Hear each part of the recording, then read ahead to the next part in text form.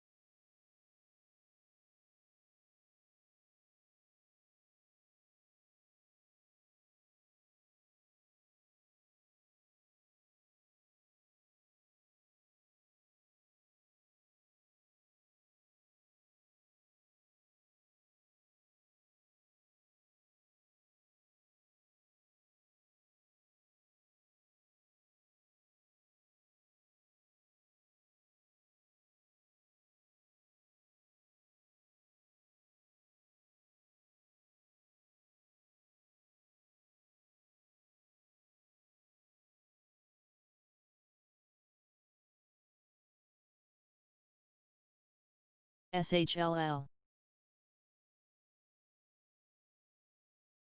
BFRA.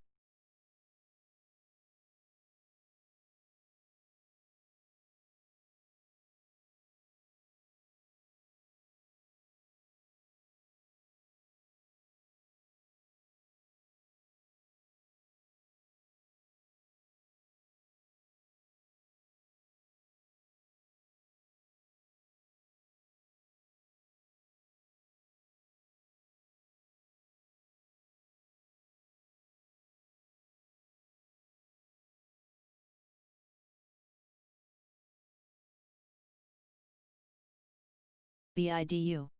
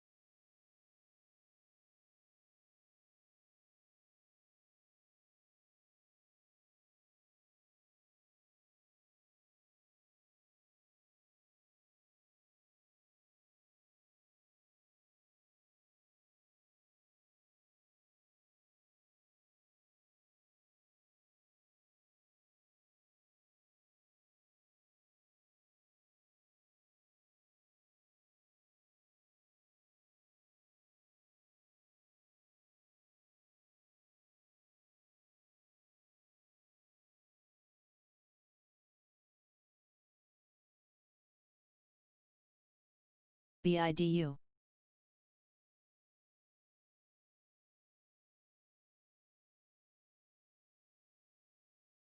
Eben.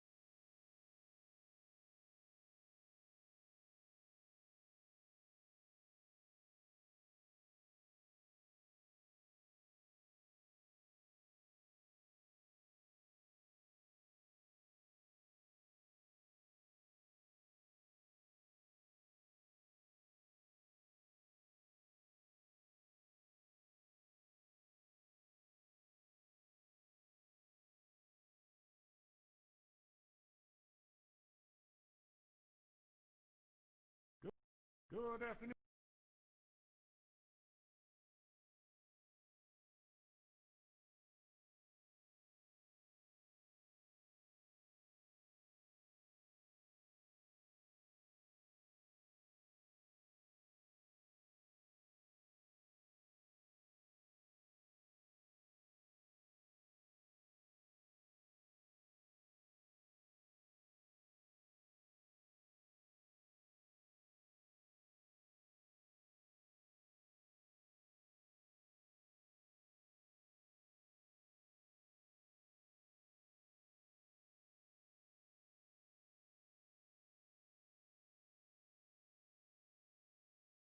Pen.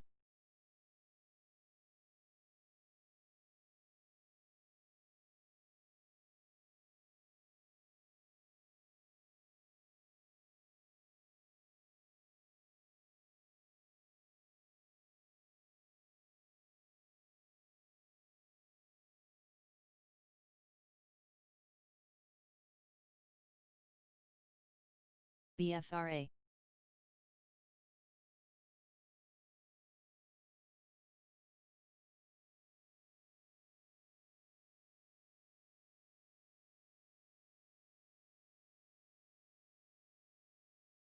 BIDU.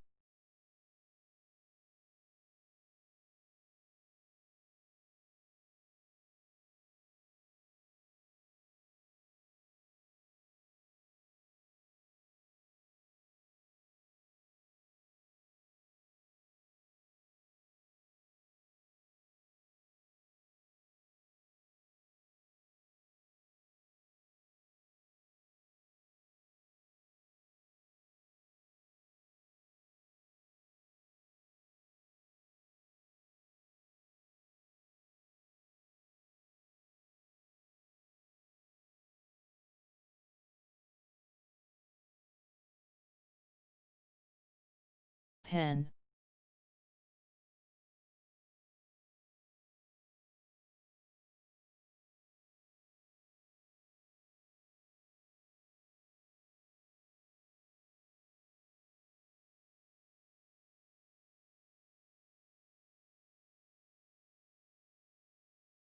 Links.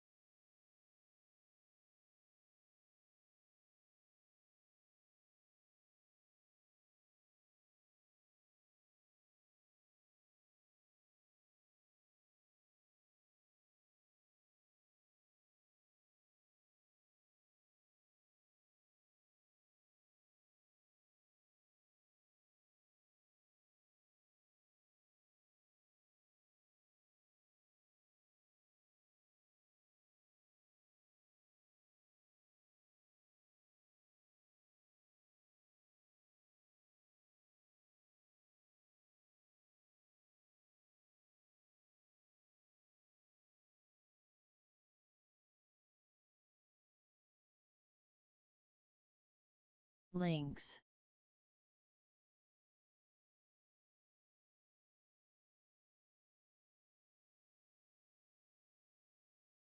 links.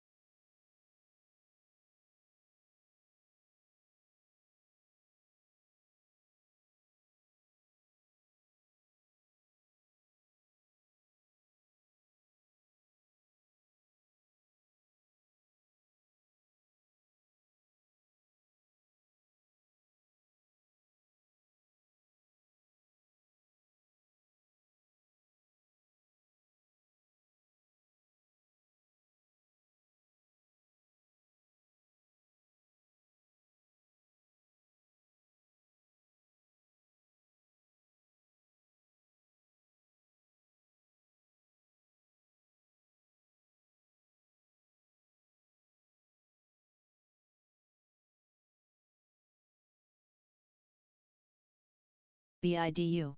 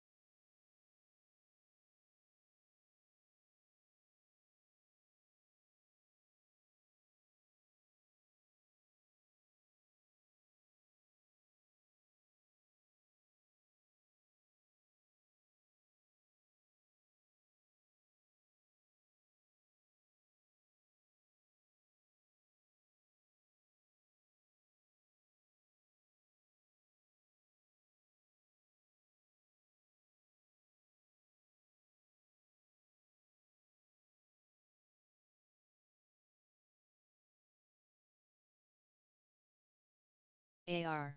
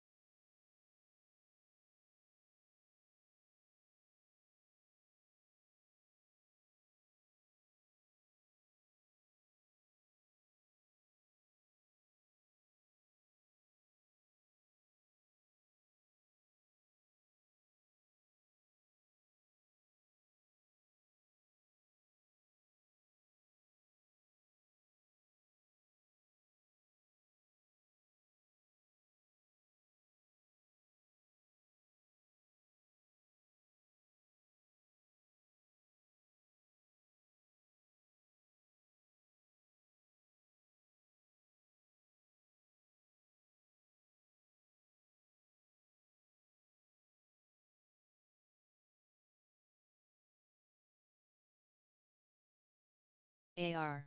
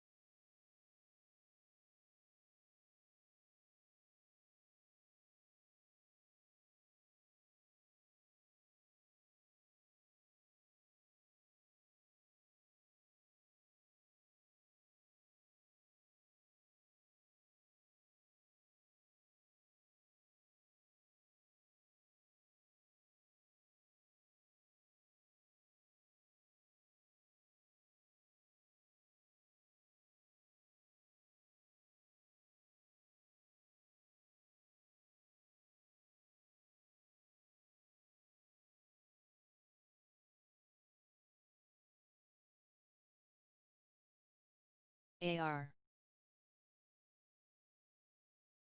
SE JWN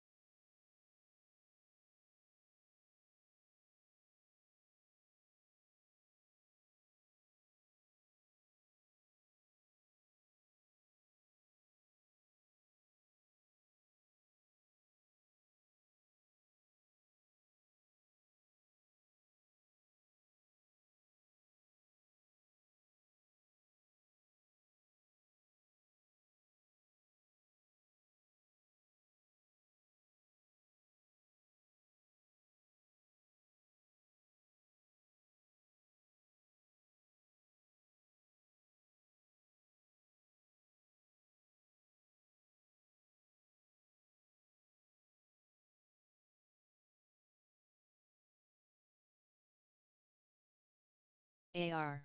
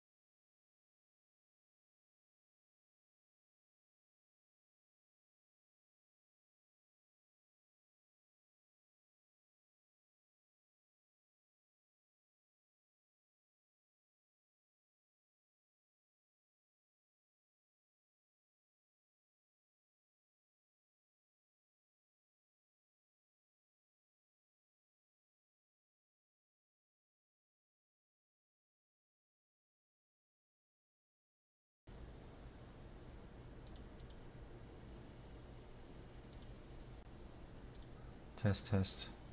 Good morning, guys. Thanks, Mint.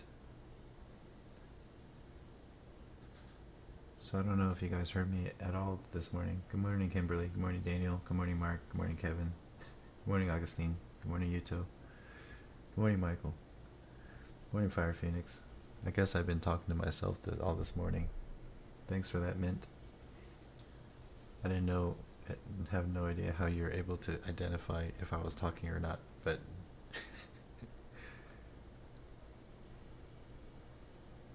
MPT, yeah. I actually took that. These are the rare occasions where morning breakout trade is actually worthwhile when you see this kind of volume. But it was a rough ride because I suck at it. CNK Good morning, Todd. Haven't heard from you before. Welcome. So Michael, I went to that Fat Eateries, that place you suggested. It was good. Good morning, Kane. So this morning's been a little rough. I took Craig. I don't know how I messed up on that one. I think I went long on it and it didn't work out. Went small though.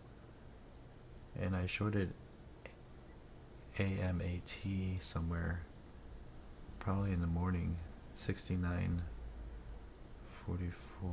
Yeah, but the most I made so far is actually a breakout trade, believe it or not, because of the volume.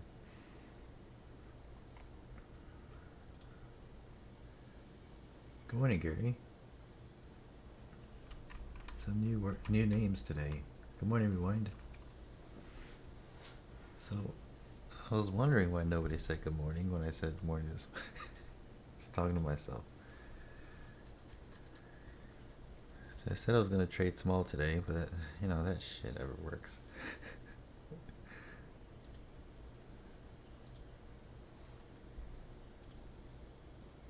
Good morning, Fabio. Yeah, you're very welcome. JWN. mRNA has some nice volume and is ramping up pretty strong. NVAX is on 5 cents spread at most.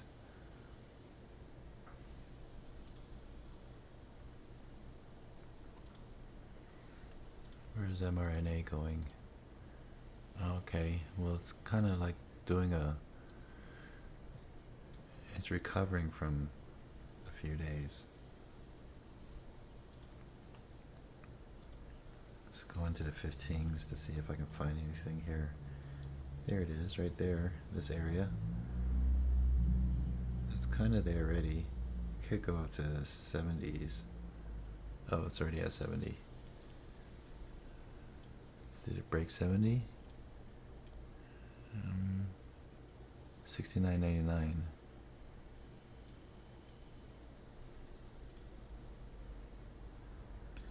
I know. I think I just I don't have shares for that, but yeah, that does look nice. I know. mRNA's stuck at 70. It may come down from here.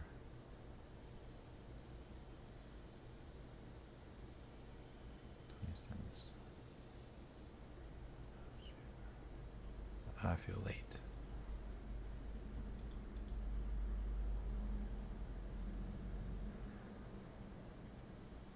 I really want to see what happens. I think, did it touch 70? No, it didn't. It's so close. Yeah, I can't touch it until it touches 70, I think. Am I able to trade? I know. Yeah, I don't have shares. Yeah, there it goes, guys. That was a nice gap down. I think that's the signal, possibly. Did it hit 7? No, it didn't hit 16, so be careful, guys. It may have some... EQT. mRNA looks like it may go. Look how tricky that is. Let me see. This... I don't... Perfectly fine not trading that.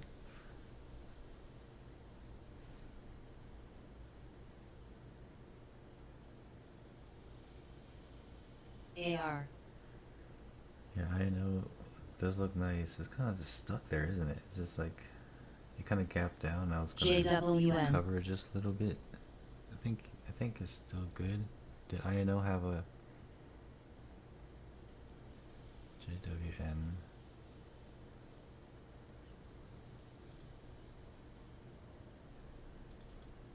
Daily 1734. We're at 1735.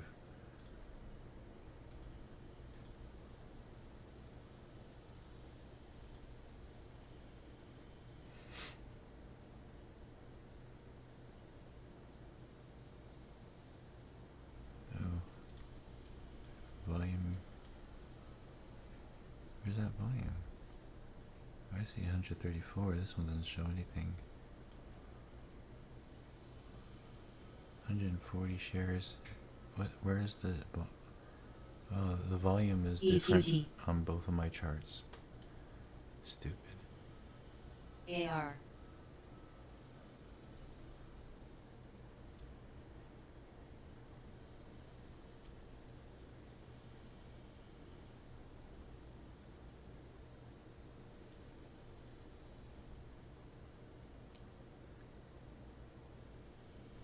which one to believe.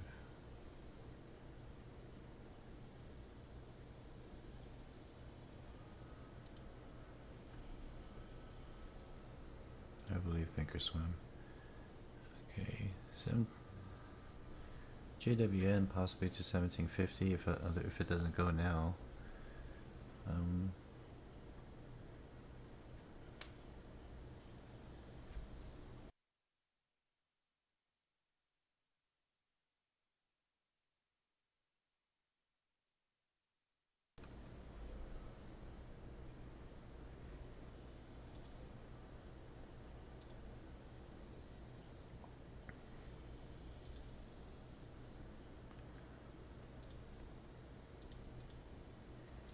And NVAX is something else.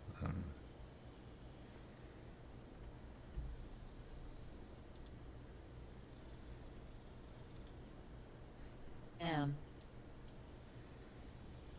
Macy's back on the chart.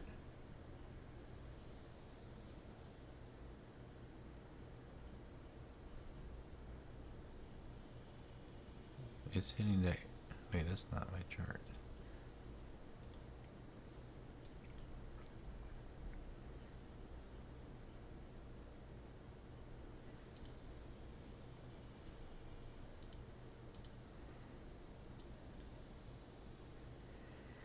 $766 daily. Right now it's not that bad either. 760s.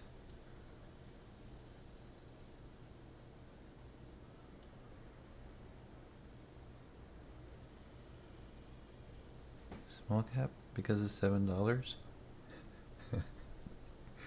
Isn't that small?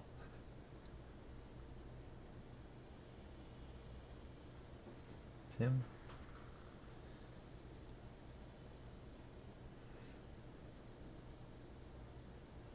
JWN. Small price stock.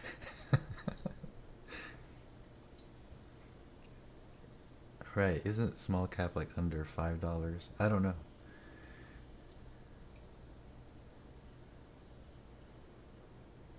Oh, market cap.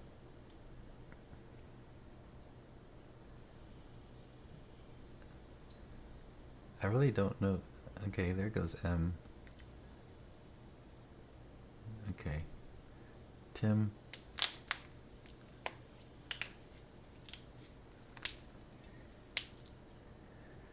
You make me talk too much sometimes.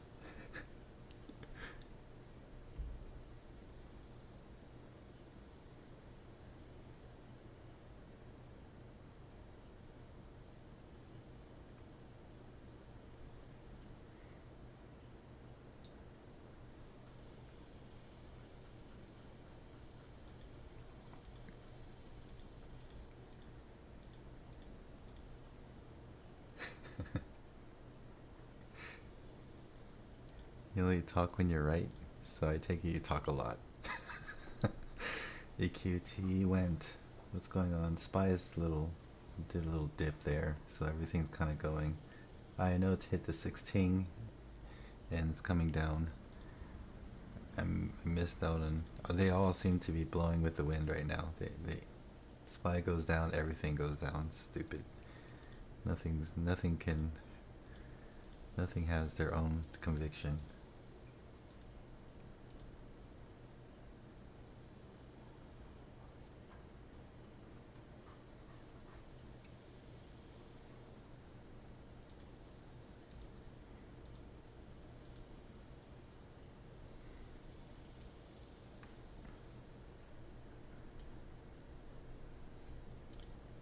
NVAC. AR.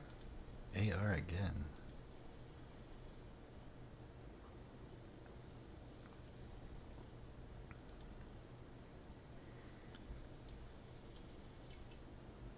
AR is getting into this gap area on the daily. I mean NVAX.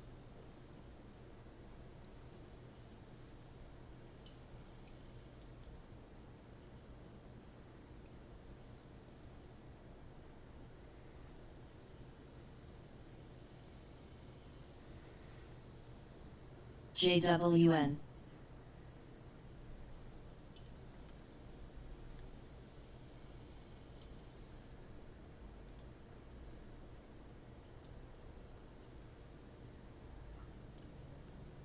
Mint, can you do me a favor and just caps when you're talking about a ticker? It makes things easier for me to scan through the stream.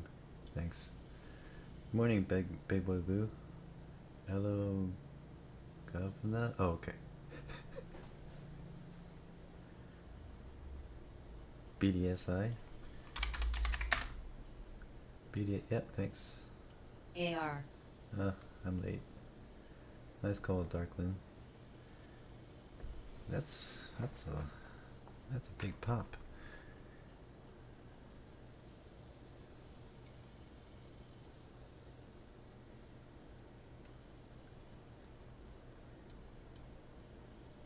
Why is everyone yelling at me today?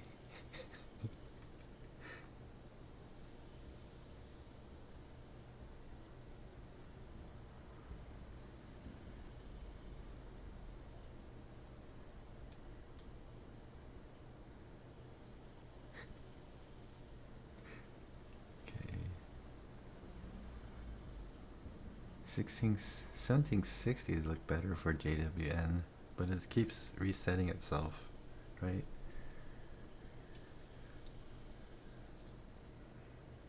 Looks good on twos. AR.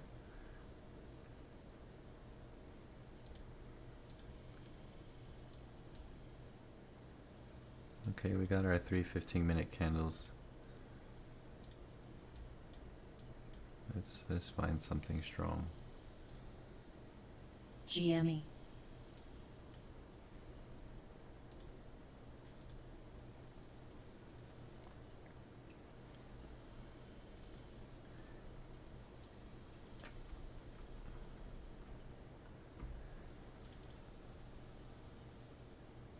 AR is hitting this area, 441 or 445.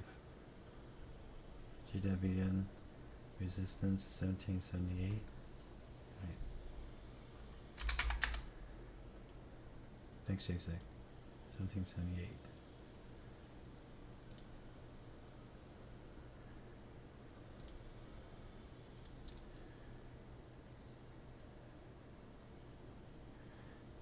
AR with its dots, you know, these bunch of dojis.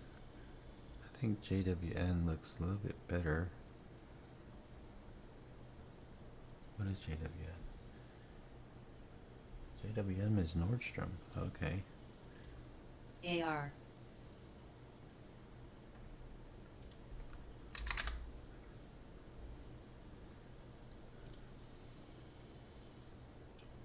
Currency trading, Mint?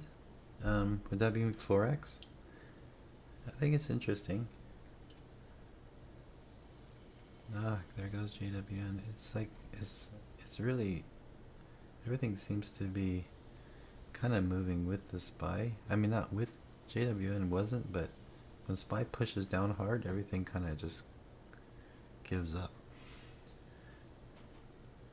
I really never was into, I have a few students wanting to do Forex, and I just can't understand it. There's just too much different vocabulary and stuff, like micro pips and pips and all. All I know from you guys is that they're not very heavy on reading volume. That's all I really know. And that really turns me off a little bit, since my strategy is primarily based on volume. VIA 15's here. VIAC 1 cent spread. It's having a nice shape here. Kind of thin in the volume in places.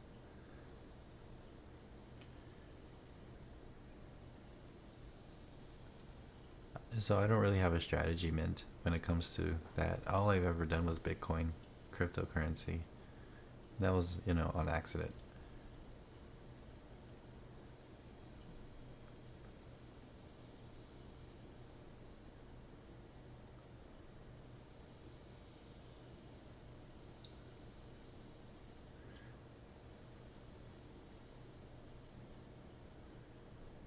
Yeah, it's really volatile, isn't it?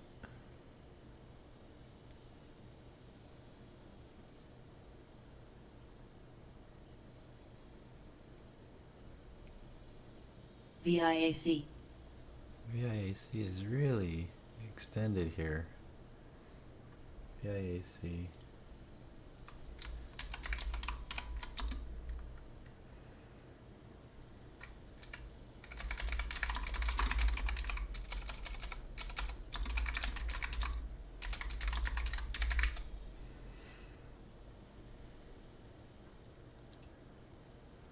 The volume's kind of just sketchy, but you know, 1 cent spread. On the daily, there's 2780, but it's so extended here. 2780.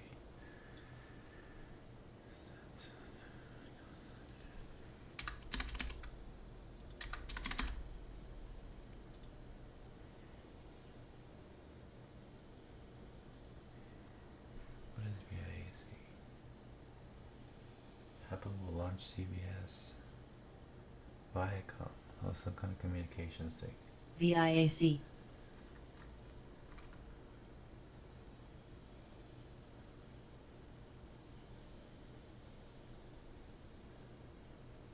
It's in an interesting area already. You guys see like this area here, just like touches this wick. This wick. Let's pass it up. And this one is in the 80s, 2780. So it looks like it's going there. I don't think we're gonna get a volume spike though. We'll see.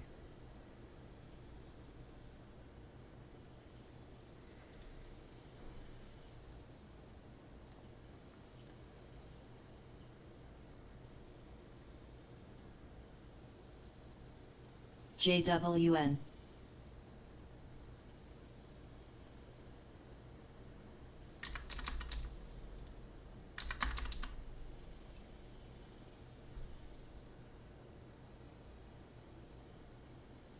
So yeah, be careful guys. That volume's a little bit backwards here. Hopefully we'll get like a doji or something. But getting really close to the 2780-ish. VIAC. We'd love to see a struggle up there. Here it comes. Here's 80. Broke through. Again, no volume. No volume increase. It's pretty extended, isn't it?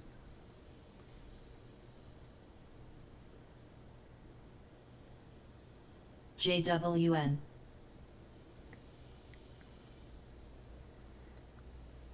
Oh yes, man. I AC. don't swing trade anymore. I have enough problems sleeping. Okay, volume is increasing just a little bit. I need to focus, guys.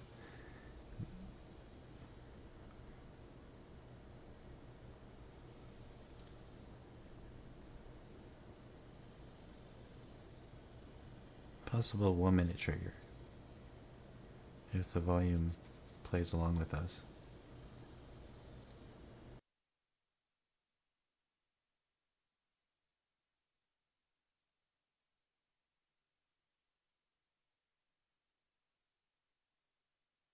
VIAC.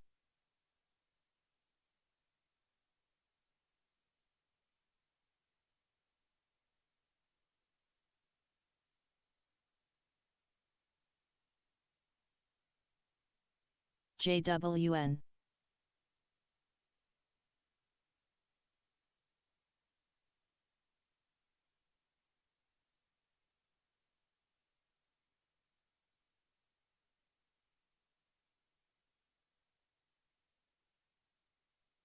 See how it reacts at 28.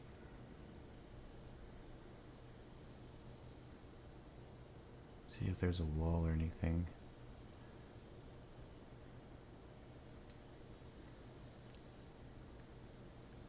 CUK. 2798 high. IQ.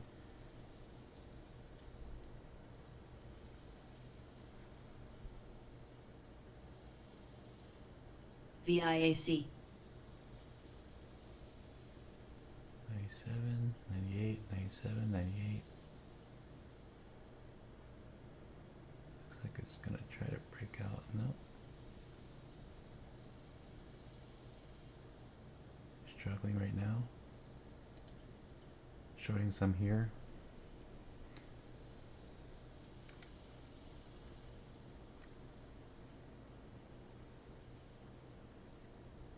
Oh, I may get faked out. Be careful. Gonna set a stop at a high day over 28.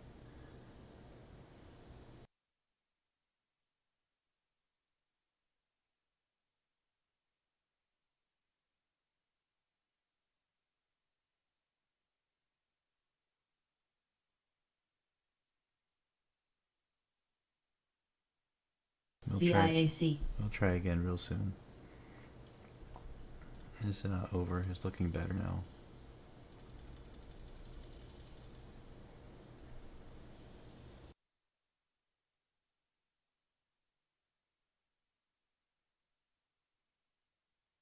JWN.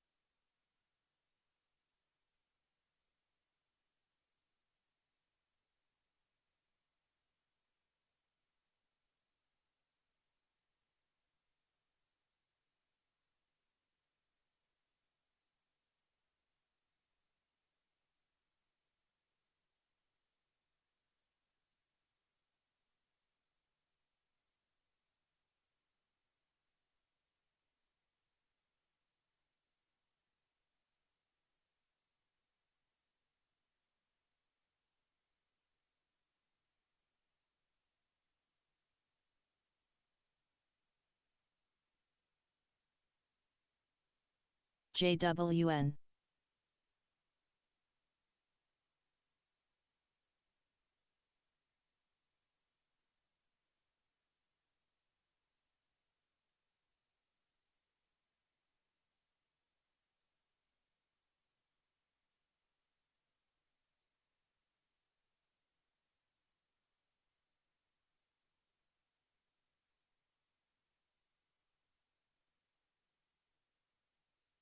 CUK.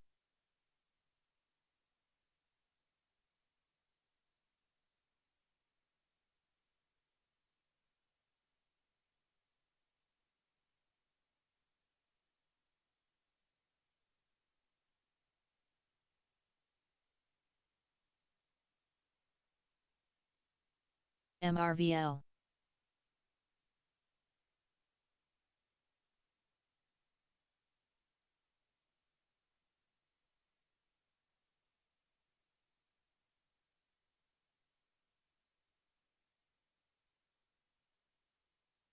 VIAC.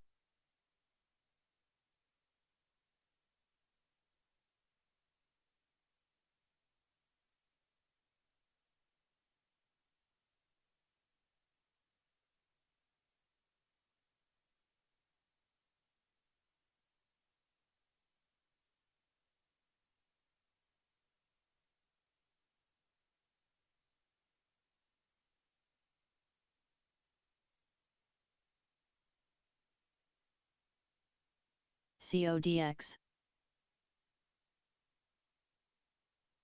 JWN.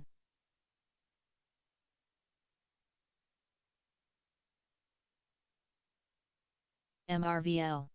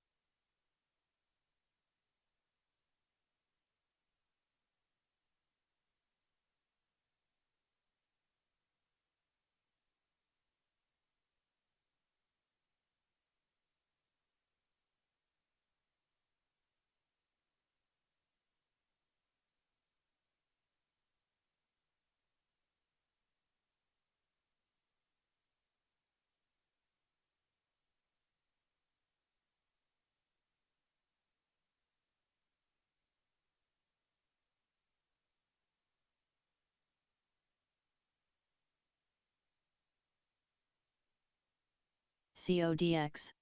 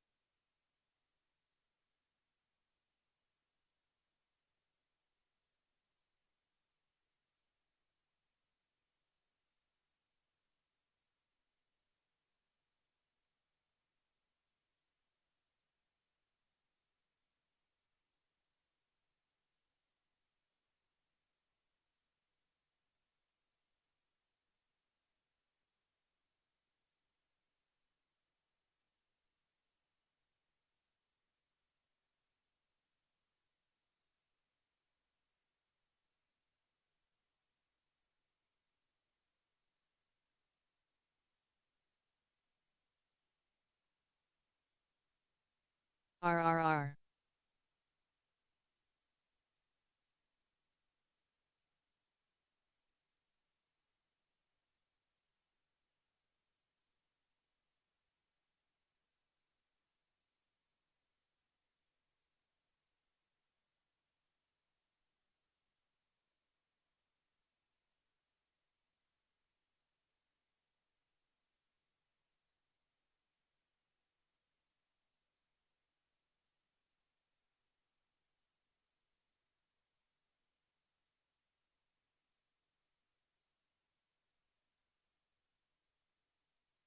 KSS.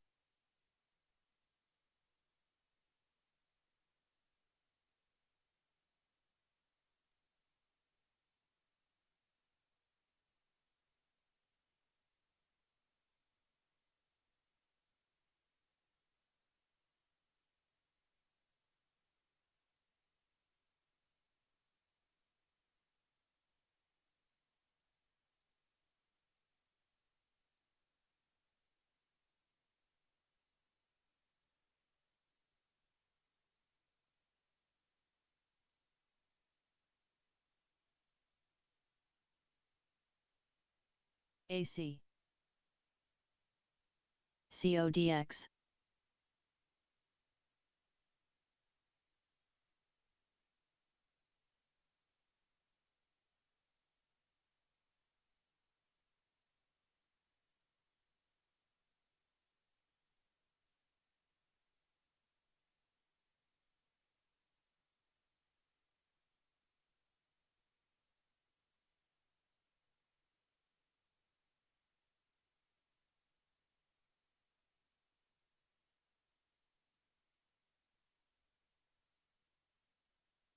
Okay, that one went pretty well, yeah.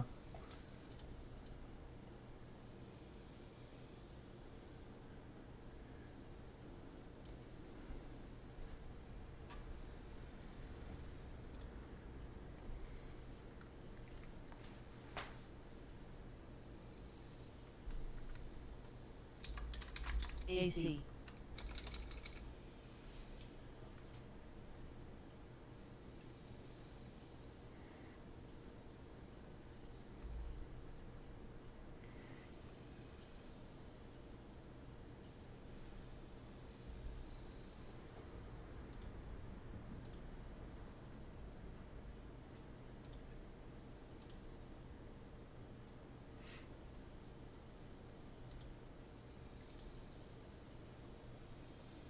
KSS. Actually, I entered a little early. I entered on the volume spike at 10:28, so it was going against me quite a little bit.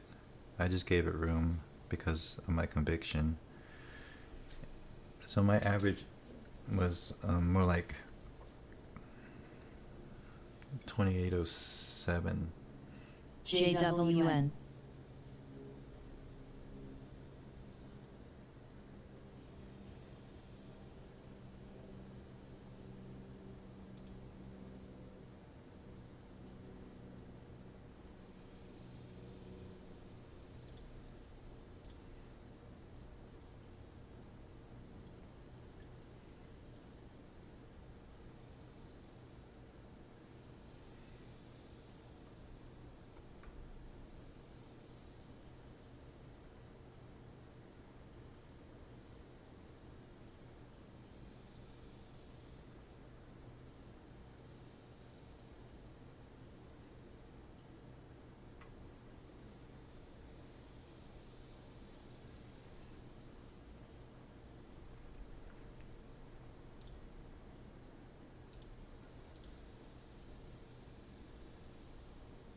Yeah, KSS, CUK.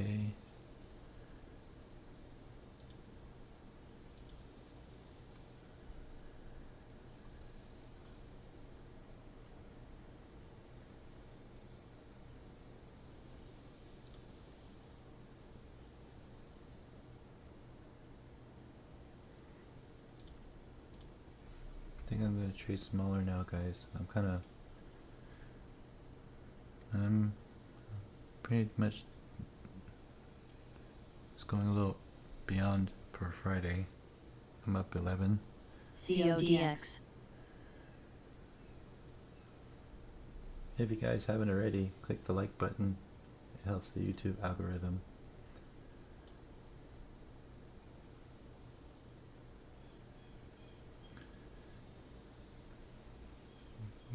Macy's.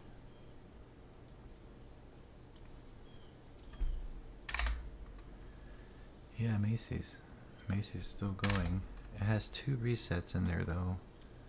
Makes me a little uncomfortable.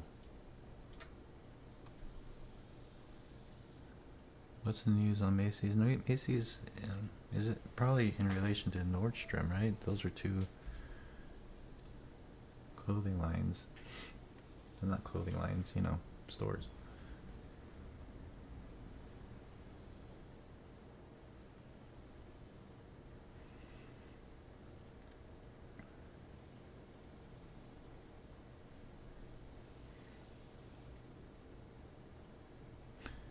Yeah, it's breaking through the daily area.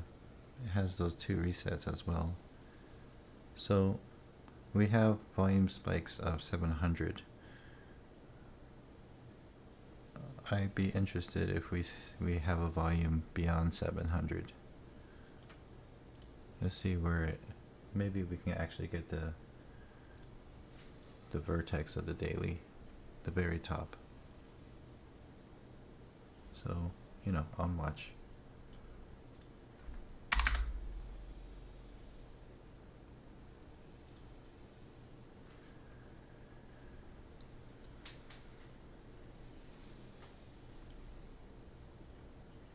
KSS.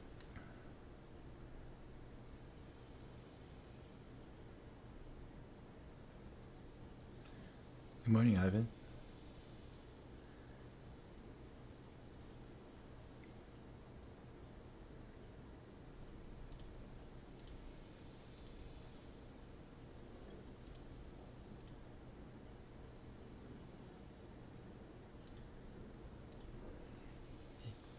Anybody get VIAC?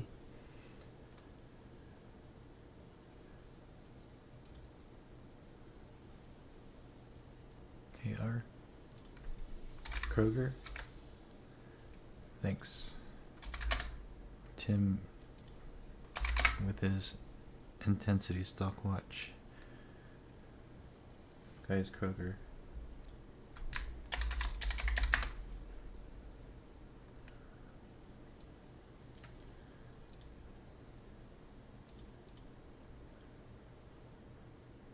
Yes.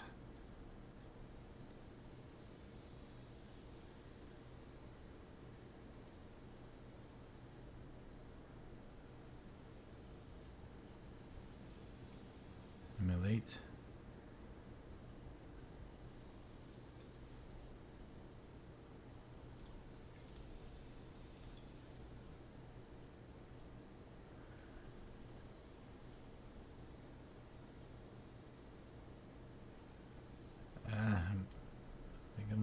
Tim.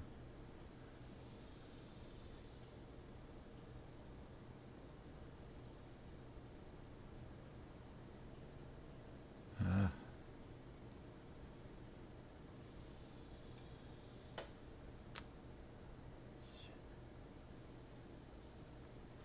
Ivan, you made 677 on MTP. Yeah, Kroger. Well, I mean, I just looked at the chart and then I had to look at the daily, and it's already like, you know, going down a little bit. So, yeah.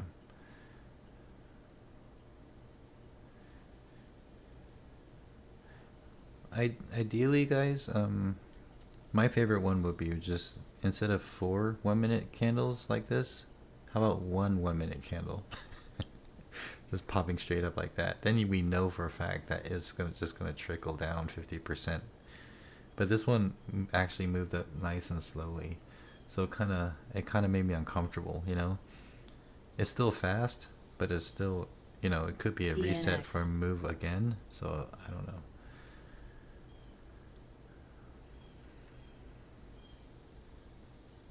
I just too slow.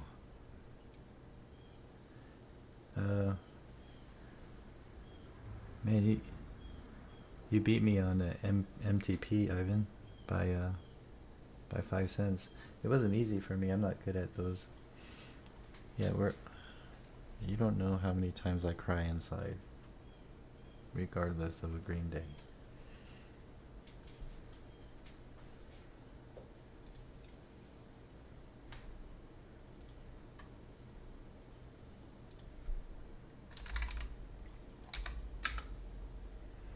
Kodak diving down, according to Luke. And CS40 on the Discord.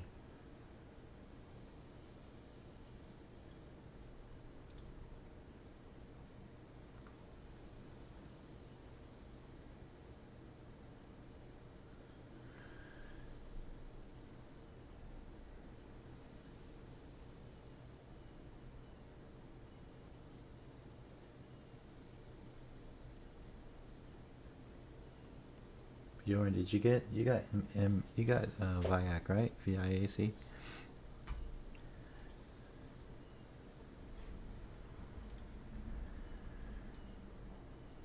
Nice.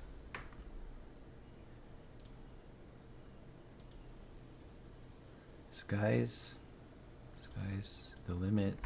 Skies moving up.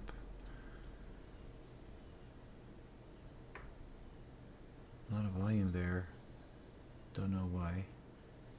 This morning it had poop volume. Yeah, it wasn't the easiest. Even though it looked so perfect, right? It didn't go perfect.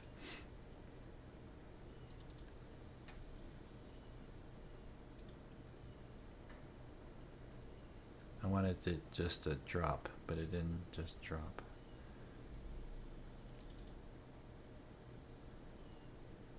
AC.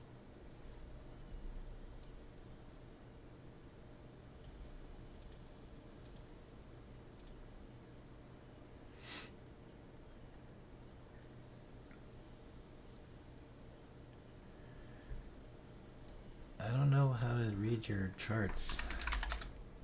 Yeah. What? I enjoy you sharing your charts with me, though. It gives me a laugh.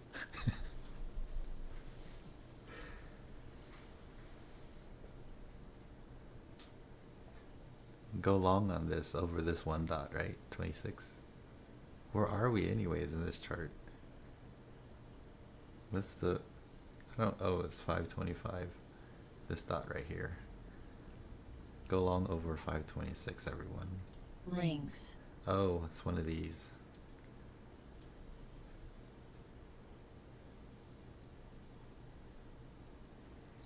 Why not, right? 100 shares, stop down here. $20 risk for a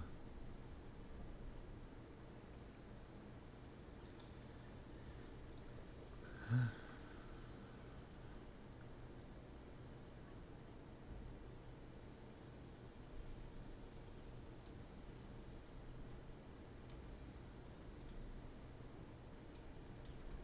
interesting for sure. Do you ever count the candles between the spikes? Is that what you want? 1, 2, 3, 4, 5, 6, 7, 8, 9, 10, 11, 12, 13, 14, 15, 16, 17, 18, 19, 20, 21, 22, 23, 24, 25, 26, 27, 8, 9, 10, 11, 12, 13. Maybe 3 more days to make 16 candles.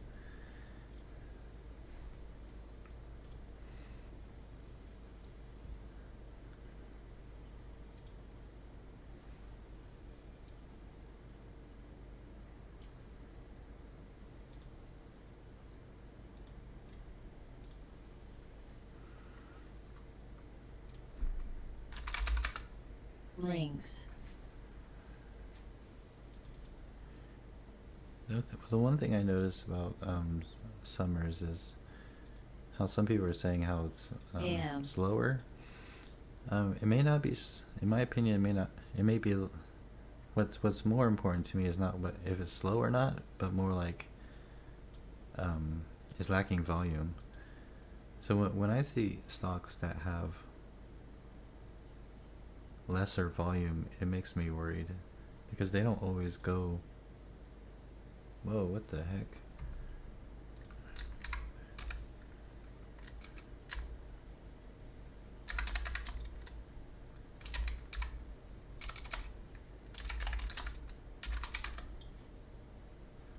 Check out Reefer, guys. Reefer just halted on a tank.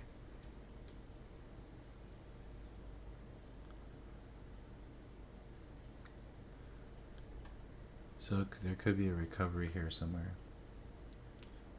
But it is printing, what? Right now it's printing 71 cents on Lightspeed. And $2.60. So it's going to gap down and then come up maybe.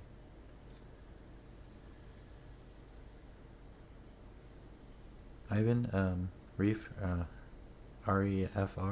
Romeo Echo Foxtrot Romeo. It's in my new Holt scanner here.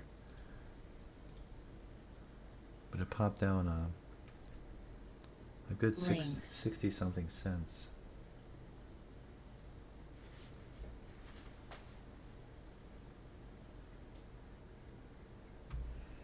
Fabio, you got VIAC too. Nice. VIAC. Speaking of reefer, I'll be right back. Is this even marijuana stock? Or is this Research Frontier? Could have been a great marijuana ticker.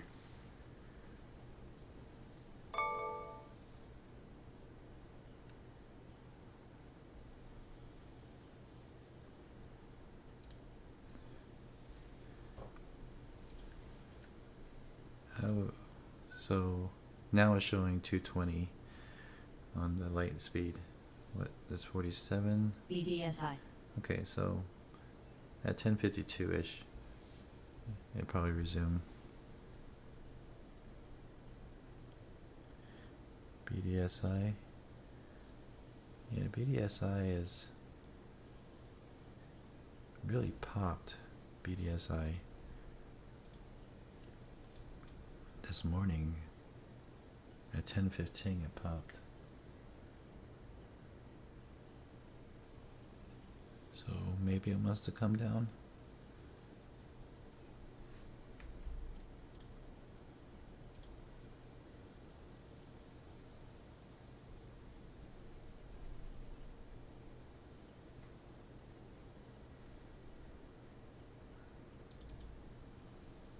Yeah, BDSI, Bravo, Delta, Sierra, India.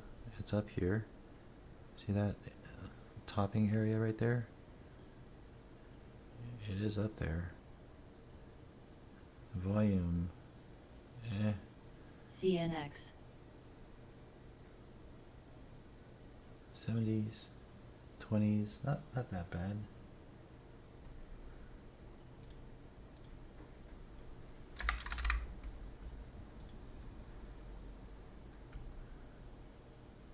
Not great. 1 cent spread.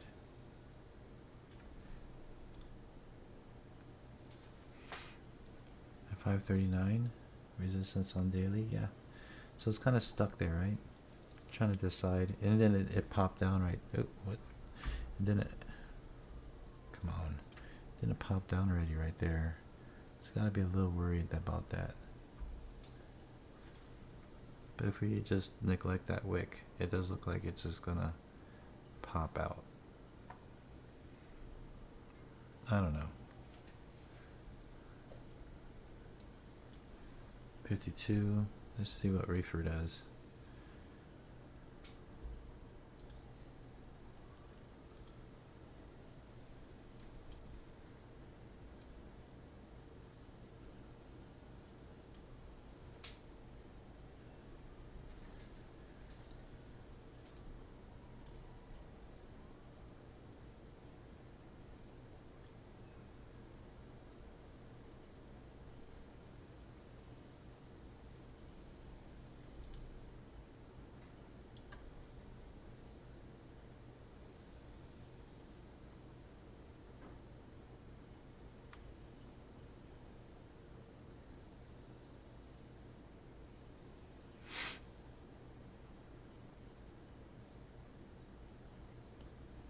Wait.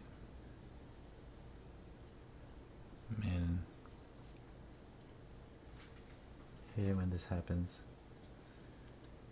When they extend past the 5-minute mark.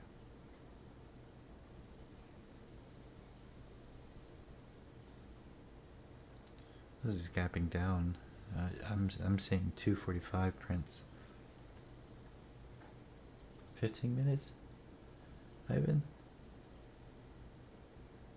Isn't this a circuit breaker for 5 minutes?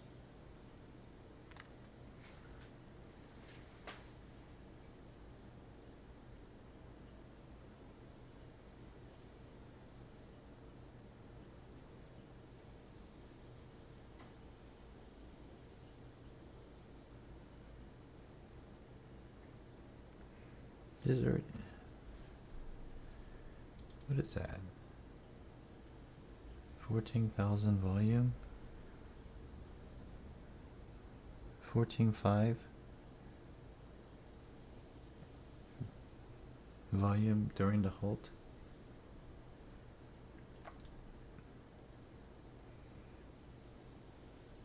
Yeah, Ivan, the wait time. PEB?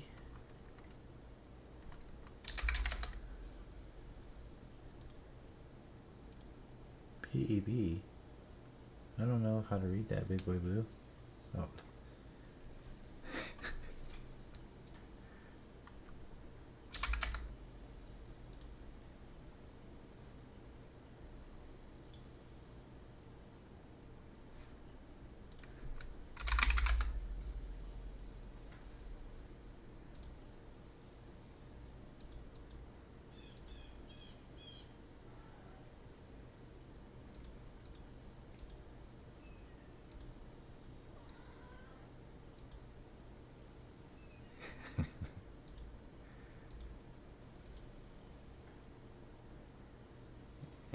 SIEN did a pop and consolidating, very little volume. Why is my Benzinga silenced?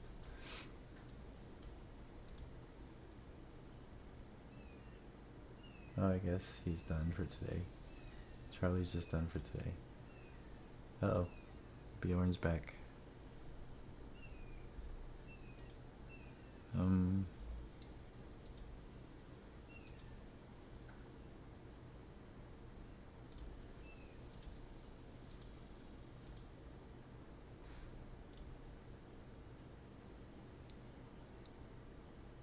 Fran's up 10 cents? Well, now I'm just chasing it now, right? So it's too late for me. 10 cents. Should have threw in 10,000 shares.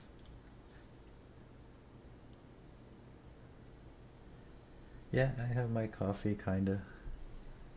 SNCR. SNCR. SNCR is nice. No, it's not. It's not nice. It's just moving up.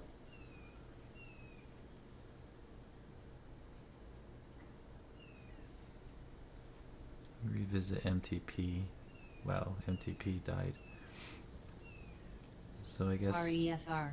I kind of got lucky for that $4 break. Every time I do a breakout trade and I actually do well on it, later on I see something like this and I'm like, wow, if I was only just a little bit more greedy, I could have just fell off a cliff with the stock.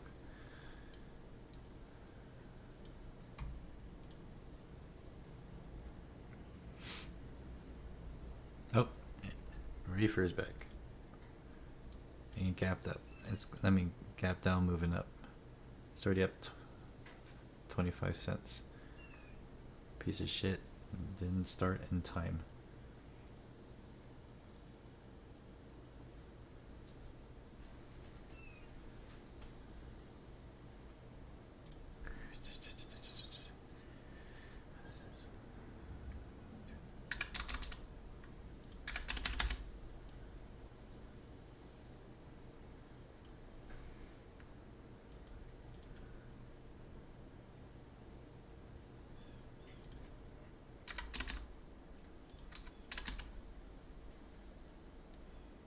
See what happens. Something.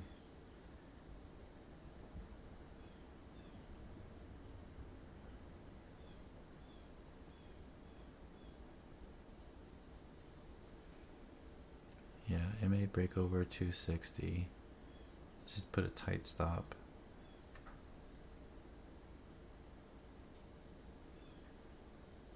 Because it's playing games right now.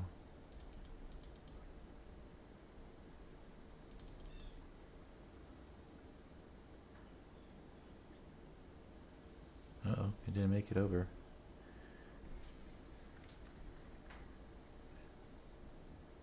Make a tighter stop.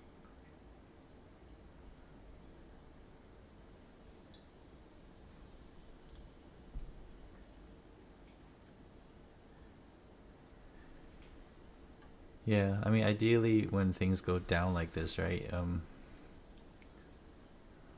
I mean, this isn't my kind of play, but I would assume it could. Well, it did go up though, didn't it? It gapped down and it came up, and that's about it. It's too fast for me. I didn't get in. I was too busy watching on the sidelines. But it's not over yet, Ivan.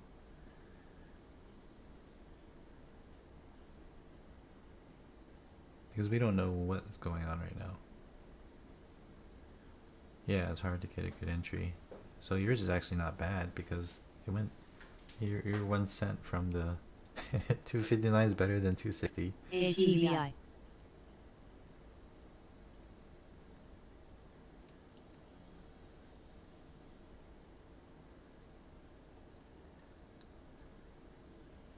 Yeah, it moved too fast for me. I looked away after it passed up 5 minutes. But it's interesting to see what's going to happen here. RRR.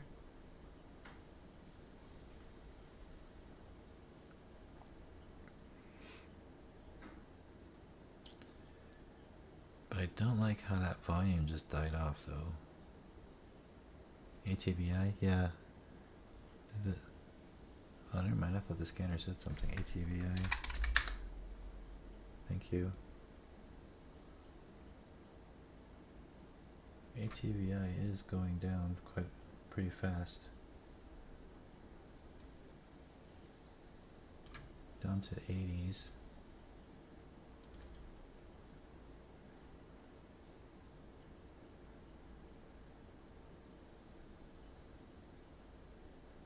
Ivan, it looks like it may be thinking about breaking 260 when it gets up there.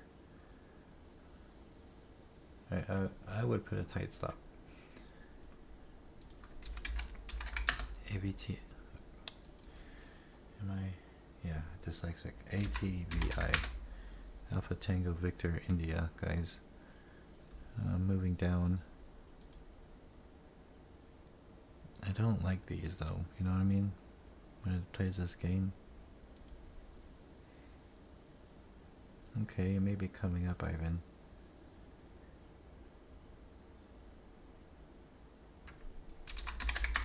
I'm not gonna take it. No offense. I just don't like that volume anymore.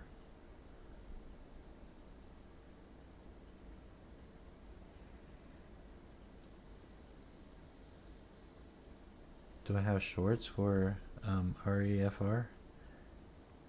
There it comes, Ivan. Here it comes. Get ready. There's your break.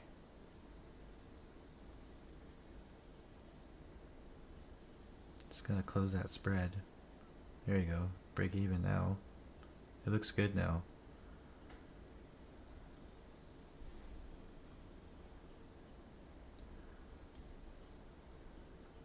Oh, there was 1 cent for you. It says easy to borrow. My light speed.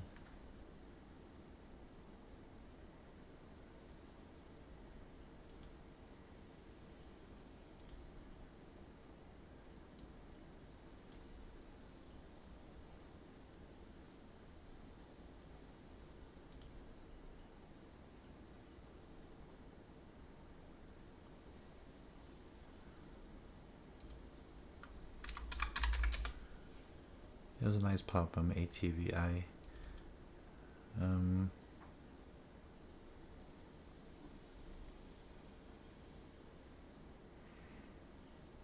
Went down to 80, 81, 8001. I mean, let's see.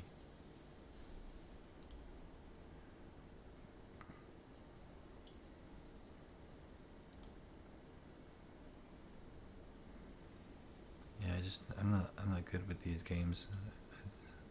It's short-lived. Bottom bounces.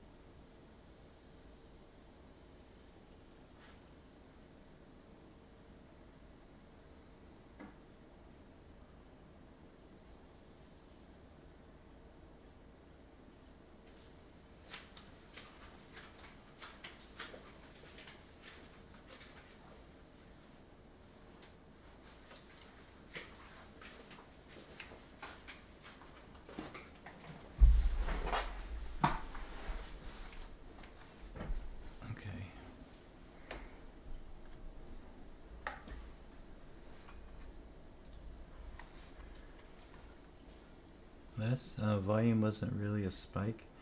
How do you pick a spot? On which one, Les? Let me turn this thing on.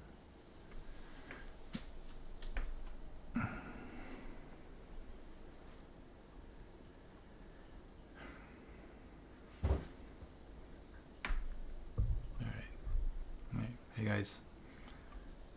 Let me fix this thing. Yeah, it's good. Move this over here. Don't need the gappers anymore.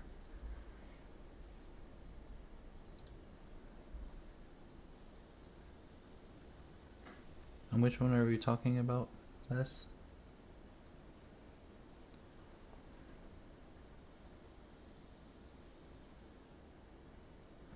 Tim. Thanks, Tim. You're married, so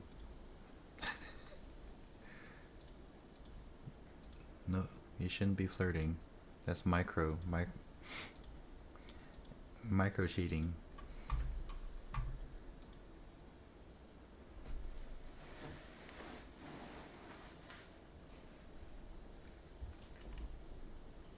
AVTI?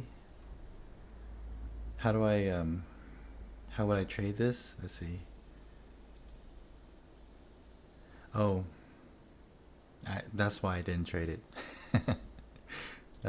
There's a few things. Okay, hold on. Let me just use my light speed. Getting more comfortable sharing it.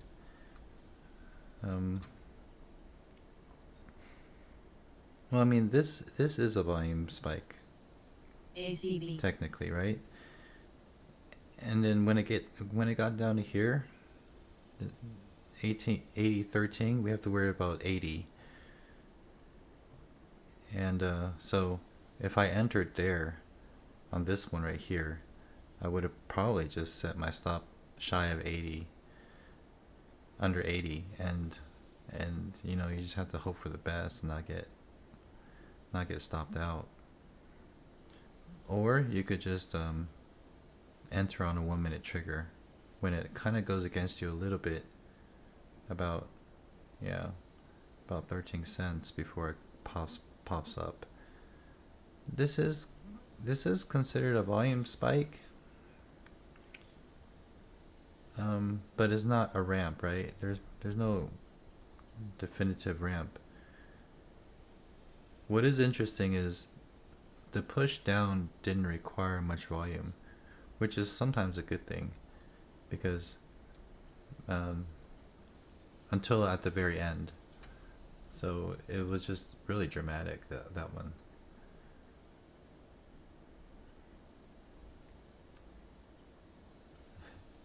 Thanks, Tim. Does that make sense, Les? But yeah, I didn't take it because I wasn't prepared. Kind of stuck on the, being short biased. If you're not comfortable with it, don't trade it. But that's the best mentality I have. Once I start trading things just because somebody said something, and then this is where I was talking about the other day, where our chat room is really nice. I mean, you see the camaraderie here, where Drew mentioned AVTI, and it worked out for quite a bit of these people because I guess they're more bottom biased. I touted VI. What I do?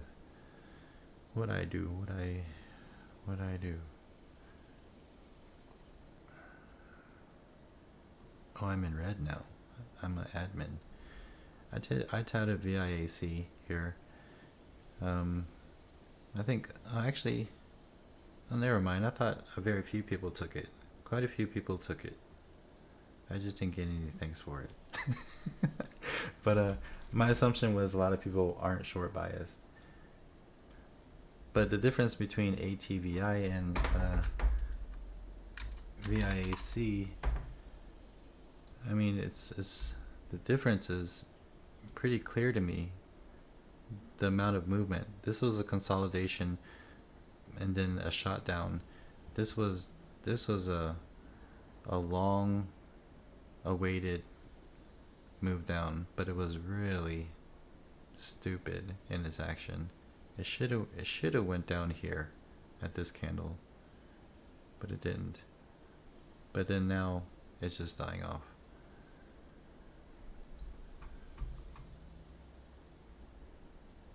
Hey.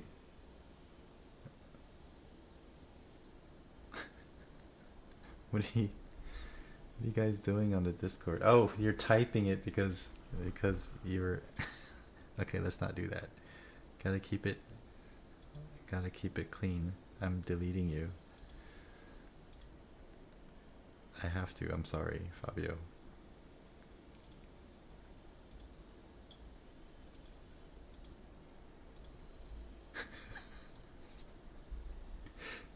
Bunch of trolls for real. BA, sorry Tommy, didn't I saw it, I just forgot to answer. BA seems to be holding 172. Well, the answer would be no, Tommy. I don't even have to look because I don't like BA. I think I have a very low percentage. But let me see what you're dealing with. Seems to be holding 172. Would you trade this? Well, we're 176. So I'm assuming you're talking about swing trading, right? Oh, stupid.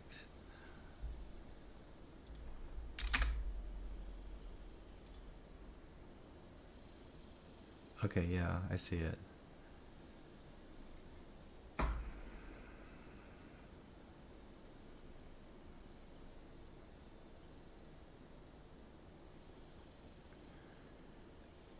I really can't say, Tommy. This isn't my kind of trade for a swing.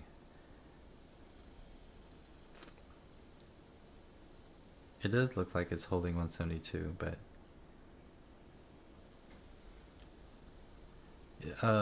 the other day you asked me about Tesla and I was wrong, right? So my wedges, that wedge play that I talked about, and then obviously you don't short God, so but with BA, it, possibly it'll. The problem with technicals and BA and Tesla, with BA and Tesla, is the fact that they're so fundamentally traded. Like when the news says something, it's going to move. So it's really hard to for me to analyze. It does look like a short squeeze. Yeah, it does.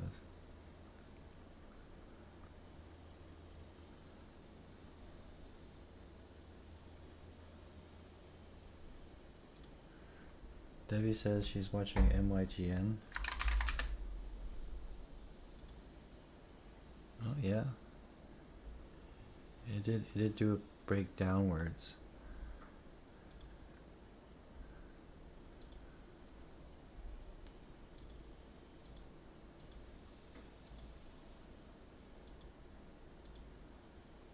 Ooh. MPTN. November Papa Tango November.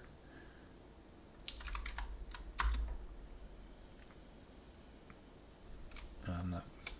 I'm not alerting that on the. But it is strange. Oh, come on now.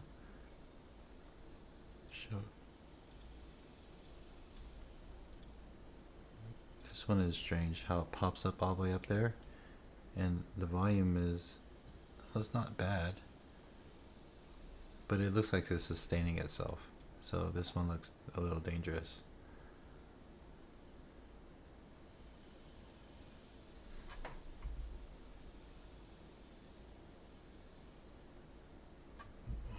This is strange.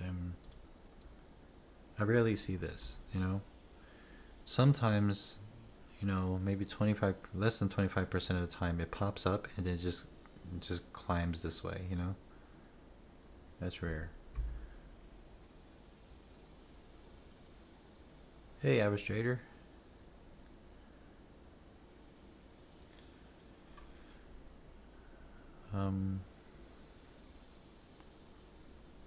It is hitting a daily area of 851.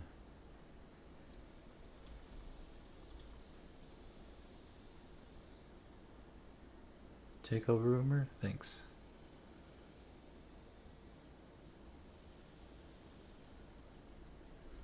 So, actually,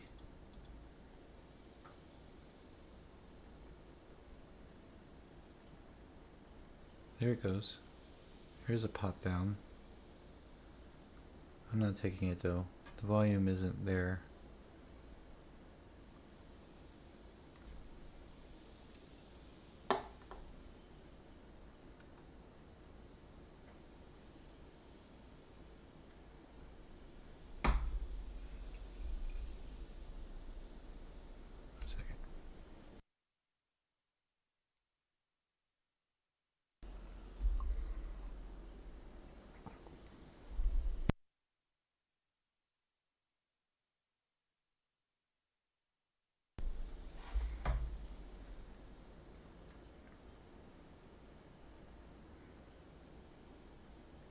I'm drinking Bjorn. I'm drinking Canada Dry Diet. Yeah, it's fake beer.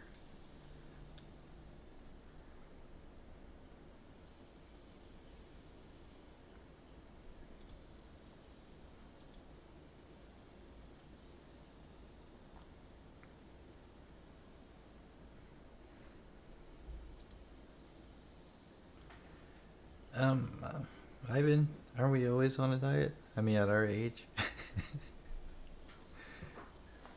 I can almost finish an entire case of these. I don't even know how many are in a case every day. So I need to watch my artificial sweeteners. But you know, if it was just a regular case of sugar, I'd be in trouble. You know, Asians and their diabetes. Yeah, a case. A literal, the cardboard box, not the not not the 6 pack.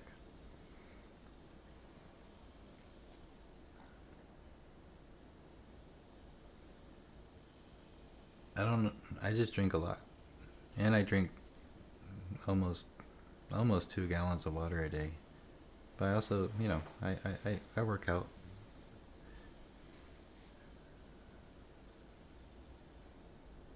Actually, I don't really work out that. I just do cardio nowadays, man.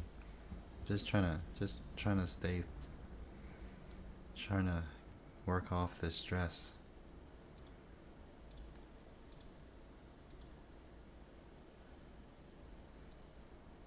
2 gallons may sound a lot. Some people, oh, what is that? That was reefer again. But after cardio, I'll weigh 3 pounds lighter after sweating. It's disgusting. Okay, that's TMI, right? My bad.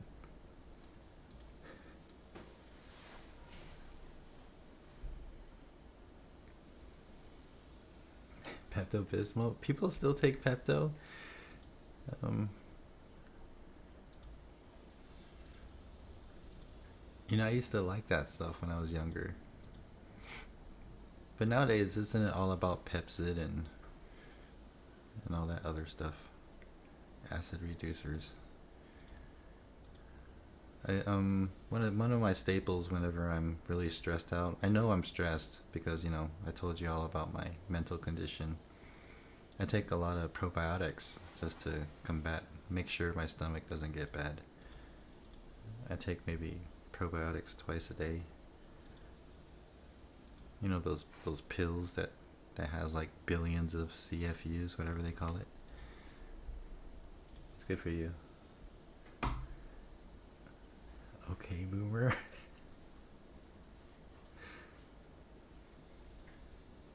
What does that even mean?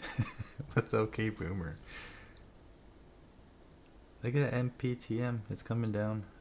It hit that 850 area. Maybe I should have taken a little bit, but the volume.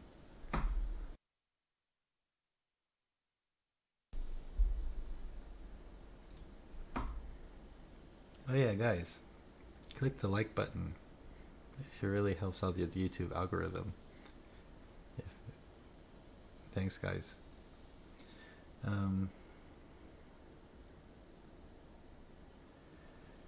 oh yeah, Les. There is a chance that it would trigger migraines, but it doesn't trigger mine.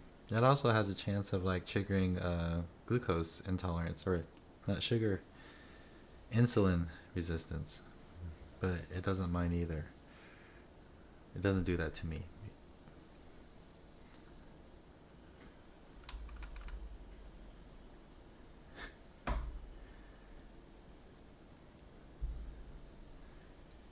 My migraines are almost related to sinuses, basically inflammation, right?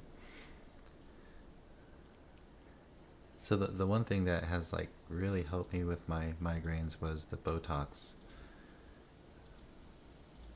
and it doesn't help me with my wrinkles. The Botox is all over my head instead of my face. but I can't make the that frowning look. I can't. Can you tell? I'm trying to do it right now. I can't squeeze my eyebrows together. Hey, Ian. Came in an awkward time when me talking about my eyebrows. How's it going? Are you the real Ian Langton? Is there a are you trolling him, or is there some kind of sipping on a beer? Nice. Oh right, it's evening over there, isn't it? In Ireland? Ian, are you in Ireland? Okay, good. I was afraid I was gonna sound racist.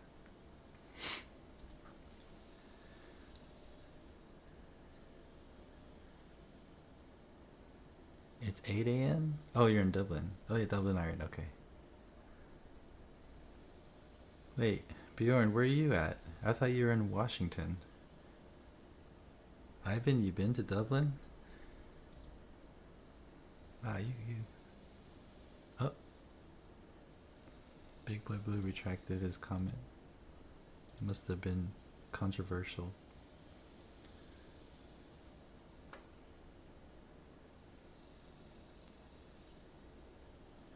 Oh, it's only 8 a.m.? Oh, right. It's 10. Okay, so it's 2 hours earlier. I don't know how you guys wake up that early for trading. I have troubles. I have problems waking up at 8:30.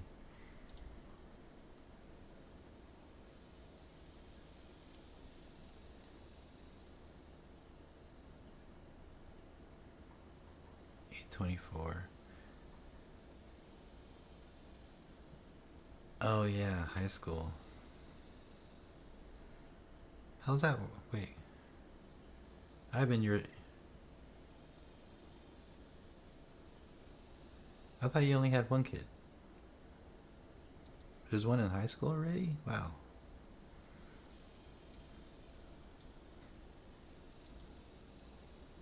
They're being homeschooled though, right?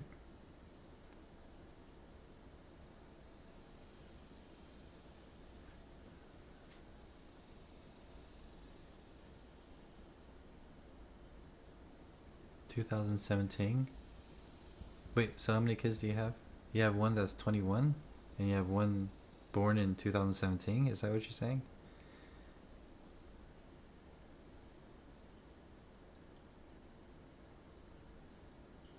There's a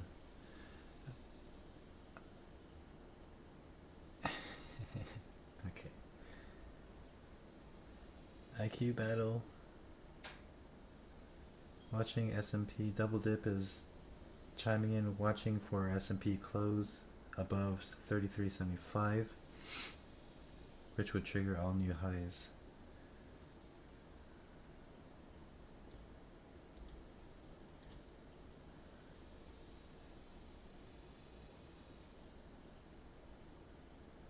Which one is CS40 talking about?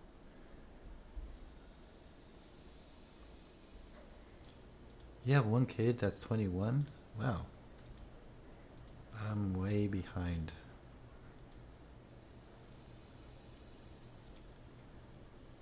I have a cat.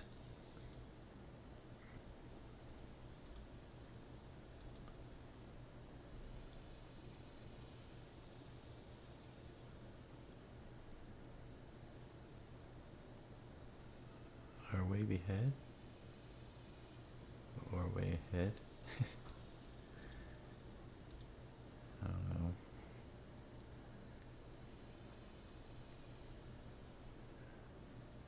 I probably have to get going a little bit earlier today. I have my first client for once in 6 months. It's a puppy, so it's just gonna be interesting.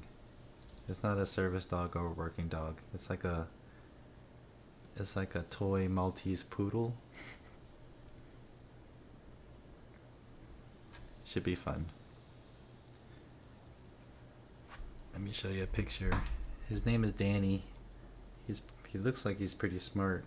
Poodles are relatively smart, I think.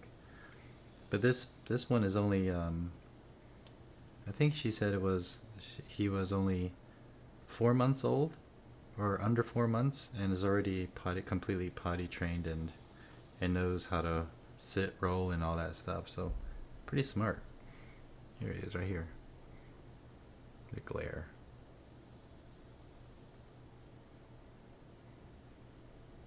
He's cute. Problem is, the more I'm thinking about it, the more I realize I'm not equipped to train tiny dogs. I don't have, all my bulls are extra large, and all my tools are for bite work. Even my balls are the size of my throwing balls are the size of his head. I need to make sure I specify for you guys.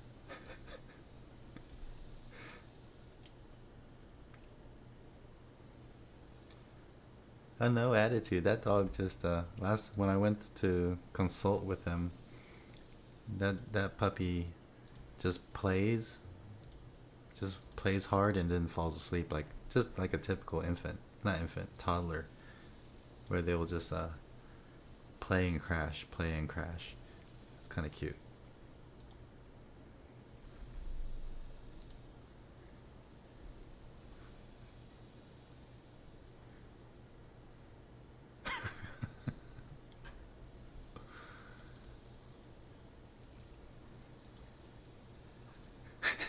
Stupid.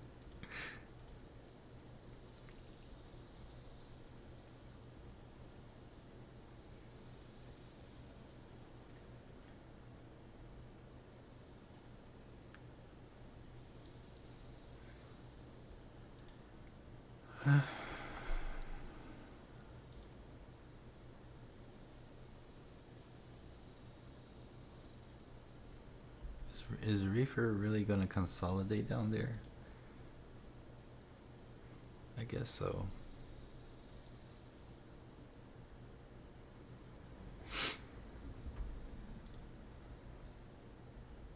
Everything's dying off really fast right now.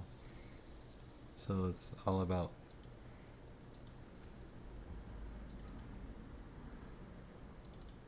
waiting for some kind of news. And Charlie's gone for today, I think.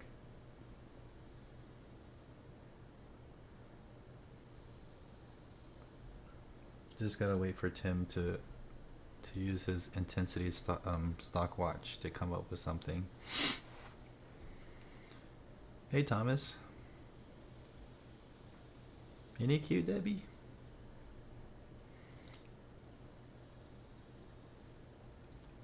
I'll be probably playing with him next week while trading. I don't know how that's gonna work out. He doesn't seem like he's a yapper. He just kind of just smiles all the time. We'll see. He may bark a few times when he wants something. Nothing like my German Shepherd. He makes the whole house ring. Thomas, welcome. I do call out trades, kinda. What happens in the morning is I'm focused enough that I'll be clicking around. You may know what I'm trading if you see the chart stuck on something, and then if I'm able to, I'll mention something like VIAC, and I'll tell you what I think about it, and I'll try my best to notify you. I'm not here to suggest what to trade. Well, actually, I am. I can do that, but I'm not going to tell you exactly when I enter. I'll just tell you, you take your own entries. Usually they're 1 minute trigger. So the majority of people here kind of already know what's going on. That's why I look for really fast moving stocks, and I'm a little bit more on the short bias side. So if I see something on a 1 minute trigger, I'll call it out, and then hopefully we get a good average. But yeah, other than that, so far a good day. I'm up 1100 ish. It's a little bit choppy with CREG. I don't like having read anything, but that's just how it is.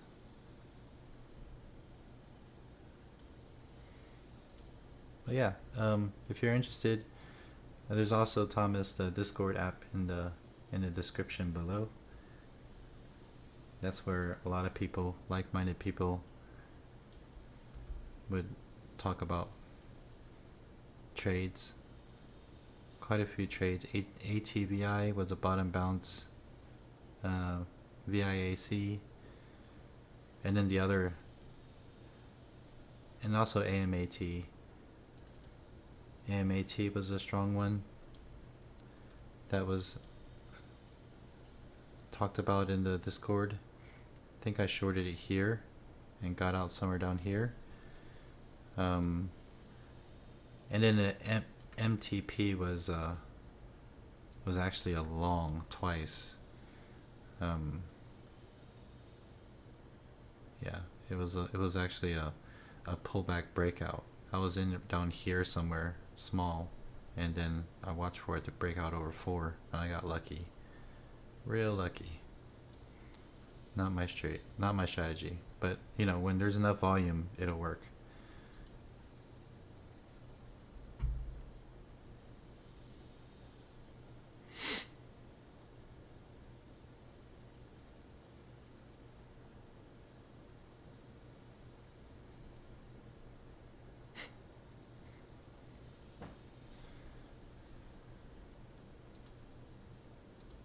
Where did my I have a few questions. What was this? 11:28. So that's 6 minutes ago.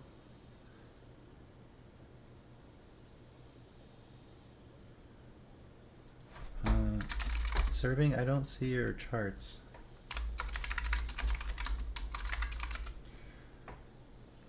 When you sell short for JWN, I didn't take JWN, but wow, that did look good, at least from this perspective. When you sell, when to sell? When to sell? Oh, so maybe you went long? Did you go long over like 1750 or something?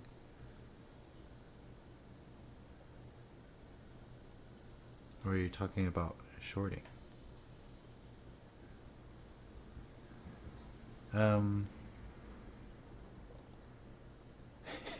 Average trader. Yeah, don't mind him, Thomas. He's been around. He just you know, it's a military humor. How did you enter CREG? Very poorly. Let me show you those little dots.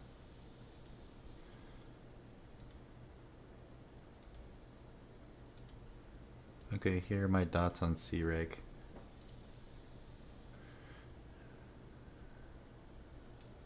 Go back. See that? What the hell happened here?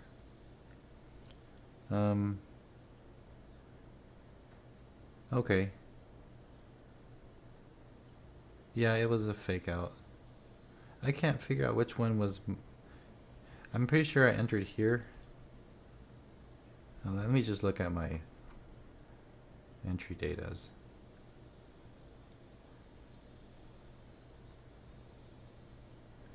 So I tried 247, 427, and then it didn't work.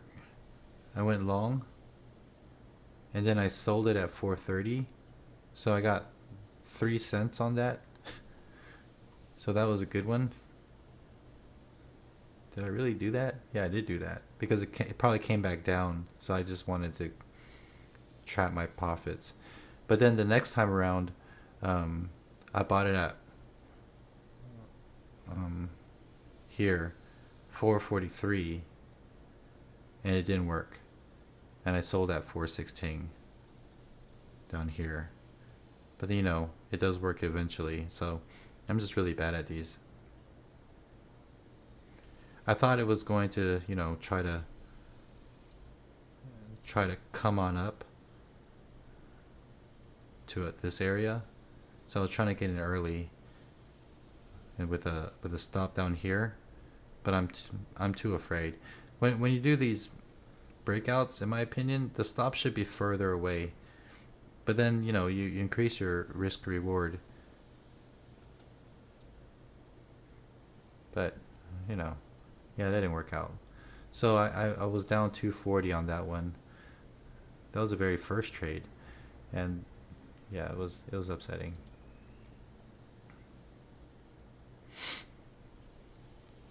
Oh, sorry, there you are. You got in at 1780. Wow.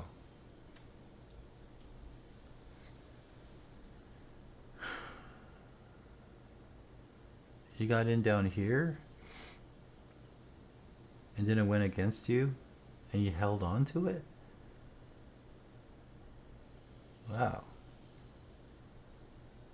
Well, honestly, I would have gotten out at the VWAP. Whenever it touches VWAP, it comes. Oftentimes, it comes back up, but it may test it again. It may come back down again.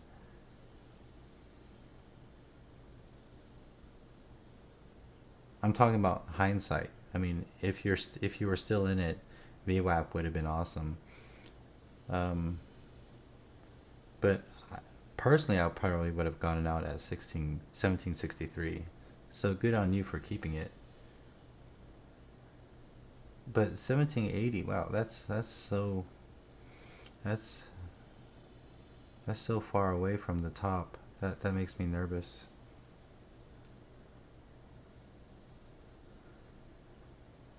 Does it, Ivan? I really need to study that more. The only reason I have the VWAP is the home. To me, that's the home run. In case you just hold a few shares. How would I have traded this? This would have made me pretty angry because it looks like it could have stopped me out if I tried for it at this volume spike.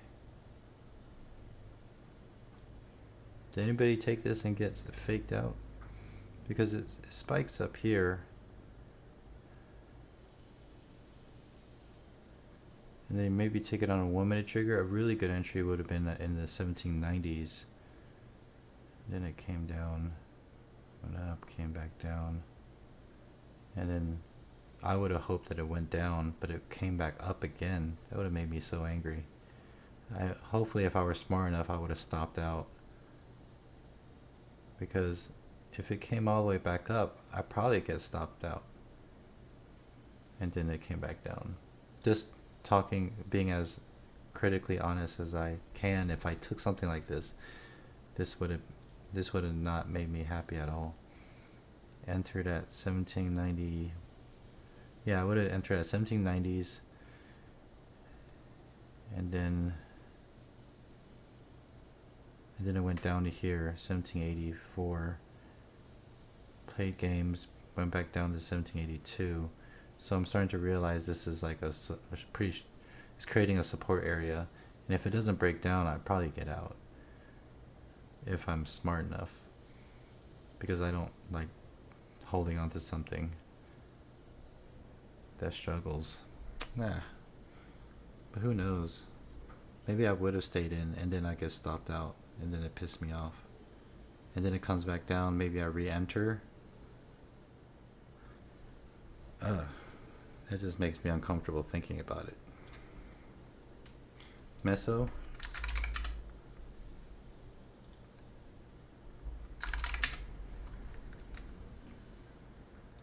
Yeah.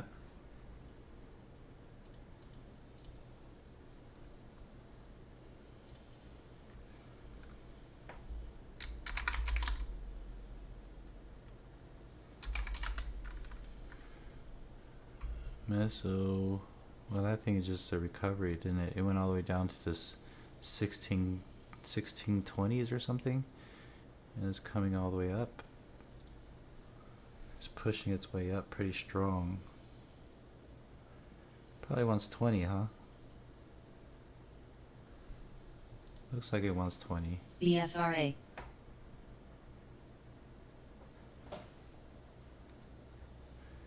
It's up to 1950 right now. 1949. Oh. Yeah, I don't have shorts for it either. It'll cost me $3 for 100 shares. There it goes. Oh well, it was a good look though. Fire Phoenix, what kind of platform are you using? Are you interactive or Centerpoint?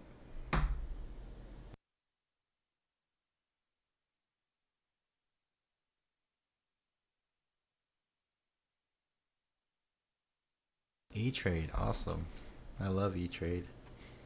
That was the first one I experimented with. I love their charts. The gradient blue.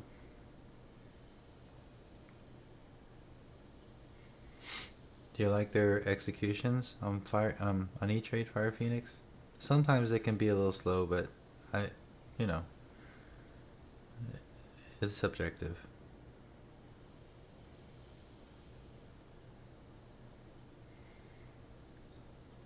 How was your experience? It's okay? Yeah, it's fine. And it's free now, right? I used to pay $10 per trade. Awesome. It is. Aesthetics means a lot to me. It's super free. What's more free than free? Super free.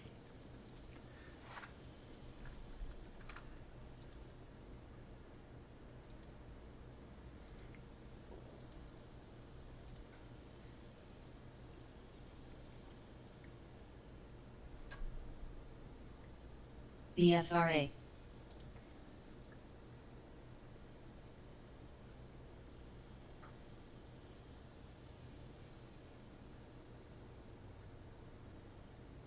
Hey Kane, are you on YouTube?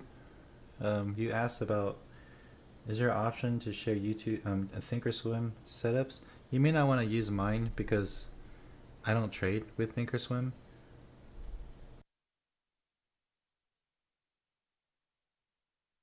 You're asking, you don't know how to set it up the way you like it. I don't know how to either.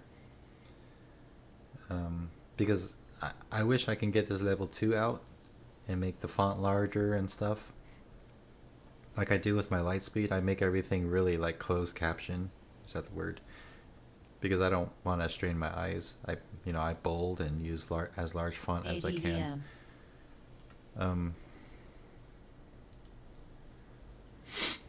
Oh, the charting? You don't like the charting? Oh, right. You're using it for charting. Well, it's just a chart with my 9 EMA. Are you talking about like the colors and stuff? You notice Fire Phoenix, I made my background dark blue because E-Trade.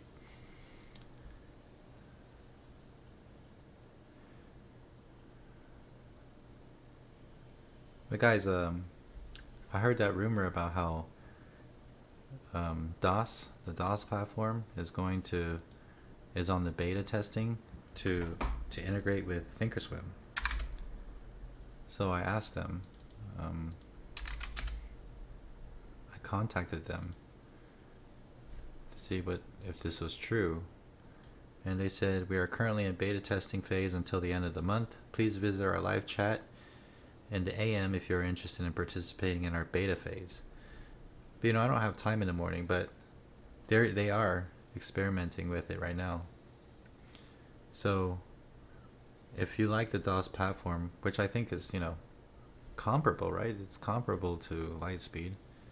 And there are some things about DOS that is like smarter. It has these hot button scripted.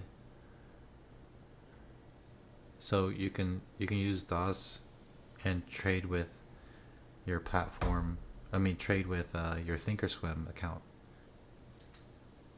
That would be pretty cool, right? I have my Thinkorswim funded not too long ago, and I just can't trade it because I don't like the trade button. These buttons here. I don't like how they're all. I can't set it up the way I want to. But it'd be great if DOS jumps in. And I'm thinking because DOS is fast. So maybe if we're having this Thinkorswim lag, maybe DOS Trader would prevent that lag? I don't know. Oh yeah, Ivan does use DOS. CMEG. So imagine if you guys want to trade with Thinkorswim, I'm wondering if that would work around Thinkorswim's supposed lag.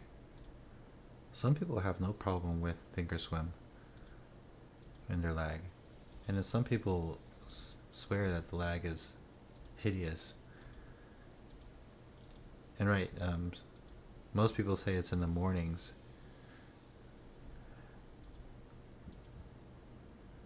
I don't know.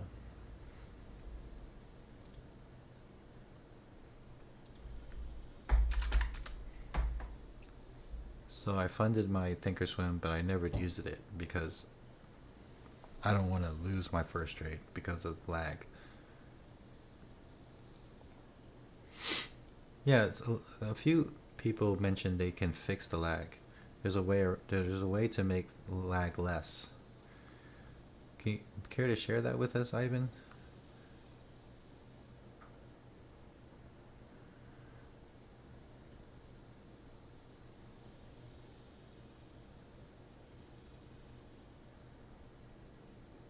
Augustin,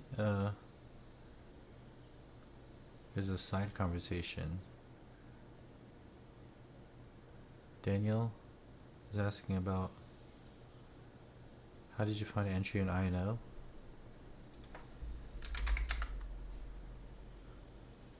Oh wow. Well, I guess with INO, if I was to trade this 16, it's the 16 mark, but Augustin, that is not a pretty chart, Augustin. But I'm glad it worked out for you.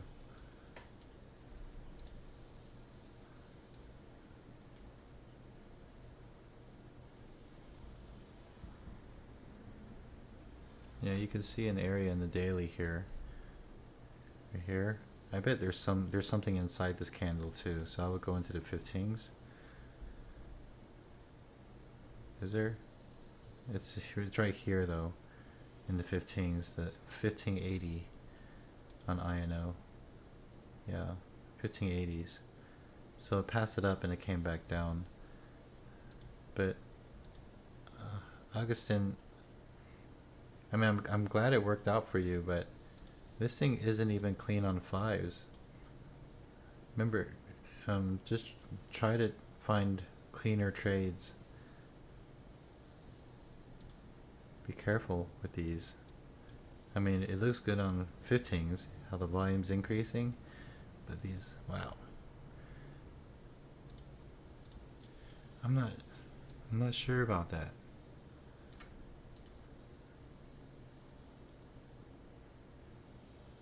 Oh, it didn't work out? Oh, okay, that's good. At least you're green.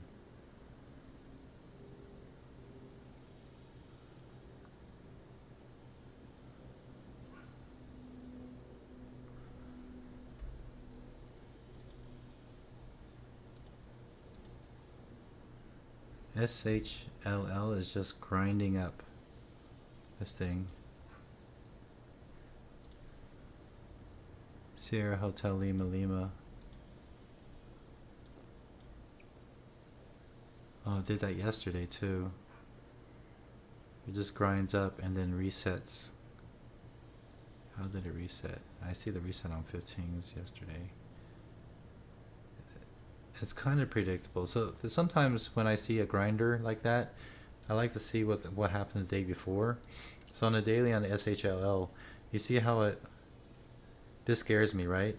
So I'm worried that it will never, what happened within this green candle, and it went all the way up to this area, which is kind of predictable, right? So this one, where is it going to go? Is it going to come up to here, in this area, which is nice. That's in the 26 area. But what I need to see is what happened yesterday. And here's a nice reset right here. It does do resets, but you couldn't see it in the daily. And when it does reset, you see some volume. You see some volume there. Let's go into the 1 minute. Is it predictable? This one was not that bad. Wow, this would have been beautiful. Let's see. Spikes up here. Volume stays large. Peaks out at 23.6. And then it falls down.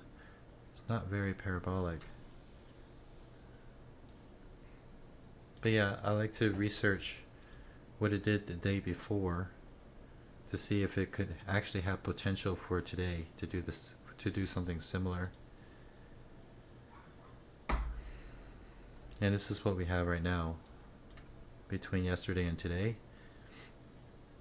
So yesterday it went up to in the 350,000 volume in the 5 minute. What about the 1 minute?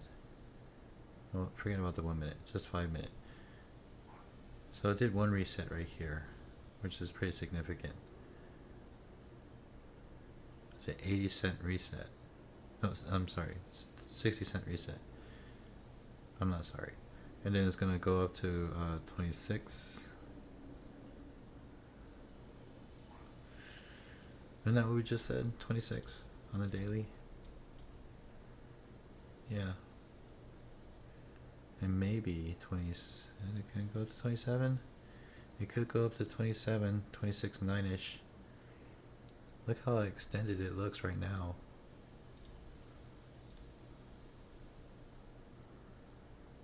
So yeah, it's looking interesting right now.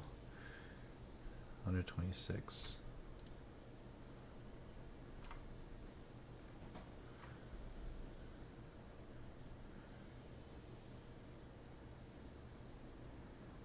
If you have shares.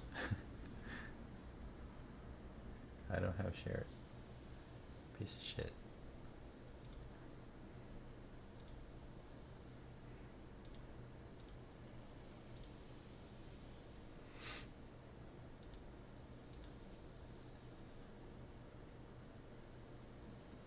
So let's just see if it actually goes.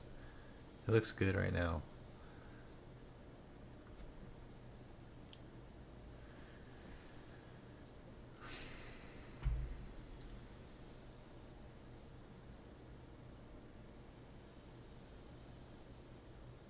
What are we talking about? So Ivan says on go to application setting, then systems, quote speed, then real time.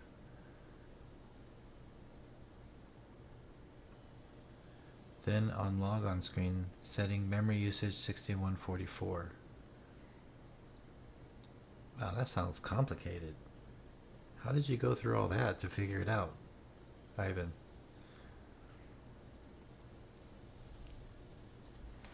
NTN.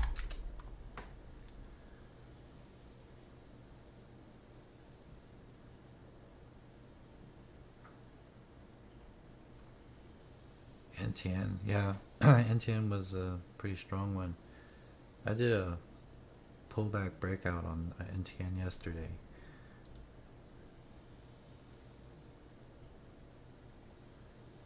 Trading is complicated, the settings is cupcake.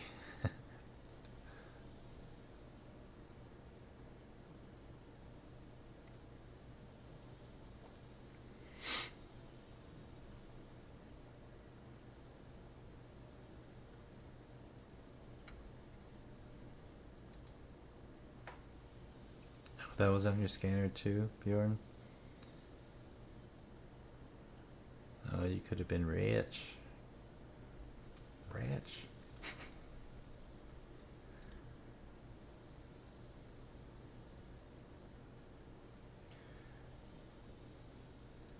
Kane's asking, how do I invite others on this server? On this Discord?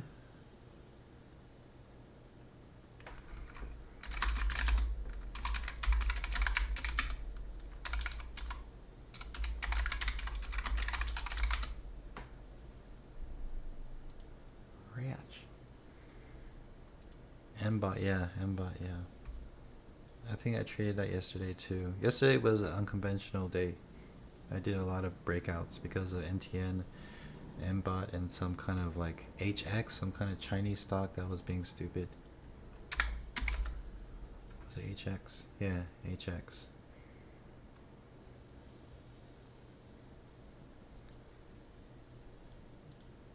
Skies again, guys. Skies is breaking out again. It's really extended today. Solar 34% overturns freeze order. So something was frozen. Now it's unfrozen. And it's moving. Makes sense.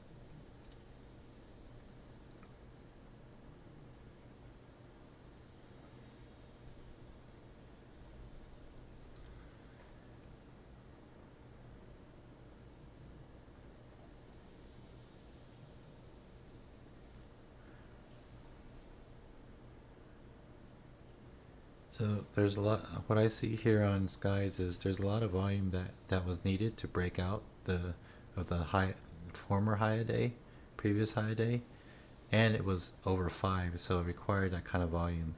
So now it's just gonna, as long as the volume just kind of stays low, it's just gonna keep moving, and then maybe we'll see another opportunity for a short on Skies.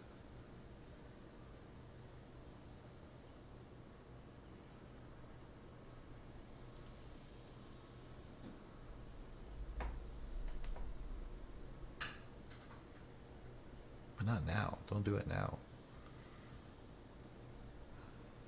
Ah, you bastard.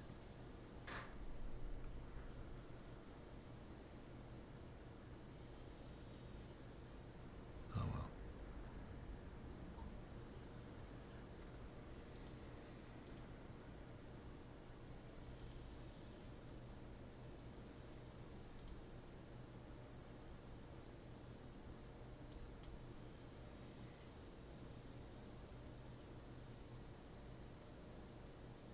Oh, those are 10 cents there.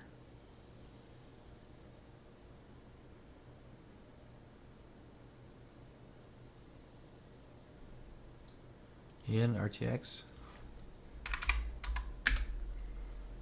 Yeah, that's nice. XERS. It's kind of thin though, you know, in the 1,000 shares. It worries me when I see that because if I short it, you know, 2,000 shares, I'm gonna move it.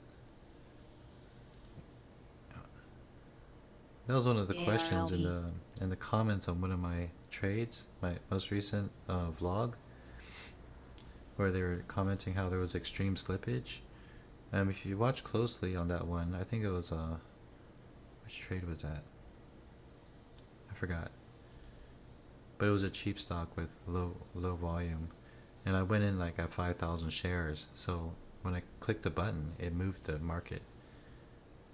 It moved the chart, and they were saying that you could have used the limit order to prevent that.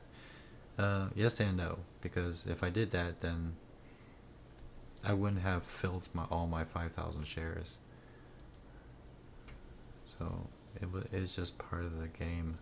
So whenever I see something that has very little volume, maybe even 1/10 of the volume that I'm about to trade, it's gonna pan out with some slippage.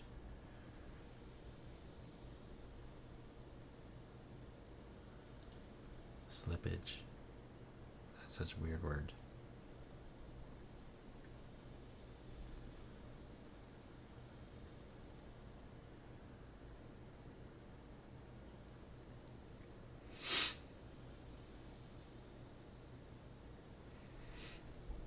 Awesome, Brian. Congratulations. You got SHL?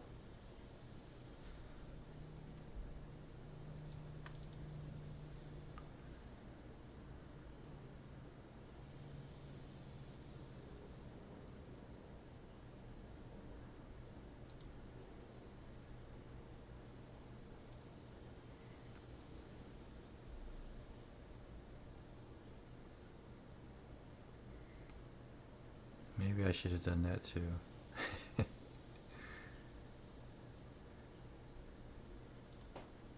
XERS. It's not that bad. It wasn't that expensive. It was 2 cents per 100. So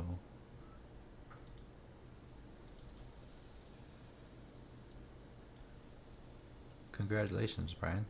LA to BKK.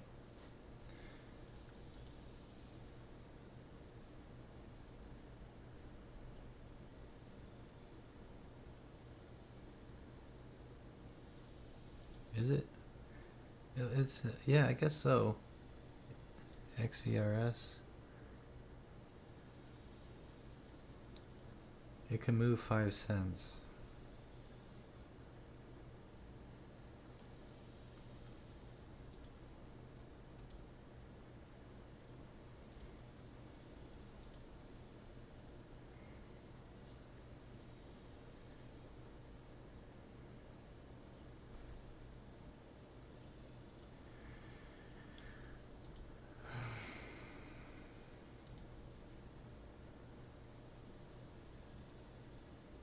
XERS.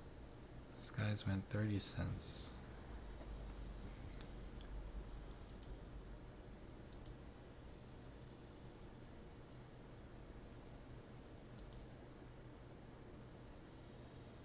Party City is not much range, but it's moving quite a bit for this stock. Daily high 274. So quite a ways, but it's interesting how it has that volume coming in.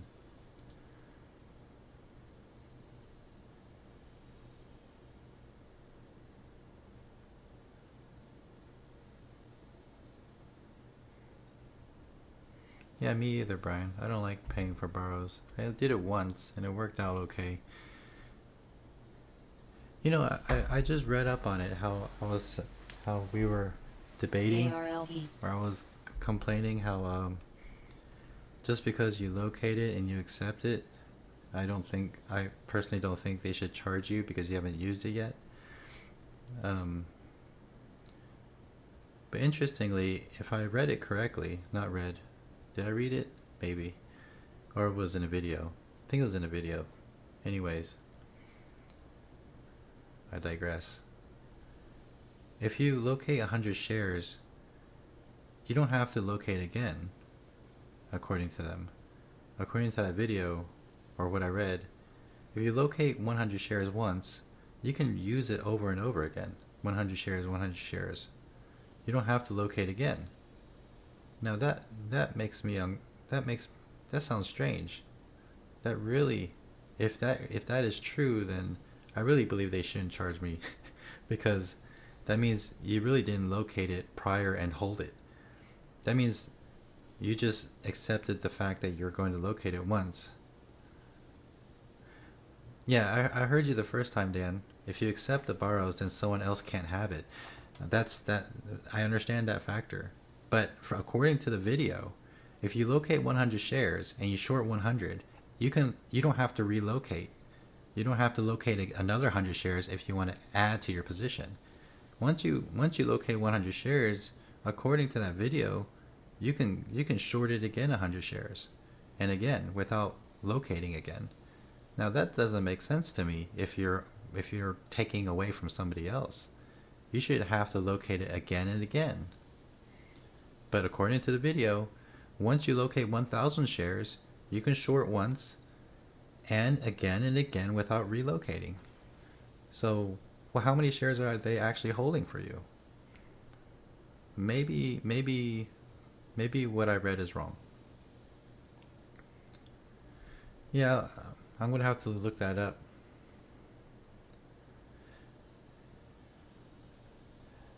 Dan, what I'm getting at is I can short a cumulative amount of 10,000 shares if I located 1,000 shares and shorted 10 times.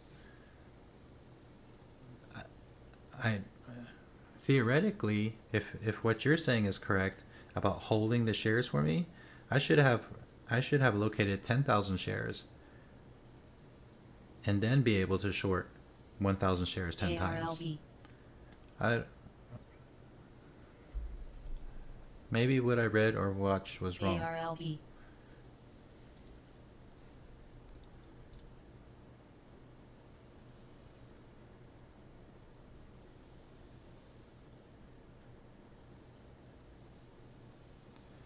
Yeah, exactly, Dan. So, do you get what I'm getting at though? If I've located 1,000 shares and I used that 1,000 shares, that I should be done. I shouldn't have to. I should have to relocate. I should have to do it again and again if they're holding those shares for me. You know, it just doesn't make sense to me.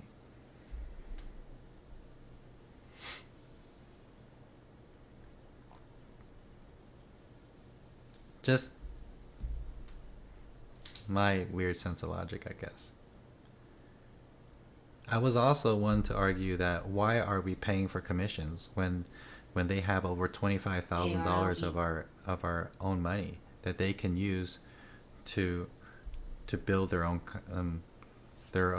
liquidity, and then now they're not charging. So I'm just I'm just saying, I don't think I'm entirely wrong.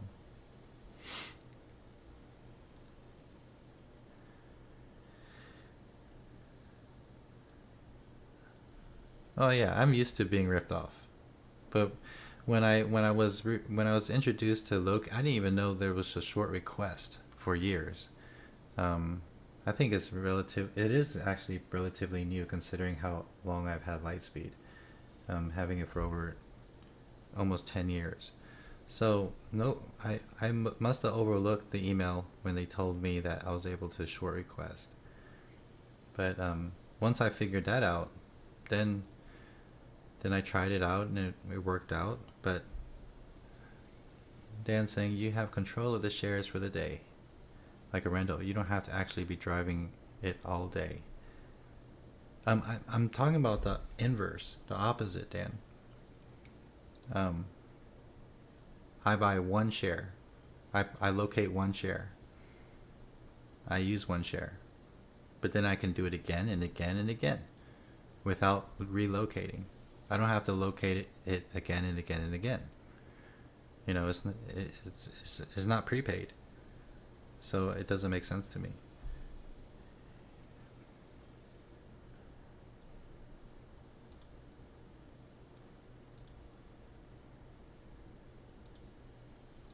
But Dan, if is what I am saying correct? That I can locate 1,000 shares and continually do separate orders of 1,000 shares without locating again? Because if that's true, then that sounds weird. If I'm wrong, then it makes sense. It will make complete sense that I'm wrong. But I've watched that video over and over again.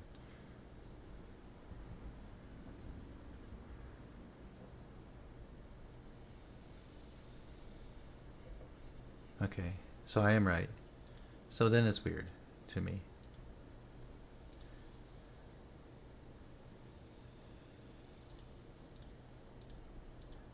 I hate to sound stubborn, but you already know I am. I mean, it's just, to me, that's logic. PRTY. You know, it's coming from a math background. If this, then that. If P, then Q. PRTY is moving on up still. Is looking better.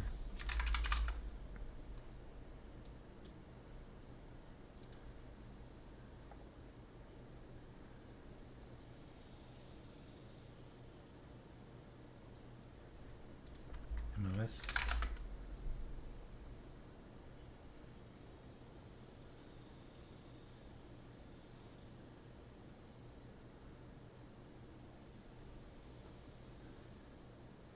PRTY is kind of just grinding up, so I really can't find a clean entry. MOS, it got, is moving.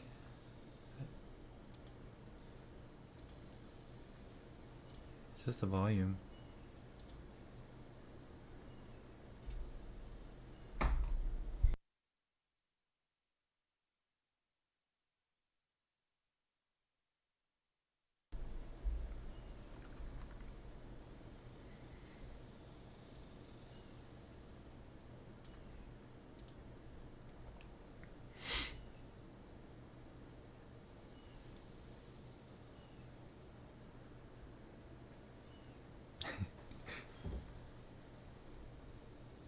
Dan, I know you're doing your best to explain it to me, and between you and me, I'm sure it makes sense to you as you say it. It just it just doesn't make sense to me. I just don't know why.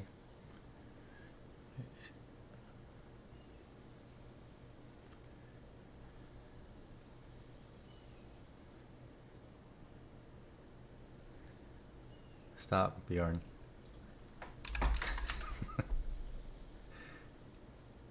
Oh wow. Everyone, look how awesome Fran is looking now. It's parabolic with a lot of volume.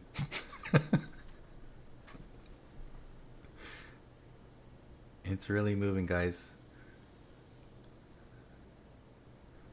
I wouldn't short it though. It's too strong.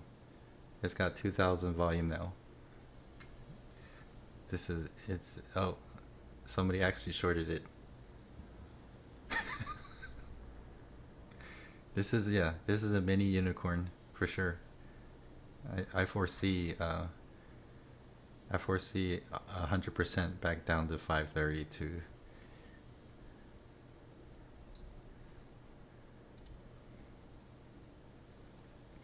Daniel, that was you, huh? You got out for you got a full 4 cents.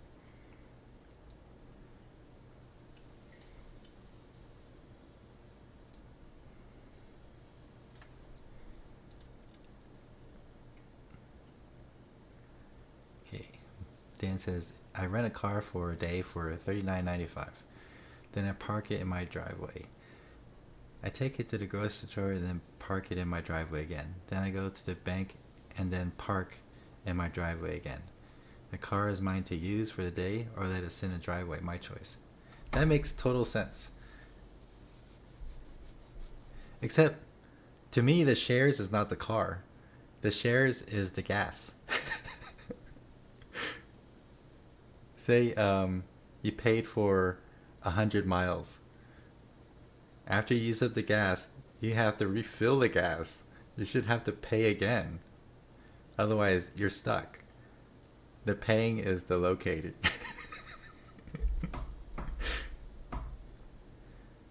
Commissions are the gas? Okay. I'll sit on it. You're obviously right, Dan. I know I'm wrong. I know this. Because then why else would it be this way? It just doesn't make sense. It just doesn't. The locate is your car. Is the vehicle. Yeah, okay. Yeah.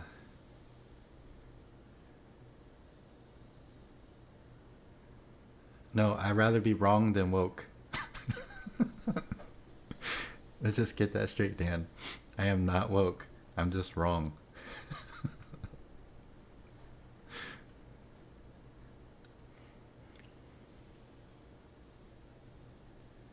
Being woke is fun.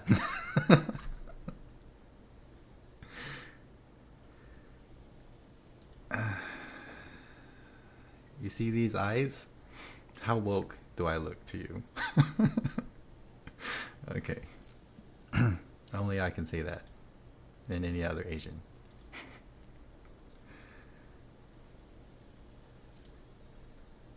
Most?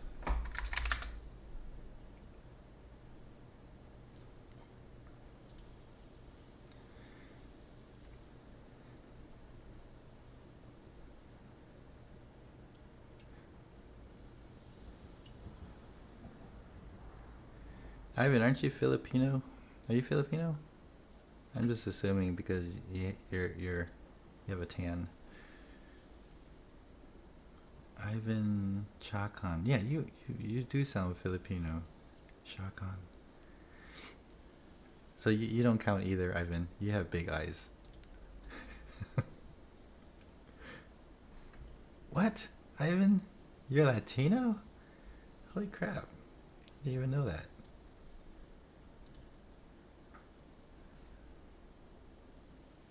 Well, you know how I don't know how that worked out. Maybe the Spaniards and the Philippines had some kind of history together.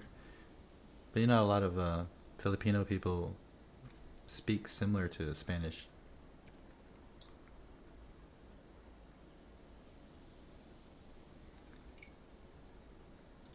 No wonder your eyes were so big. I was like, wow, this Asian has some big eyes.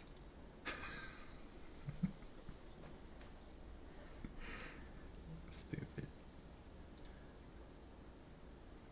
Spanish invaded the Philippines. Oh, okay. Well, you have moderately large eyes for an Asian. Maybe small for a Latino. Okay, I need to stop.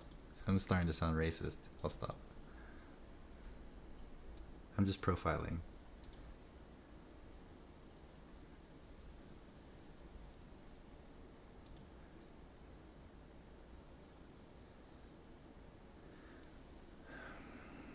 Looks like you got out in a good place on reefer, because it's dead now. It's just sideways. Nice save on that one. But let's look at this again. So it went down. If I caught it going down and about to halt, I should have shorted it, huh? Because the chances of it gapping up when it opens is very slim. So next time, short 1,000 shares for $100 risk, and then you could get the move. No, it opened down here. See, once it, so I should have, next time I see this and it halts, if I ever do get a chance to see this move down, yeah, short it 1,000 shares. So the chances of it opening here will be very slim. It opened all the way down here. Would have been up possibly $300 just for a small risk, and then get out as soon as possible. That's what I did with the one in the vlog, MDCR or something. But then it started up 8 to 10 minutes later, and that made me really uncomfortable because I was waiting for 5 minutes.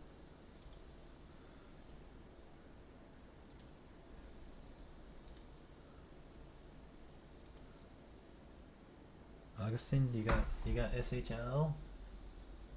Very nice. Hey, TradeNet's good for something. Oh, by the way, guys, I actually got my payout yesterday on TradeNet. So it feels pretty good. There has been talks about these vouchers too with TradeNet, where some people are giving I don't know what the term vouchers mean, but some people are able to take their account and give it to somebody else. Now, it's up to you how you give it, I guess. That's why they call it a voucher.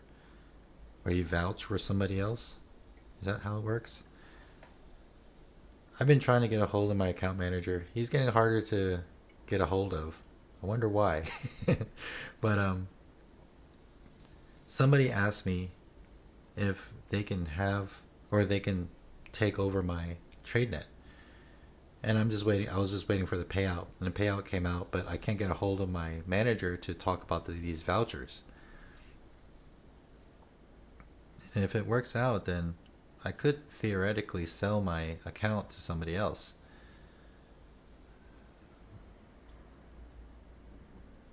I do miss TradeNet for what it was. It was fun.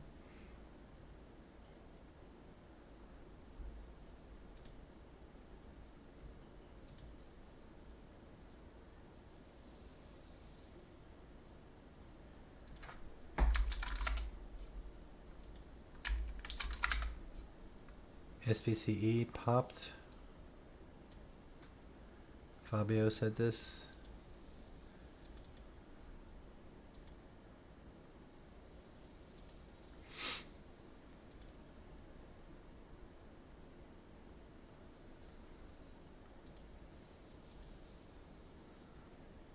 Where's my sleepy face?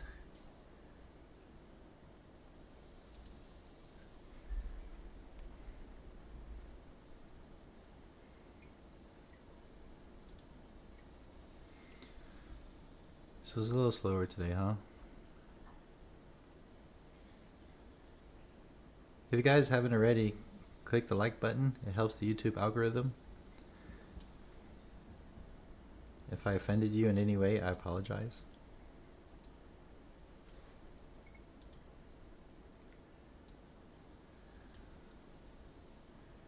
Was it 11:30? One more hour, and this puppy's gonna get his last shots, and I get to pick him up. Ooh, we're at 40. Nice. Perfect 40.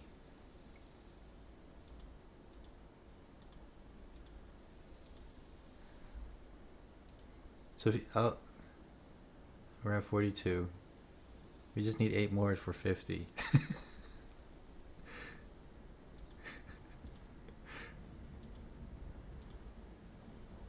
Can we get an even multiples of 5? Last time I complained I lost likes just to get an even number. Yeah, I saw SPCE. It's a nice pop there. Good little scalp. 2-cent spread. Here it comes.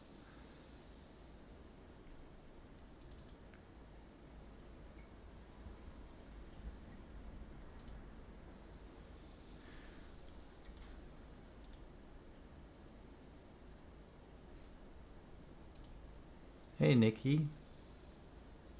Nikki6. Just came across your channel. How important is trade ideas to you? Is it definitely something a day trader should look into getting? I think so. ACB. Oh, look at this PTGX that I just came across. Very low volume and a nice bounce. Hold on one sec, Nikki. Oh, this is just a breakout. How important? Well, to me, finding the right stock is the majority of the strategy. I mean, theoretically, we can make anything work, but if I want something to be fitting all my parameters, I don't want to be hunting for the stock as much as I have to, more than I have to, because that creates that fear of missing out. So having my strategy, having the trade ideas is kind of very important to me. After I have what the scanner tells me, then I can use my own eyes to identify what looks good, chart wise. So the parameters and settings on my scanner tries its best through formulas and numbers to identify what could look good, and then using my own eyes, identify what is good. Whereas without the scanner, the only 2 other ways I can think of that works is just joining the right chat room and try to filter out the noise as in the different strategies everybody has, and using the high-low ticker, the one that shows high a day, low a day on a lot of platforms. And if you do that both ways, to me, causes noise. It is just too much noise to filter out. So ACB. that's why I share this, because I think for the majority of the part, a lot of people will agree that the trade ideas is very important to me. I mean, I've used it most of my day trading life, over 7 years. And initially, if you just get trade ideas and you don't have the scanner's parameters set correctly, it can be very tedious because of all the alerts and types of things it can it can focus on. So mine are set up for me, and it works pretty good. So how important? I would say well over 50%. I would say closer to 70%. And then the rest is just finding the right stock, executing it correctly, entering and exiting. ACB. ACB is moving up.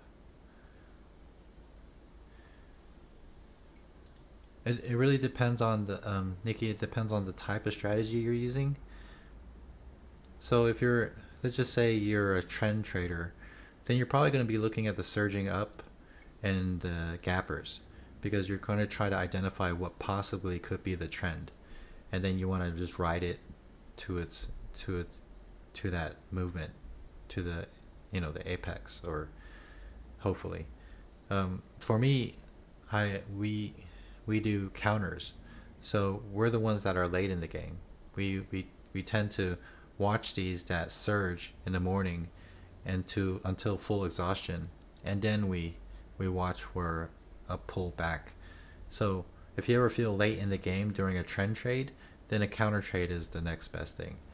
A lot of times, in my opinion, I'm always late. I can never identify a true trend until the trend is made, and then I get to counter the ones that have been trending a little too extreme. Nikki6 says, I've been using Stock Hacker on the Thinkorswim platform. Cool. But I haven't been able to scan pre-market with it, and usually have to wait until market opens to find high volume stocks. Isn't there like a top 20 or top 40 that you can use on Thinkorswim? Well, yeah, with the pre-market, I have earnings here. So they're, you don't have to buy trade ideas to know what's earnings. There's actually websites that you can go to. I think it's in trade ideas too, where you can find the earnings.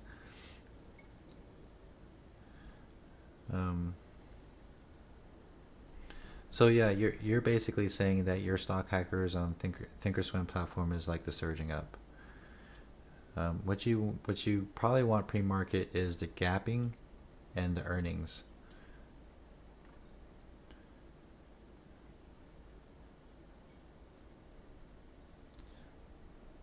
But yeah, to answer your question more directly, trade ideas is pretty important to me. And it's something I think a lot of traders should use once they hone into what they like. Find a chat room that suits your strategy, and then have a scanner so you can be more independent in the future. Because what I'm looking for isn't exactly what everyone's looking for, even though the majority of us are counter traders here. Some people are really narrow, and I like to be that way too. If I feel like I'm getting too loose in my trades, then I try to filter out all the noise and try to find the best stock possible, and that can only be done with your own eyes, Hey, anytime, Nikki. Yeah, don't listen to Bjorn though. He trades scary stuff. He's here just for comedic purposes. He trades this stuff.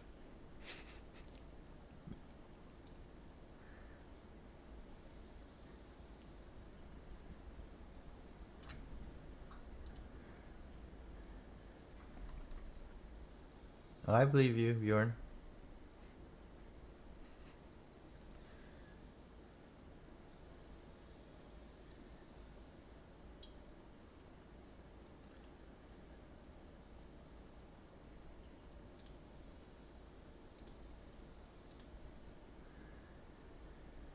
You took aim at? Nice. Was that a good trade? Yeah, that was a good trade. The volume was kind of sketchy though, wasn't it? On AMAT. That one made me a little nervous. Because it didn't really signal in the volume. I took it here.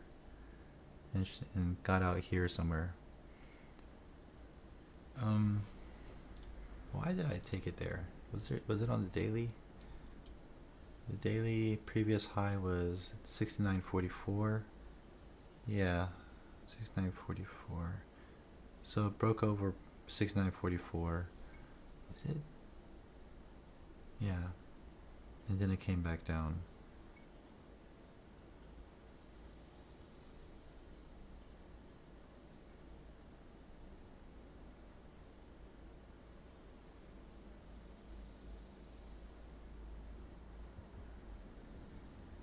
Yeah, this was 69.44 here. I'm just trying to reassess and make sure what I did wasn't a fluke. No, it's not a bad trade. It's a little riskier than I should have traded though.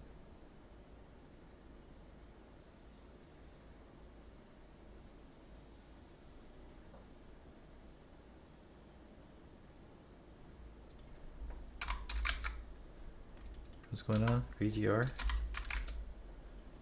Oh, nice.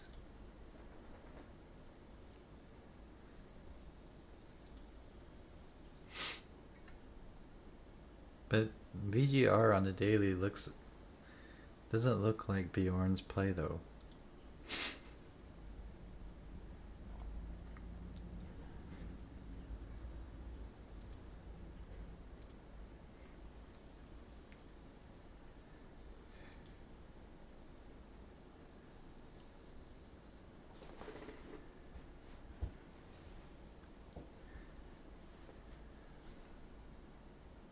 I'm sounding like a pro.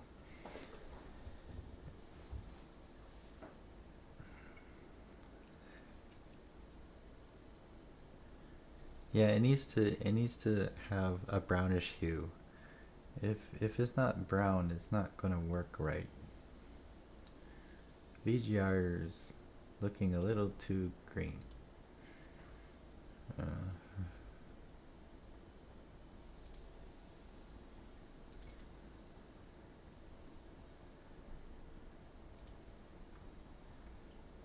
He only trades brown chips.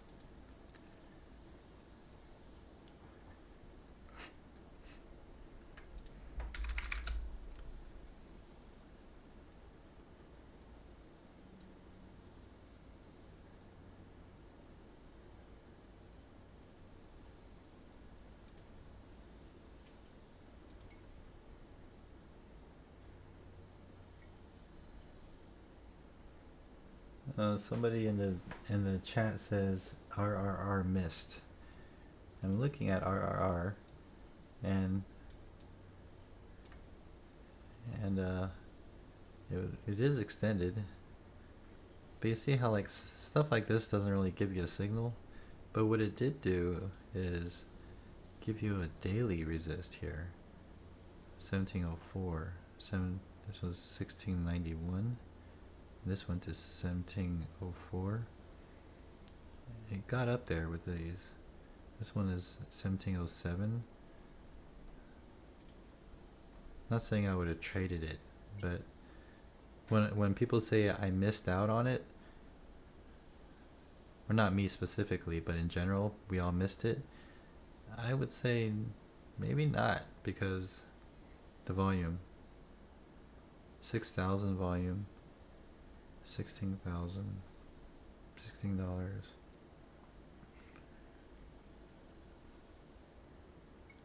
And then it has well, it's only a 2-cent spread, but it's not moving right now. If it moves, the spread may be worse.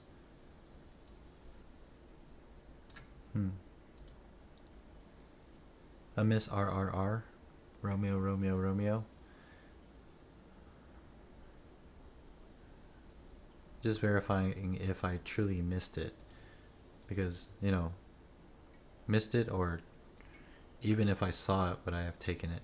That's the real question. And I don't think so because of the volume. But it is beautiful. I mean, what it did there. If it triggered on one's 1680 and it went all the way down to a 30-cent move. I mean, would I have known that? I don't know. Because it's writing on the 9 EMA. It's not that bad. But and maybe potential down to 1660. This volume would have truly faked me out. I don't know. Don't worry about it, Ivan. You didn't miss anything.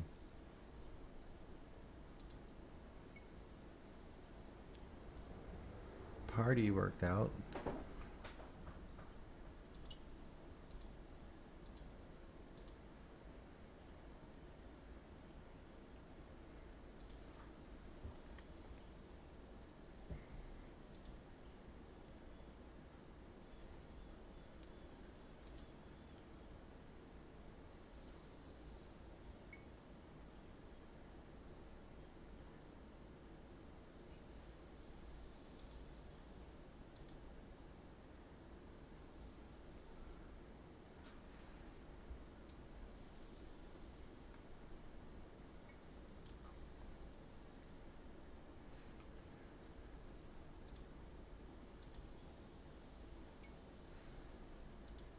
Hey, Tim.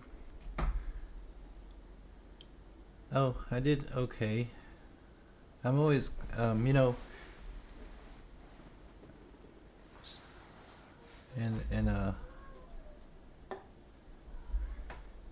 I'm up 1127 with one red trade. This was a continuation trade, and MTP was a continuation trade, I think. Yeah, that was a breakout trade. So maybe I got lucky on these.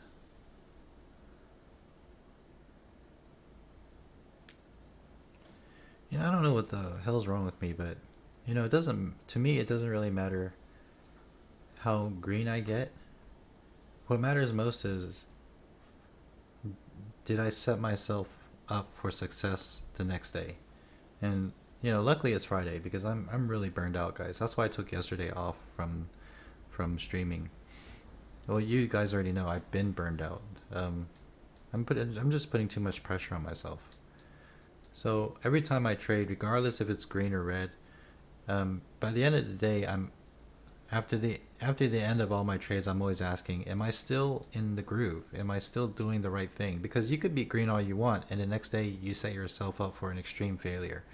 And I haven't had a failure in a while, so I'm really worried. I really,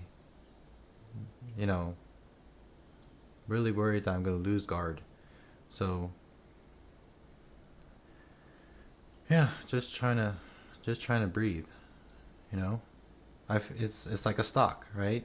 The one that goes up and consolidates and continually does okay, it gets squeezed and then it's going to pop, Same with me.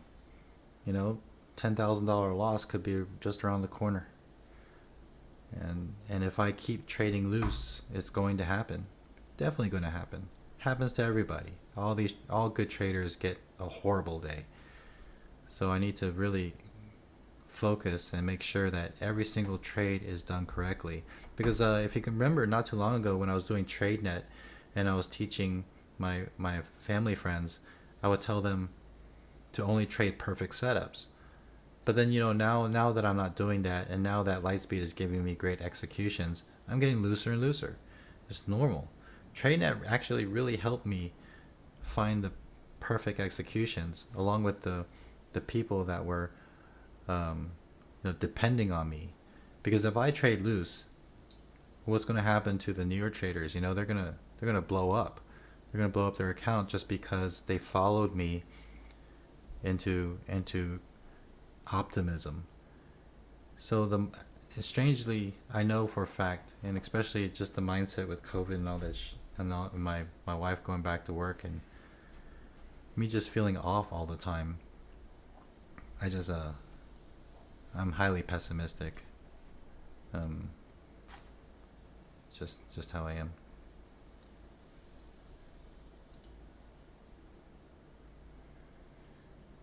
Oh, I'm missing something. AQST. Oh, that's thin.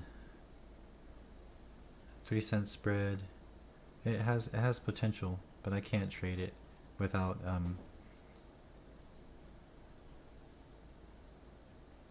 these are the kind of stocks that, if you're a trend trader, or even if you're a counter trader, if I said I'm in 10,000, you're gonna see it move, and then nobody's gonna have a good.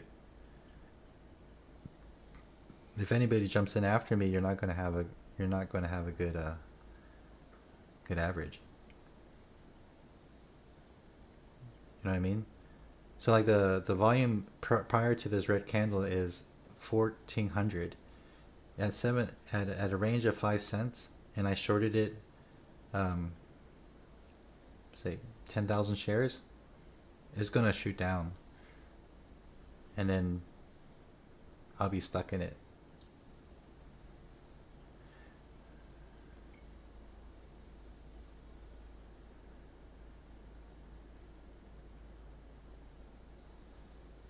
Trade small and consolidate. Yeah, but you trade smaller and smaller, and then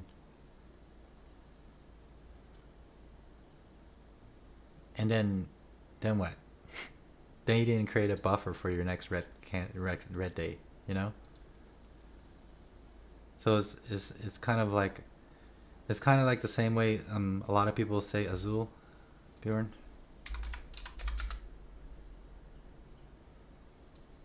What the heck is going on with AZUL?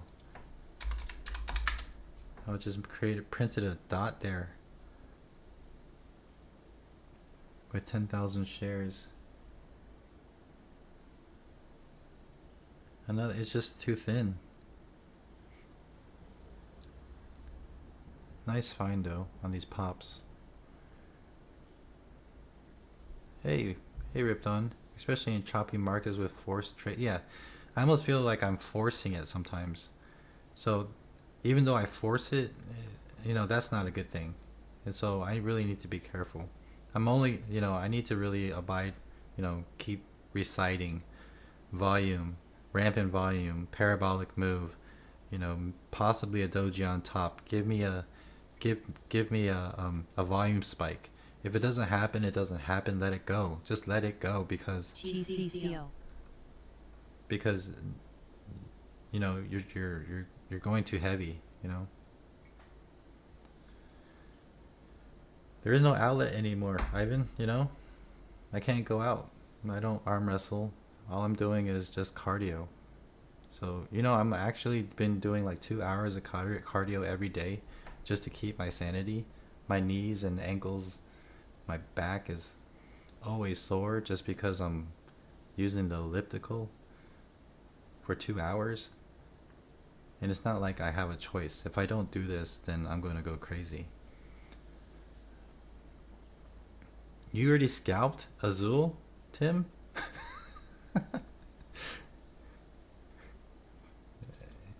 Did you?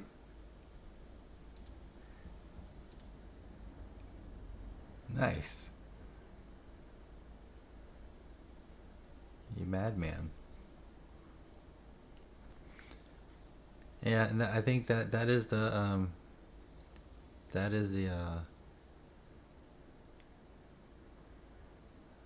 how do you say? That's your intensity stock watch's forte. Finding these pops. You too, Ivan, right? Just kind of idling, trying to figure out what to do, and then you just try to find something.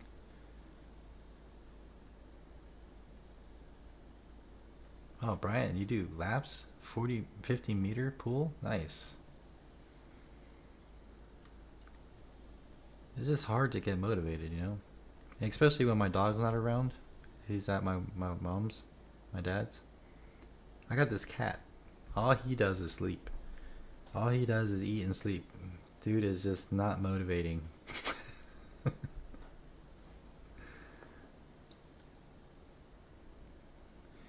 You didn't. Augustin says you didn't re-enter on Craig. I th- I did. I re-entered on Craig. I was red. I mean, I was green on Craig, and then I re-entered, and I ended up being red. So my first one was at 932, right at the open.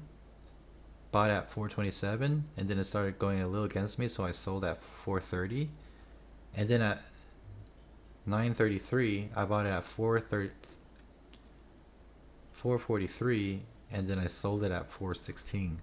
That's why I'm red on it.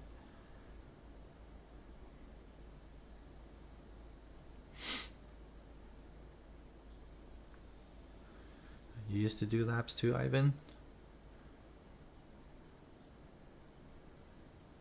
I would assume the pool would kill COVID, right? With the chlorine. But I guess, too many people in the pool breathing on each other.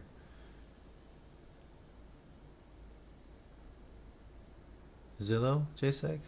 Partnership? Isn't Zillow... Oh, okay, never mind.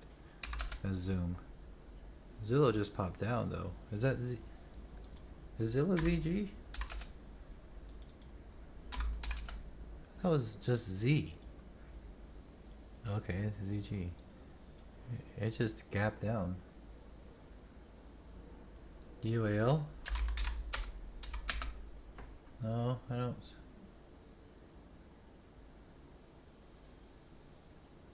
Okay. Ripdon is talking about UAL possibly a pullback. What was that? Reversal. Not a breakout. One per lane. Oh, you have lanes, Brian? Nice. AGQ. AGQ. Look what it did yesterday. You see that yesterday? This moved down, reversal, and then right now it's doing something very similar. Rip down, reversal. Down to this area of 54.84. Right now it's just going down. What is this? Is this an ETF? This is a metal. Silver? AG. AG is silver. No, I can't do this. But it does look predictable. GCCO. It does look predictable though.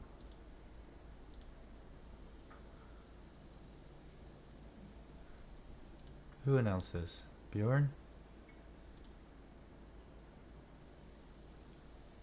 Do you trade ETFs sometimes? It's like a 10-cent spread, 5 cents, 9-cent spread. Strangely, this is not affected by the SPY.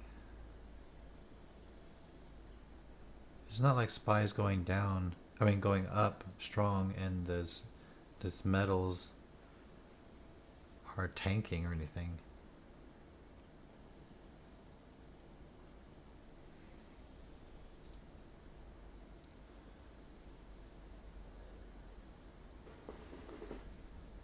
Does it matter to you though, Bjorn?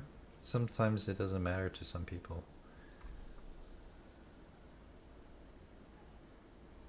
I mean, this does look promising though. Just that sometimes these things are a little bit more unpredictable. There's a lot of volume there. It could reverse here. It is printing green right there.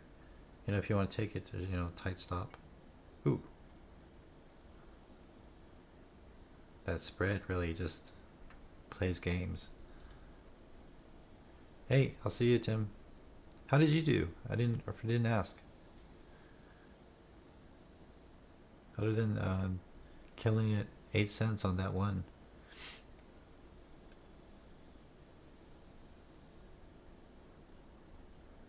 Okay, there's a little green there.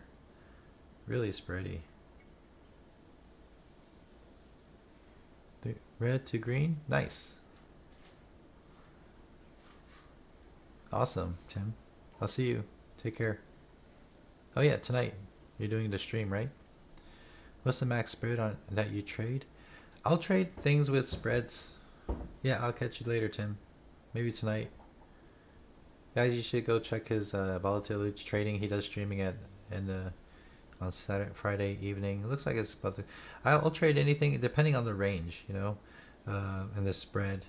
Of course, I'll add the spread along with the stop. So then, of course, then my shares are lessened a little bit more than average because I don't want to, you know.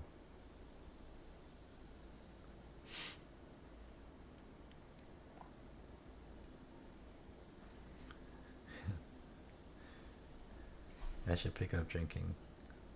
I'm one of those Asians that turn really red because I don't have the enzymes or whatever. My body doesn't digest alcohol, so I can't drink.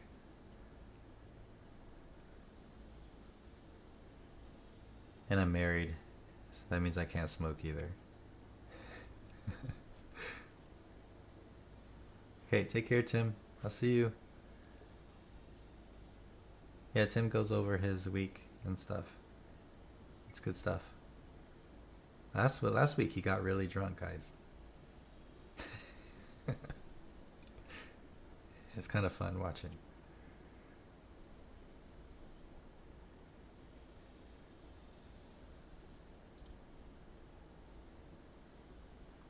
Did it find the bottom? Is just playing games right here? Or is it waiting for it to come back down? Either way, I'm not taking it. Just say no. Just say no. TCCO resumed. Popped up too much for its own good and it's coming back down.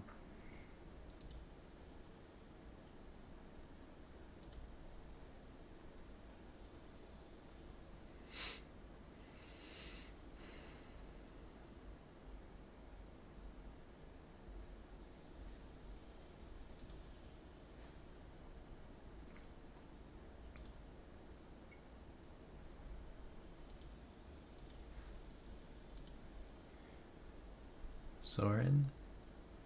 Oh, did I answer your question? The max spread that you trade? Yeah, I think I did. Yeah, so something like Tesla, right? Tesla has some crazy spreads, but it's expected because of how expensive it is. What I really look for isn't the spreads that would bother me, but the range. I need range, or otherwise it's just not worth trading.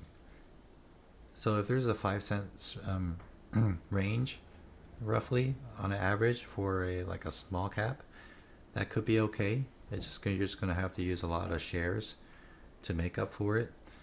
But then you definitely need a good shape in the charting just so you know that you can make some profit. So it may not be worth it for the risk.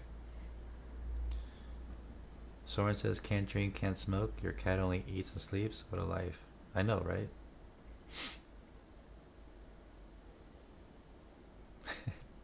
Wait. What's wrong with my cat eating and sleeping?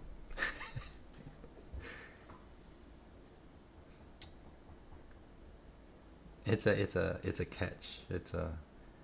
There's a catch 22. And like I need my dog to balance my life. But if you want to sleep, just stare at my cat. It'll help. Oh, you're like a cat? No, he says my cat. Your cat.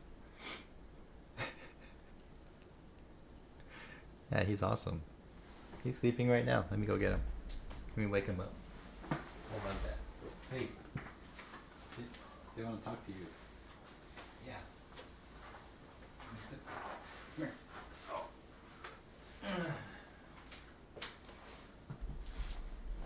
There we go.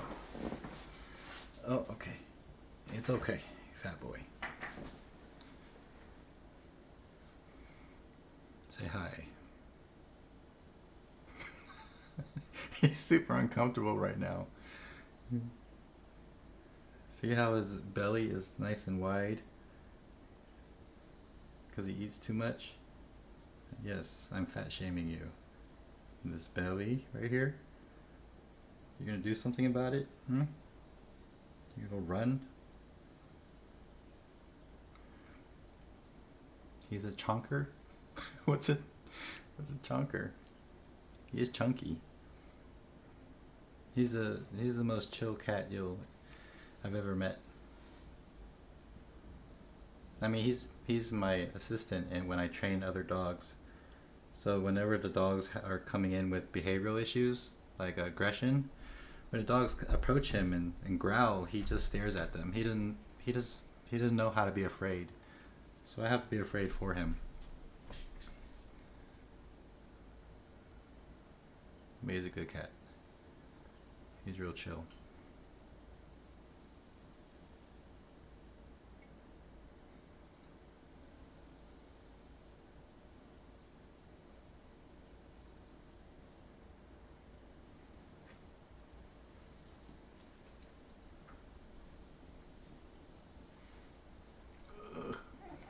Oh, I'm sorry.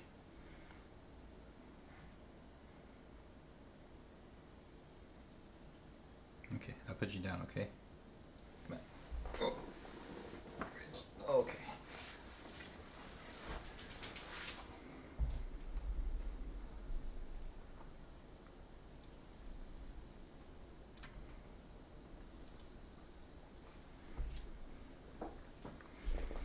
Did I post him on a video? Oh yeah, he has quite a few videos, guys. He's pretty smart because he was raised with a German Shepherd, his brother. So he learned how to spin, high five, sit, stand. Could never get him to attack. He does that on his own. He's pretty talented for a cat. EVH.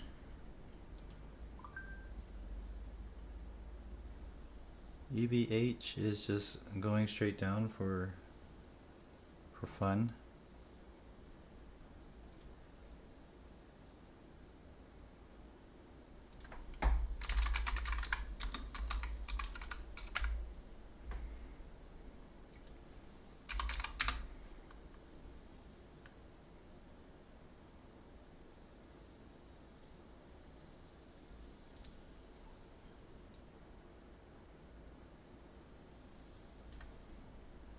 Oh, Tim, see these people, they're already done with their day and they already created their video. Here's Tim, volatility trading. Like, so it's him and like Garage Day Trader. They're both intensity stock watch type traders. They're just like us, except, you know, you've seen the difference between his Garage Day Trader strategy and ours is kind of like we're waiting for a trigger, and they're front loading. So, but you know, we're both counter trenders in that aspect.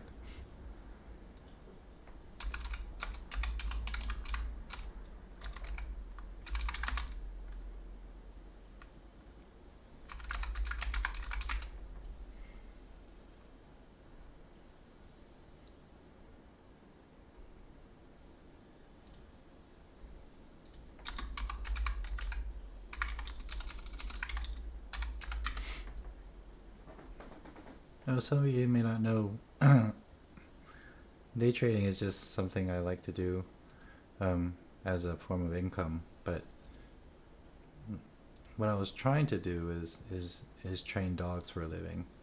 But because of this COVID issue, I can't bring in dogs without exposing myself to COVID. You know, seeing all the clients and socializing with other people. So that's been put on hold. If you guys are wondering why I'm always talking about dogs.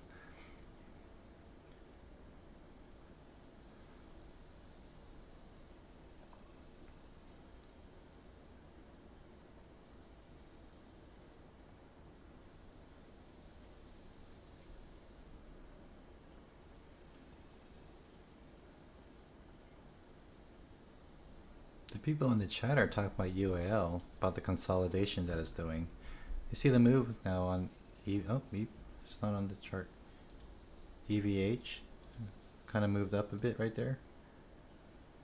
Nice little move there. Everyone's talking about UAL consolidation at VWAP. Oh, there it is. Yeah, see, there's a bounce right there. They called it at this area, I guess. Very cool.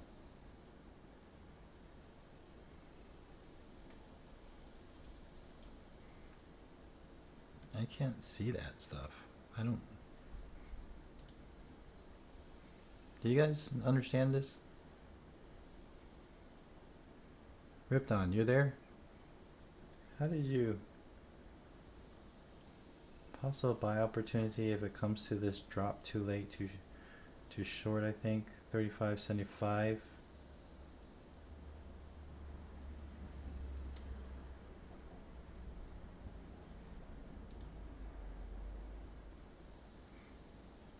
That's a nice find. I just can't identify it.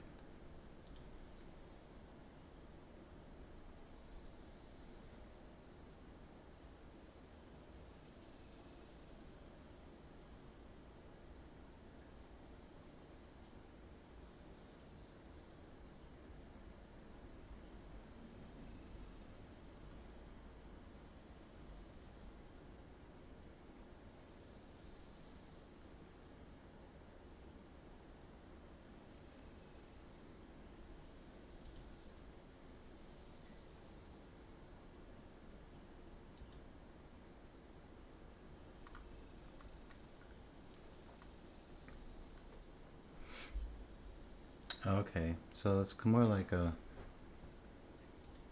According to Fabio, it's just an airline thing right now. So maybe a little bit of luck, but it worked out, so it's all good.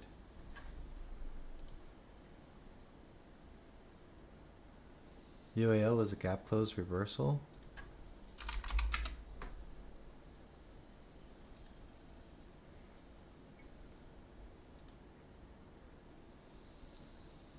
Oh, I see.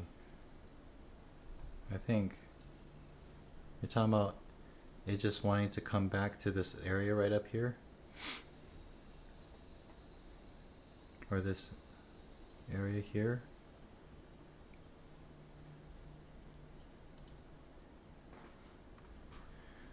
I don't know.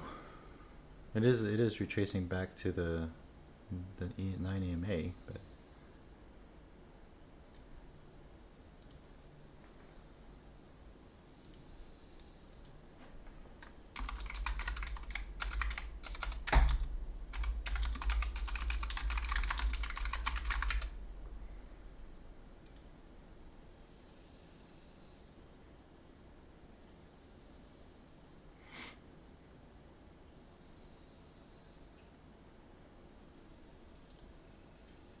yeah,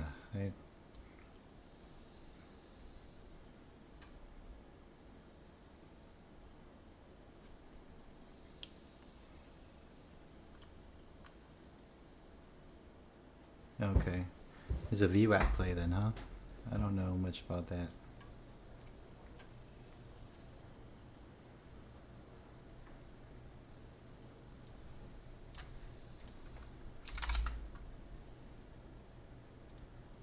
PK, Drew is mentioning PK. It did a pop up. It's kind of like going down a bit.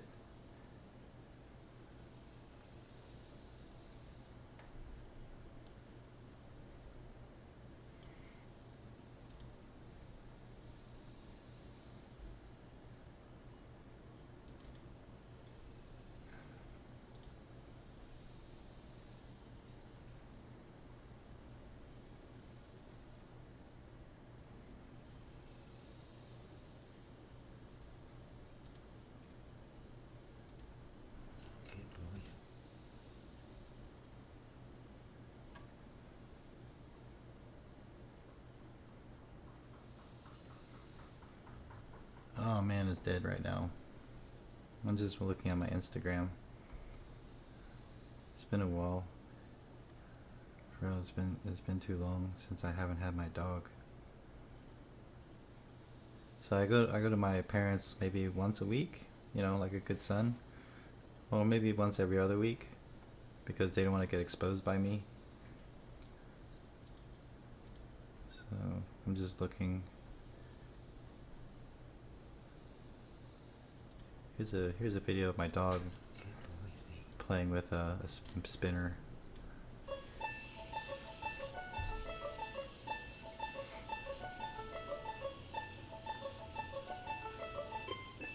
And he has a lot more whites now.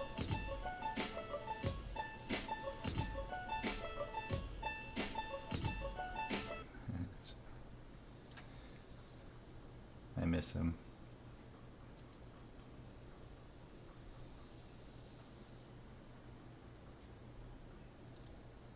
Here's one of his puppies that he fathered.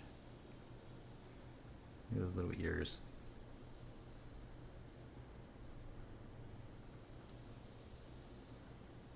This one turned into this one actually was adopted by a firefighter and was being trained for search and rescue.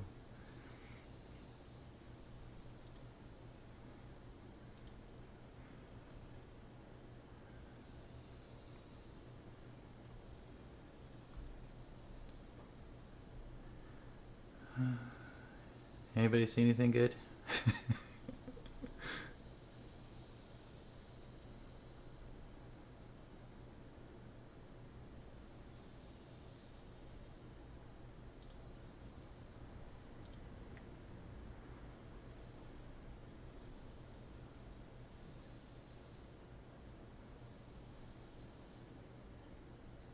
Fran? No, Fran.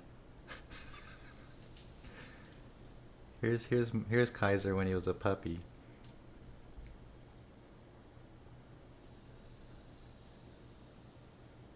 He was so much trouble.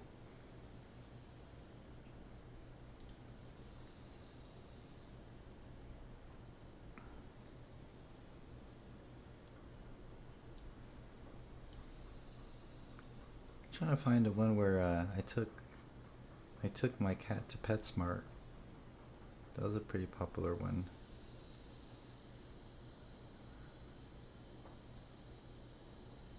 Where is it?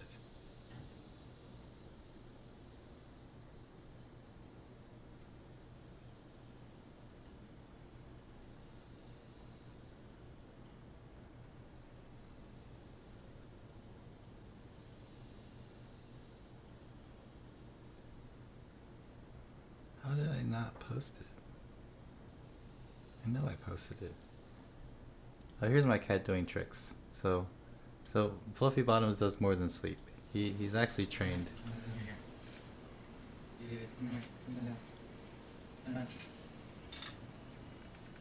So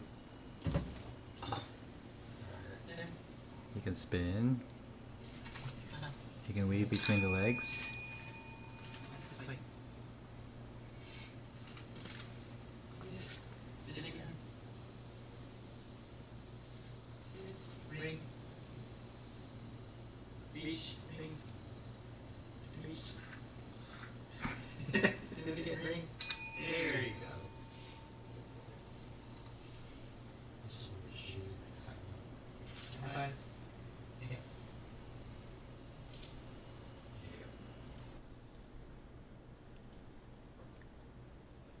He's a pretty smart cat sometimes.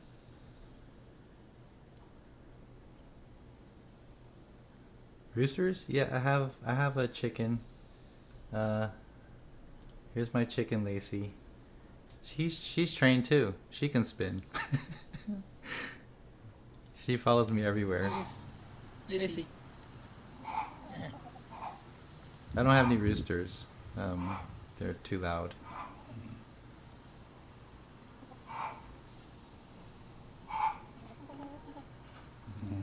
Marriage counselor? Why?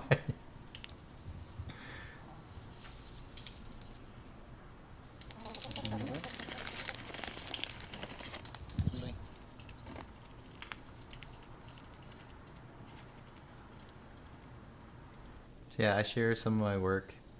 Um, I'm Citizen K9 in Texas. If you want to join me or follow,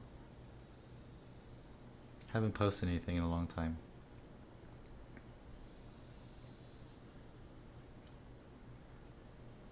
I should be a marriage counselor?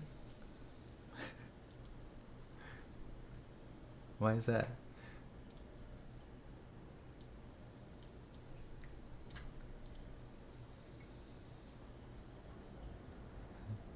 I had three. Two of them passed away. So she's the only one left. She's always been my favorite. But she lays an egg every almost every day in the summer. So it's nice. So free eggs.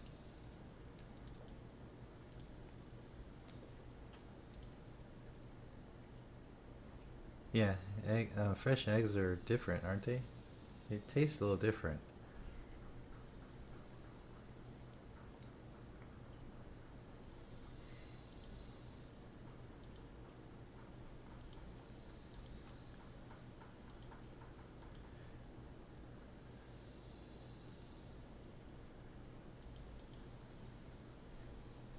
There's a lot of these little stalks doing these pops right now. Um, really thin though.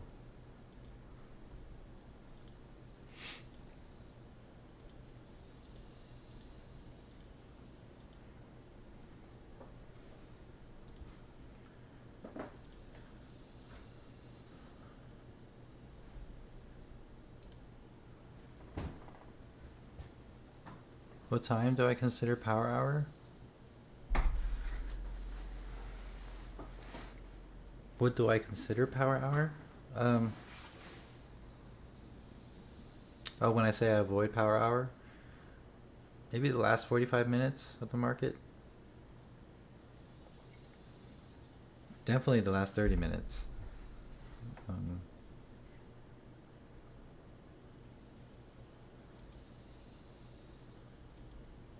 well, technically it should just be at 3 to 4, right? But ooh.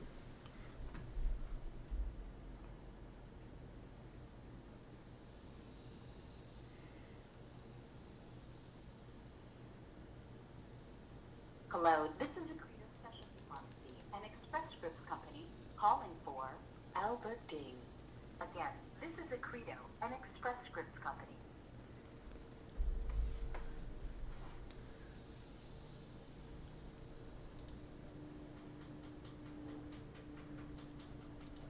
Anything good out there, guys? I don't know, probably not.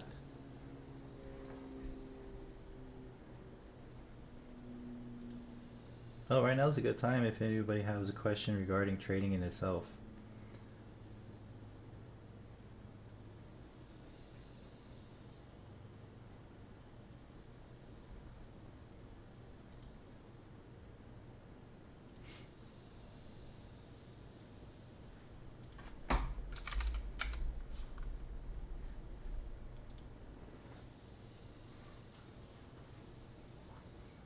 A credo? I've always wondered what they were saying, Bjorn. It's a credo, right? I thought it was just credo without the A. They suck. I didn't choose to use them. That's just I think they're trying to refill my Botox because my next Botox injection is next month for my migraines. And last time they called, you answer and they take you straight to this machine, answering machine, and then they put you on hold. It's like what is that?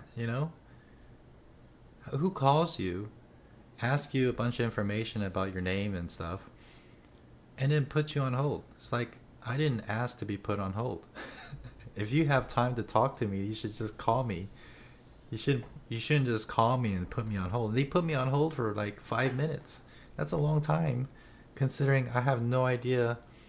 I mean, considering it's on their time, it's ridiculous. Big Boy Blue, when would you add to a trade, if ever? Yeah, I do add. especially when I don't get a good trigger. Say like if something shows a volume spike and it played a little late. I think, let me see.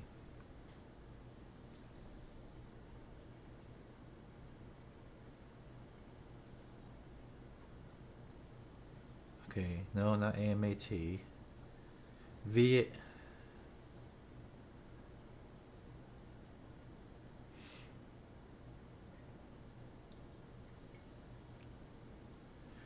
On VIAC I did. I added because it just wasn't cooperating correctly. So I generally add on its way down. Say if I catch the top, ideally if it comes down, maybe this one is a good example. I'm not entirely sure. Let me show you this one.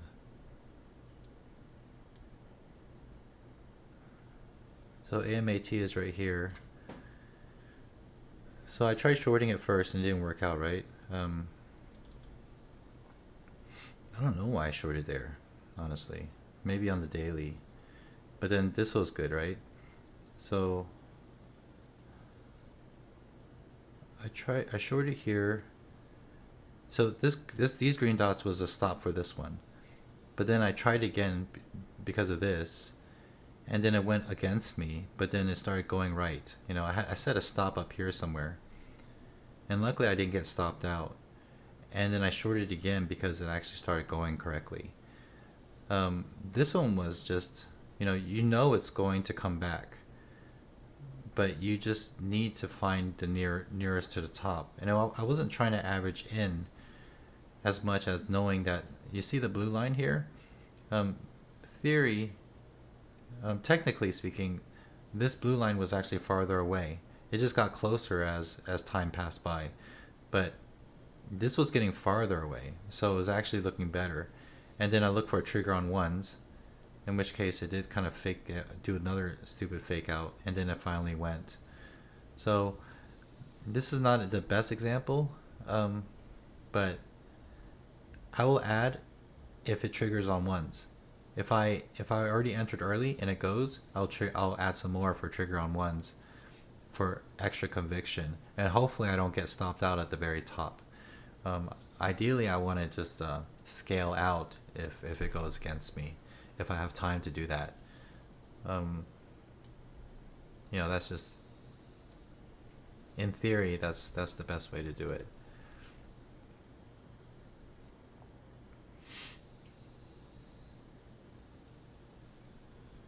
Bjorn says, it's you were forced through insurance? Oh, okay. They messed up once and sent my Humira over a month late. That sucks. Yeah, they're not I mean, what happened to... I'm the last person to call my friends. I'd rather text them. But don't put me on hold. I mean, if you want to contact me, just text me. Don't put me on an answering machine and put me on hold. That's just doesn't make sense. Why would they call you if they don't have time to talk to you? Again, that's just my flawed logic. I'm sure there's a reason.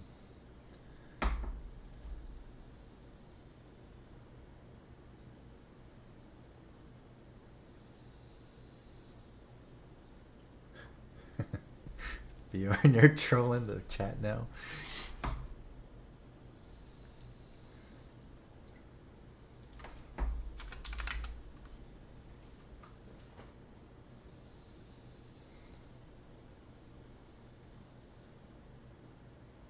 What is this guy doing?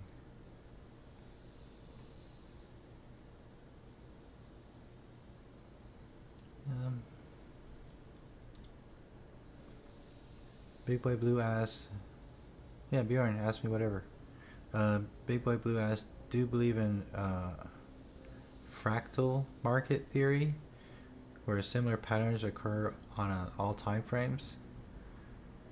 I guess so.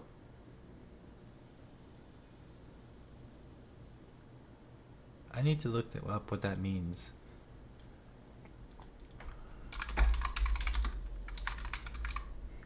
Fractal market analysis. Show me a picture. Yeah. Okay. Where you see like a stock doing the same thing over and over again.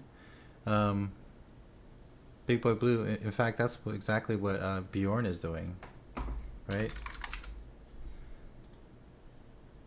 Where he sees the same pattern happen over and over again on Fran. See that? This would be fractal marketing. Pop, pop, pop. I mean, not all stocks do that, but if you look at one stock in a...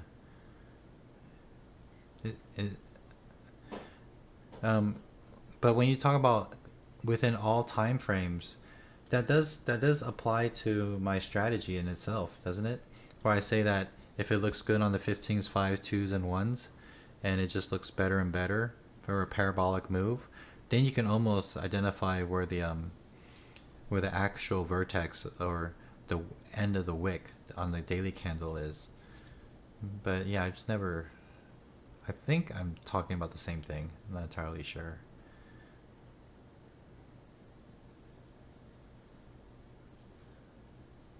Bjorn. That's exactly what they do, right? They want your information, but they're like, hold for us. Stupid.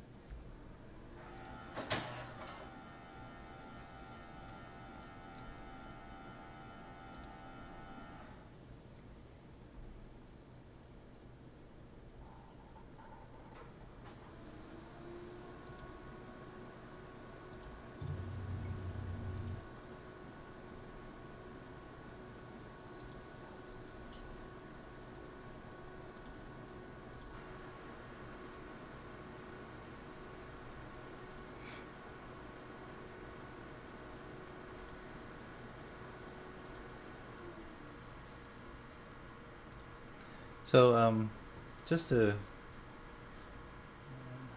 I'm not trying to pinpoint anybody, but I am, but there's nothing personal.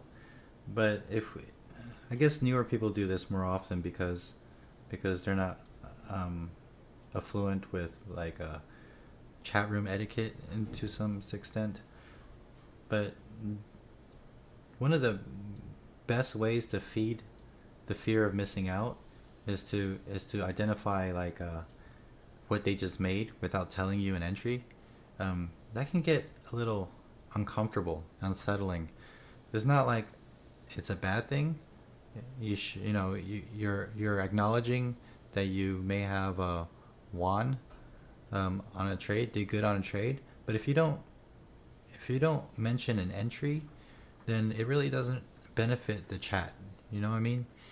I'm just talking in general. So you'll see in chats, they'll actually just call you out and say, don't ever do that again. And that is basically what I'm saying without trying to sound rude, because I know a lot of people don't understand that factor. I mean, it's, congratulations if you made 50 cents on a stock, but how did that benefit the chat? So it ends up being more like clutter. And to me, that kind of clutter is one of the worst kinds because it really makes you think, if only I was focusing harder, if only I saw that earlier, so then, even I have that mindset, regardless of how focused and experienced I am. I can't handle that kind of noise. Like if somebody just out of frustration types, damn it, I missed this trade. I get your frustration, but you're also inducing your fear of missing out to the entire chat. So I'm a little bit more sensitive, obviously. Some people may not care and just say it's okay, you'll be all right, and try to console that person. But it also, creates an environment of missing out, of FOMO. So that's like the worst thing anybody can have. Always feeling like they missed out. And chat rooms do that all the time.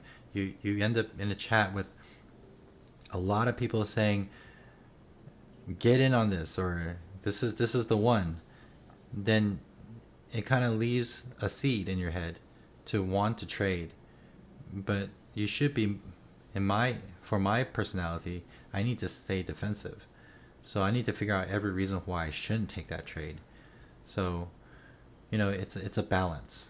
But the best thing to do is just to point out this one is worth watching. So you'll say like BAWW, worth watching. That's a pretty good one. Then you can figure out on your own if it actually is worth watching, or you can say why it looks good. But the worst one is not saying anything and saying made $600 on BA.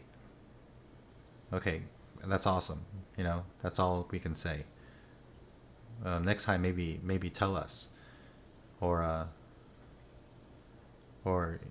you should take BA, or we can't say these kind of things.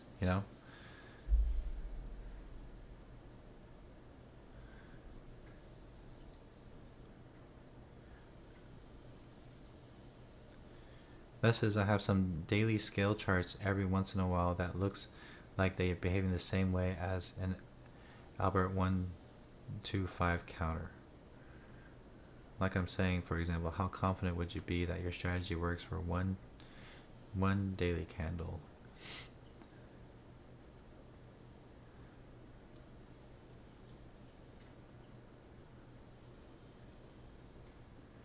Mark asks, how long have you used the counter trading method? I've used it since the very beginning, but I haven't really focused on it 100% until the last 6 years, 5-6 years. When I started, if you look at my old videos, I would do pretty much breakouts and stuff. But then over time, when people ask me to teach them, I realized it's a lot easier to teach them counter trend, because I can't. If anybody all tried to follow Ross Cameron, it's almost impossible, because he goes on a whim as well. He'll tell you what he's watching, and then he'll look at 4 to 6 things. This is back in the days, okay? I don't know how he does it now. And then he'll take whatever work looks best, and by then, you're chasing. You're definitely chasing, because it goes too fast. So then it just ended up being countering. I don't want to teach something I can't help people follow. And then eventually I just kind of fine-tuned it to say, well, if I'm going to counter and I want all my students to do the best they can, then fine-tune it to a degree that you're only looking for the most perfect of all trades. That way your success rate is higher. And there are 2 things I can on top of my head that beginner traders are horrible at. It's one of it is staying in a trade, because they cut their wins short. So you're better off taking a strategy that works fast. And then the second one is, I can't even remember. The second one is execution. Trying to get in on a trade. With the counter trade, you're stalking it for a possible move to a daily resistance. So you're anticipating something that could happen. And once it happens, then you have the conviction to do it. Oh, and the third reason is the 90 percentile success rate. If you do exactly all those rules, and you don't skip a single rule, and you'll have a 90% success rate, especially if you cut your wins short, or not short time frame wise. It's going to go fast if you do a short, and you're just going to take most of the profits then and there, the majority of the time. If you hold it, it may go longer, but bottom bounces take longer. Being short bias means that you don't have to stay in the stock long enough. So it kind of fits all the shortcomings of all beginners.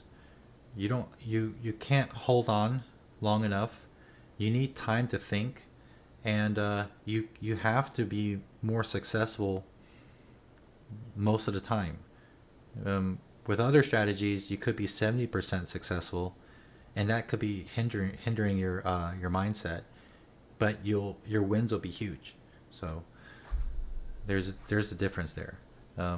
Being a counter trend or short bias, your wins are sometimes big. Most of the time they're average or lesser. But with trend trading, breakout trading, you're going to make more, but if you can get it. That's how I see it. Okay.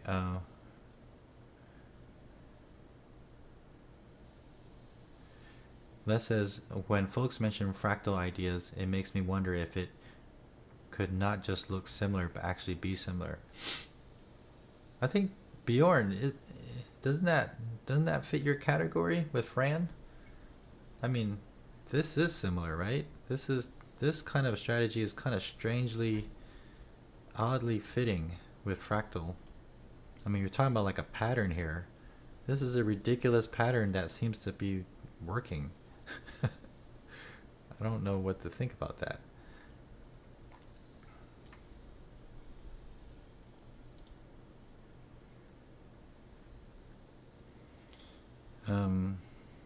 Daniel says, have you had this red day, or you still have green row?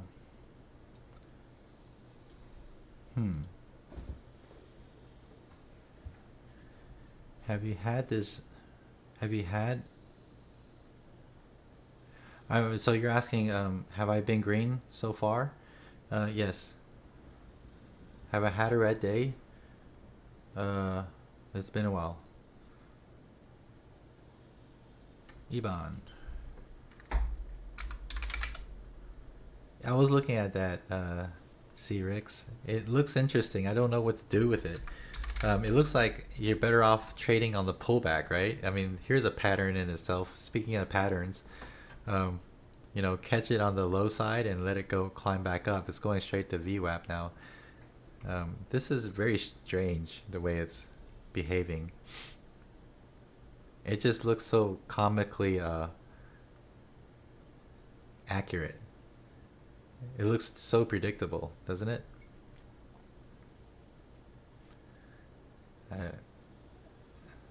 But it's not a counter trend. I mean, if anything, it's a reset. Yeah, I mean, everything's a counter trend if you think hard enough. But it's like catch it when it comes back down, sell, buy, sell, buy, sell. I don't know. It is approaching VWAP, so things may change once it gets there.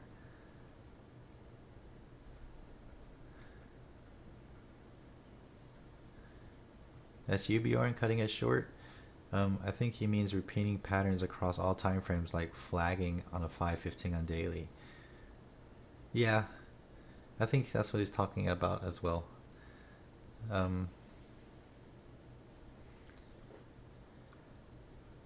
That seems to be the trend. If you look at like the daily chart and then 15s and 5s, and you'll see like stocks that flags. Those are like maybe is there an example? Hey, very welcome, C-Rix. Oh man, I got a thumbs down. That sucks.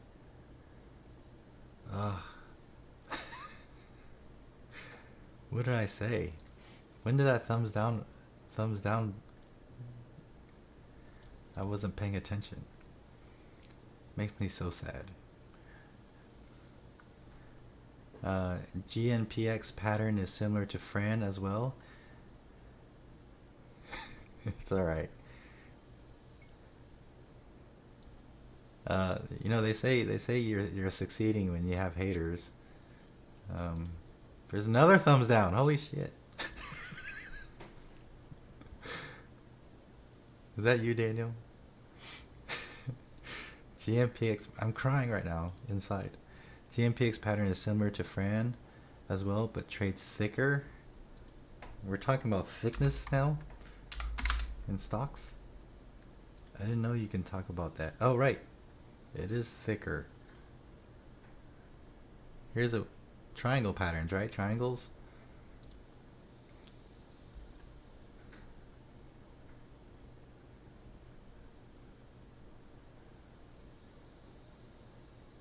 Where do you find these, Bjorn?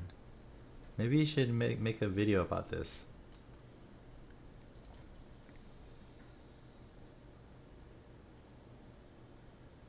Oh man, you're right, Brian. Was it because I was fat shaming my cat? He's not little.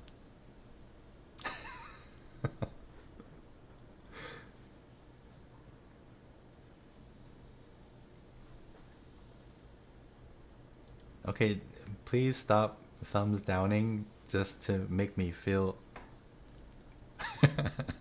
that I succeeded in life.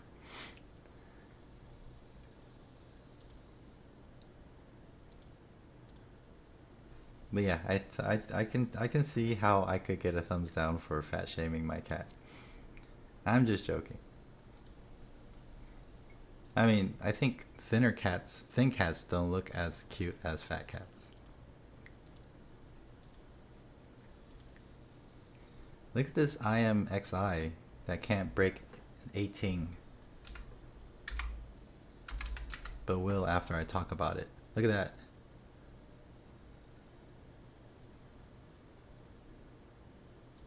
Does that scream break out?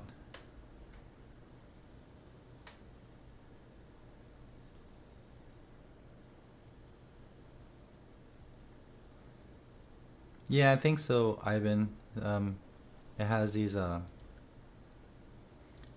is monetized. So and look at the daily, guys.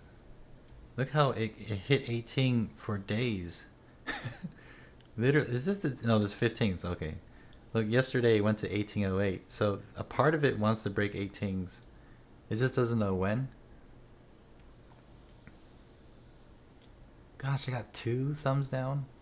Forget it. I quit this stream. Streaming sucks.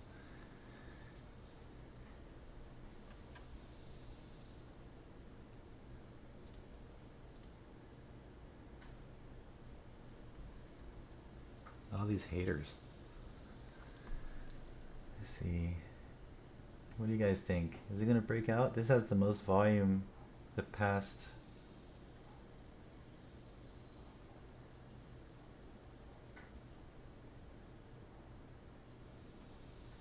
Nobody's watching it though. 7,000 volume.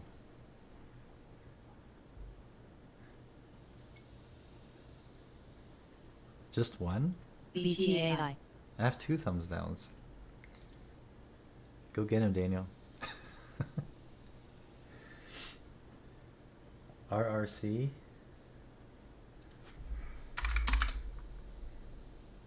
Broke at 9. Wait, what?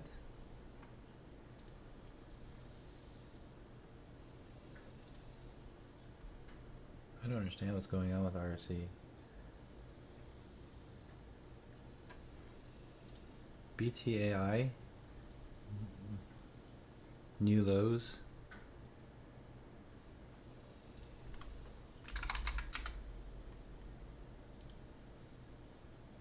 Oh, you only see 1 thumbs down? I see 2. Ooh, there's a hidden disliker. He's in the dark pool of YouTube. How weird. BTAI. Let me refresh this. Oh, there is only 1. You're right. I have to refresh it. Okay. Well, whoever it is, I'm sorry I talked about my cat being fat. But you know, you can go fuck yourself. BTAI is diving down.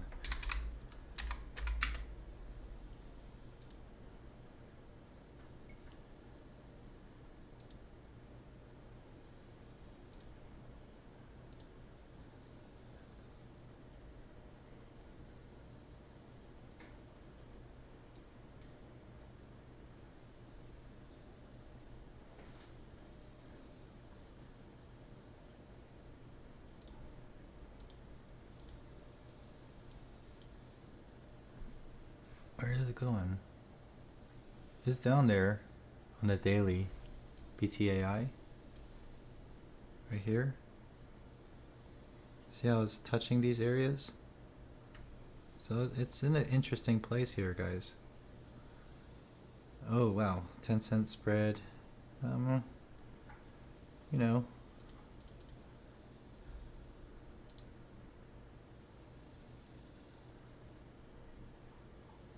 Stack pivots at 36. Yeah, you're right.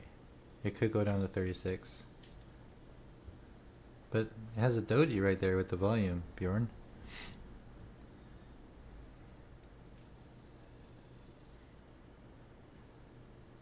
I really don't want a red trade, but this does look interesting.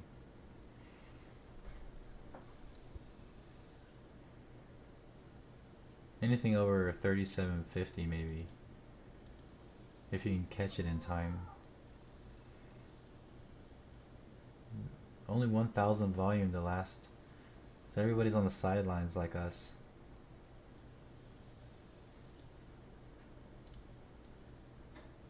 Boris? No, I don't. We're going long.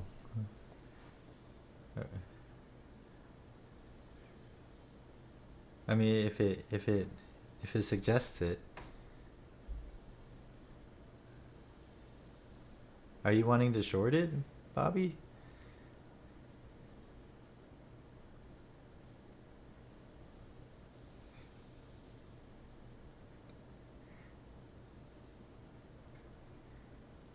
Breaking below low a day? It did broke through low a day, right?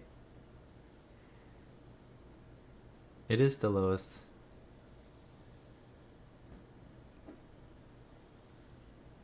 $37. It hit a nice number. What is it? What is that nice number? 36.98. I think it could bounce over 48. Oop. This the spreads are.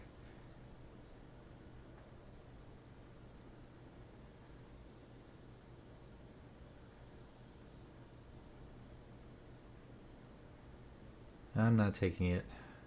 I just don't. Well, it looks. It's already 54. See how it just pops down from 54 to 38? Ugh, this thing is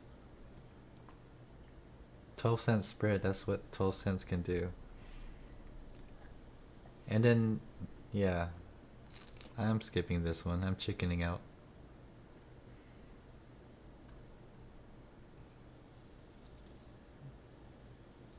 Guys, Bobby's a heavy trader. I mean, he shorts it, it's gonna go. I think he just shorted it.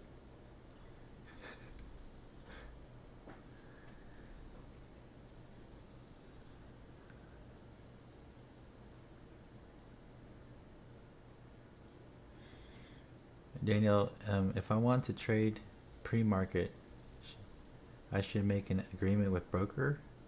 How does it work? You know, Daniel, I don't know.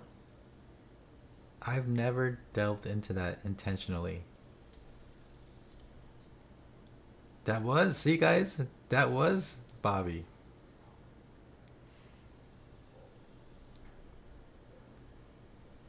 He totally shorted it, 10,000 shares.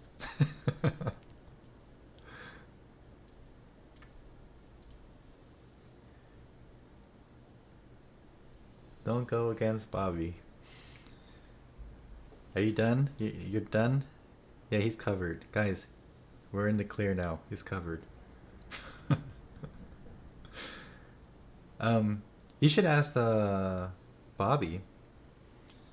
Because I know, Bobby, you do aftermarket trading. Do you have to make an agreement with your broker when it comes to this? I've never traded pre-market or aftermarket, so I don't know. Never delved into that. Look at that volume, guys.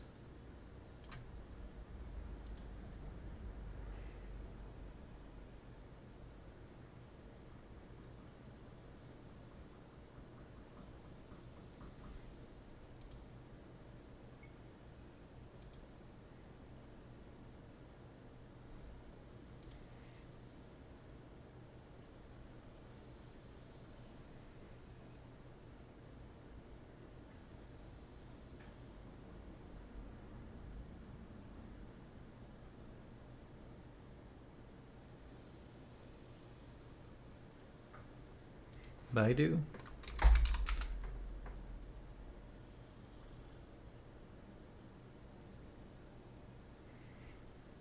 Oh, very nice. For the earnings play, right?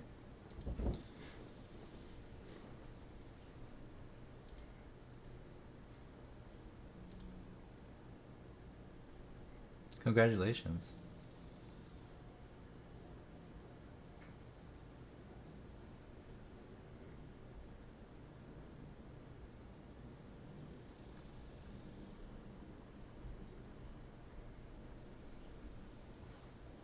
Okay, well, BTA AI is working. If you did a 1 minute trigger over 37.22.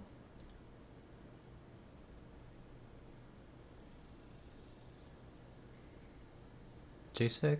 JB? Jason Bond mentioned what? BTAI? JB as in Jason Bond? That's very little shares if it's Jason Bond.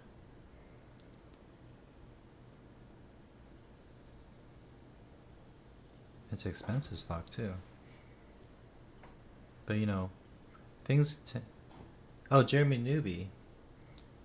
That's JN, JSEC. Isn't that Jeremy Newby? JB, J.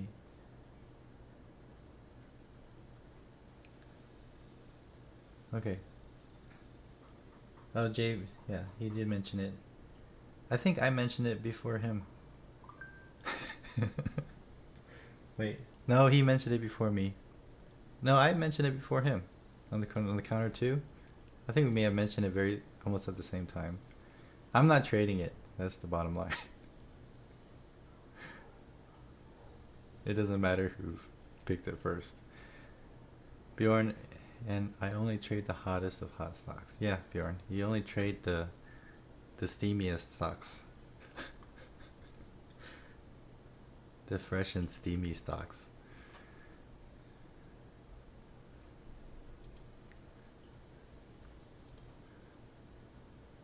It's really slim picking right now. What was that one that Caleb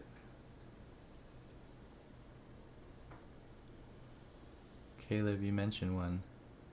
Oh, not Caleb, sorry. Rick. I have a friend named Caleb Rick, so.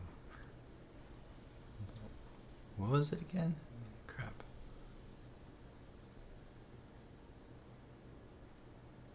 Ebon. What happened to it? Yeah, it's just going straight up. It just went straight through the VWAP. Look at that, guys. Look at this thing. Just grind up. It didn't even care about the VWAP.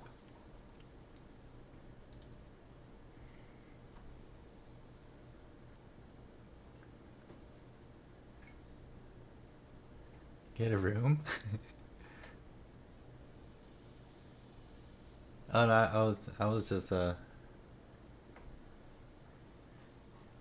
advertising his turd stocks because he calls them. He said that they're like crap. So I was talking about how steamy they were, how fresh. Okay, TMI.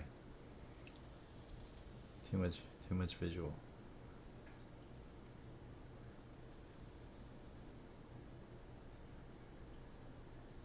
Ebon's like struggling up here. I don't know.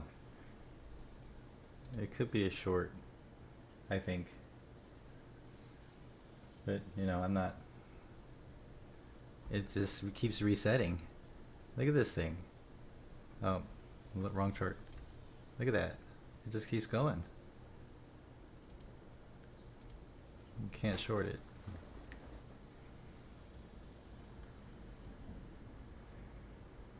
Yeah, I am kind of jealous, Bjorn. A part of me wish I still did swing trading, but I don't. I can't do it. And once I get in on that, you know.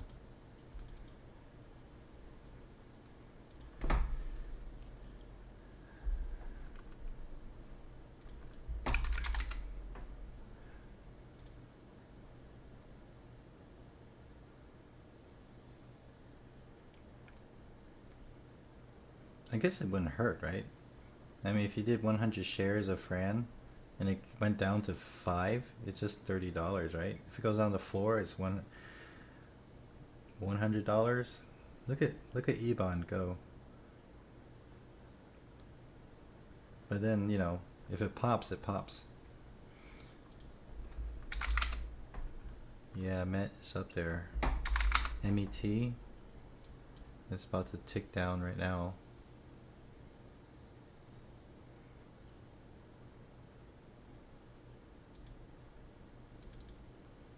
Possibly.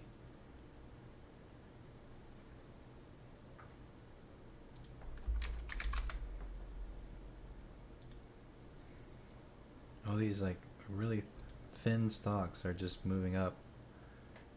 People aren't paying attention. Which one has a better spread? AIG or MET? They both have 1 cent. Which one has better volume? Fives. This one is 17.52, more sporadic.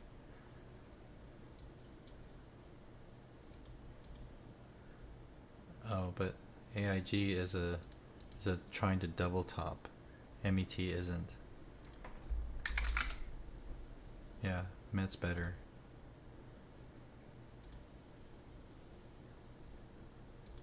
Looks better on twos.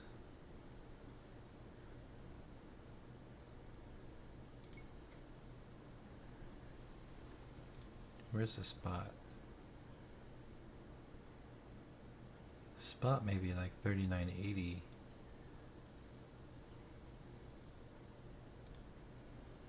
Oh, it's already going.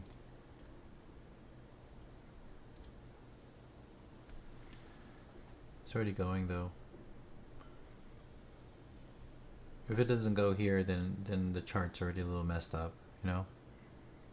I mean, that's what I think.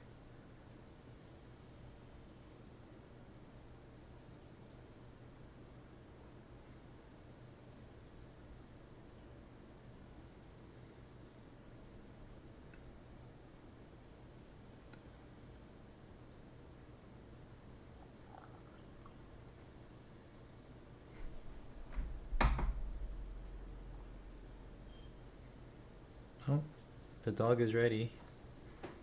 And I can't take MET. It's too thin. But it may go nicely too. A good 10 cents maybe.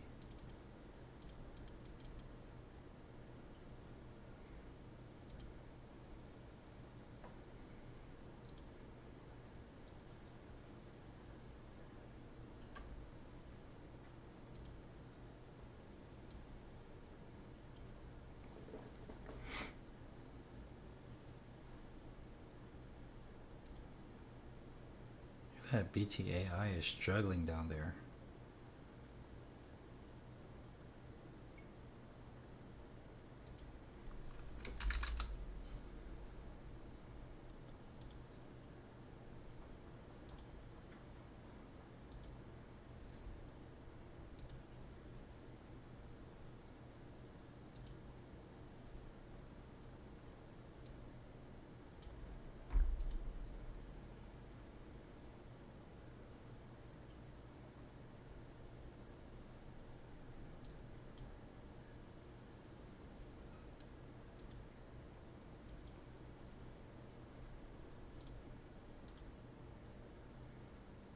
Yeah, the BTAI is just fighting down there. It's finally coming up.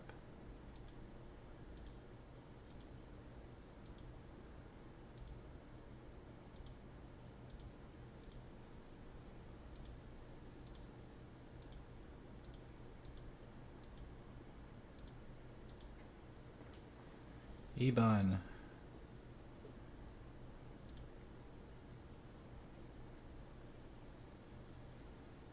Finally pulling back a little bit.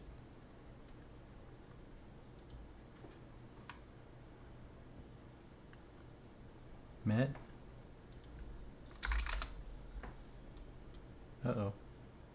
Yeah, it looks like it's not ready. And then once that happens, then it kind of ruins its elasticity, right? And then it ends up being an okay trade, not a good trade. 40? Yeah, JSXL 39.98. Yeah.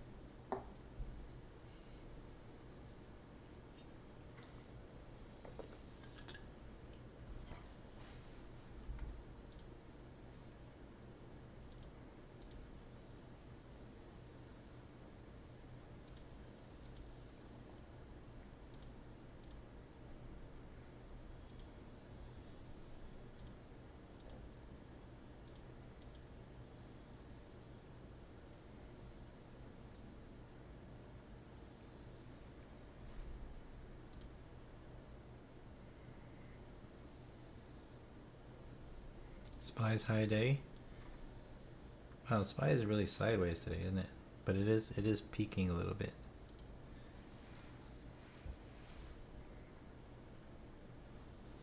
Which one were you talking about? Oh yeah, MET. Is that MetLife? Is that... Yeah. Insurance. Oh, it went down.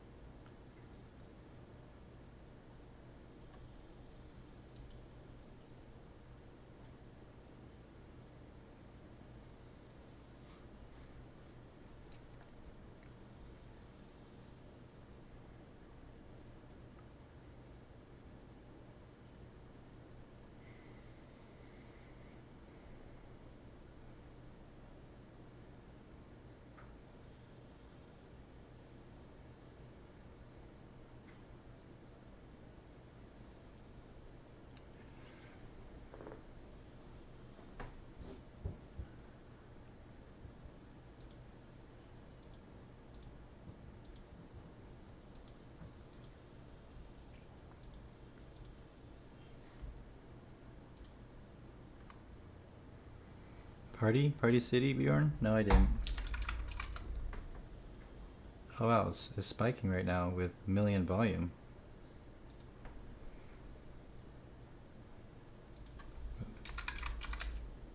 Look at that. Look at that volume spike right there.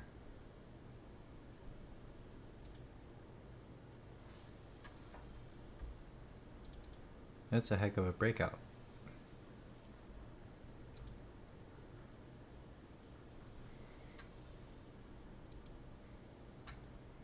Where's it going? Oh, okay. 274 is a previous high day. I mean, daily high. So we're hitting that area there, 274. It's only like 2 cent range on average per candle.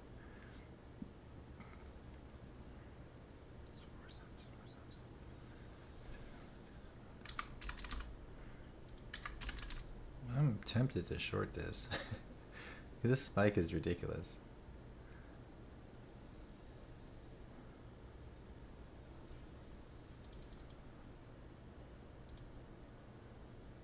Oh.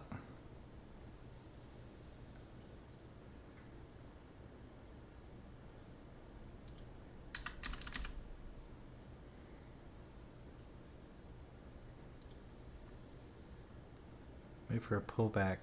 See what happens.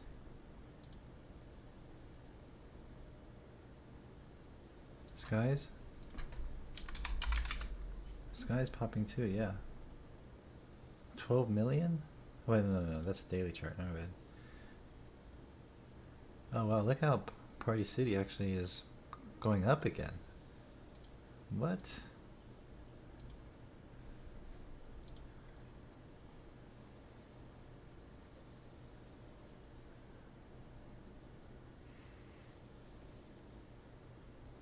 Does he want threes?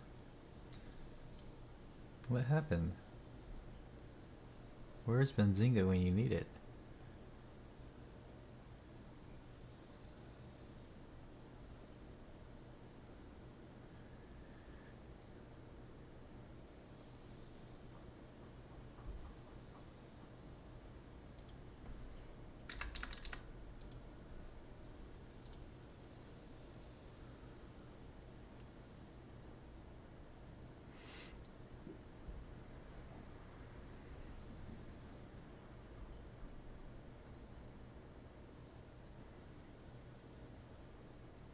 Skies is going up pretty strong, isn't it?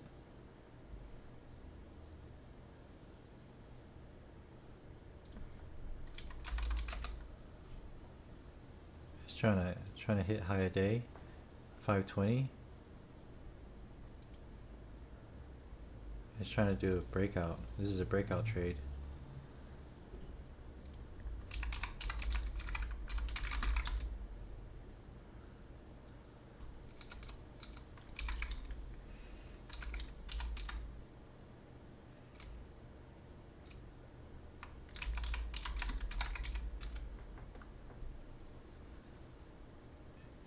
Question is it going to make it?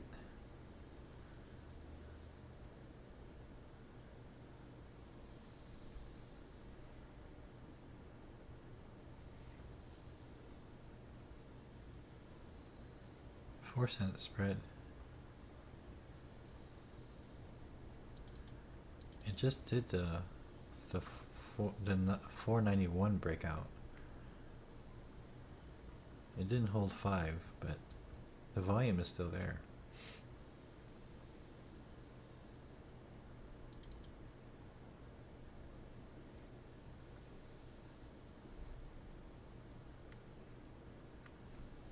Man, I wish I was a pullback breakout. I mean, ideally we should have gotten in like at 460, you know?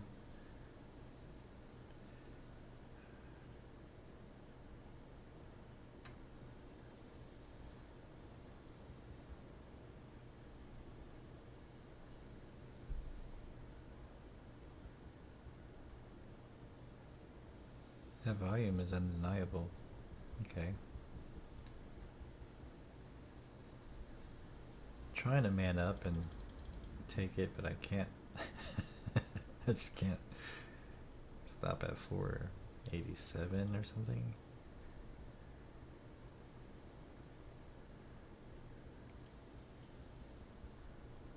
Wow, Party City. Good thing I didn't take that one. 500,000 shares pop up. What is going on with these stocks right now?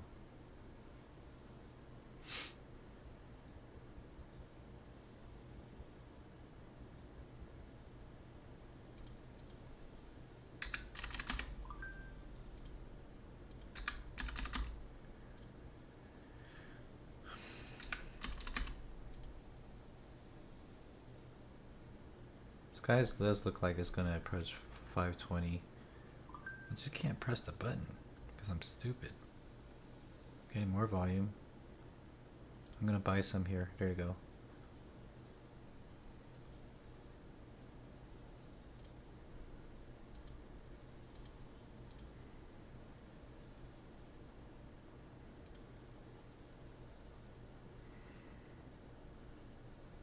Yeah, first stop is the breakout of 520. Now, almost touched it. A lot of volume. We'll see.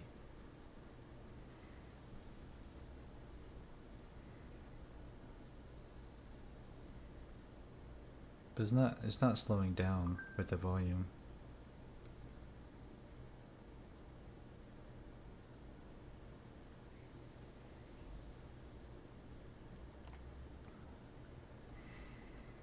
Yeah, looks like it's gonna break out. Hopefully it doesn't run out of steam.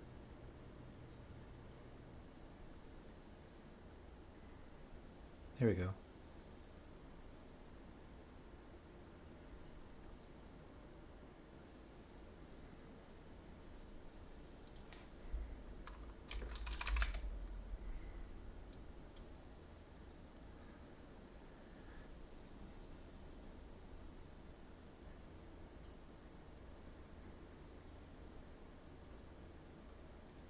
spreads.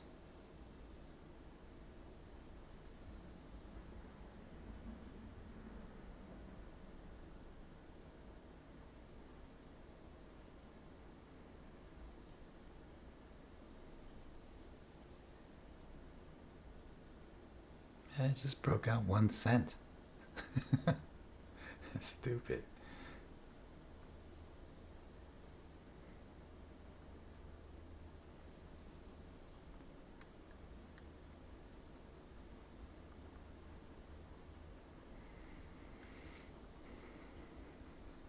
Yeah, I guess I needed to pull back a little bit.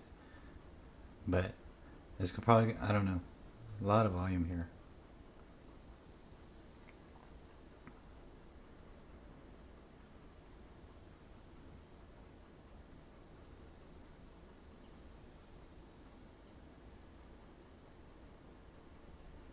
Ah, I got stopped out because I was trying to get for the breakout. Ah, and the spreads got me.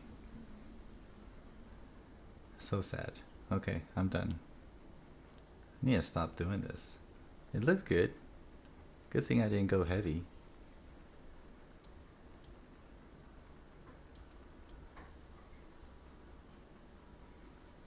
But that makes me upset. I was over 1,000. Now I'm just 850. Here's what happened. Good thing you didn't follow me. That hurt. I gave it room. I gave it too much room.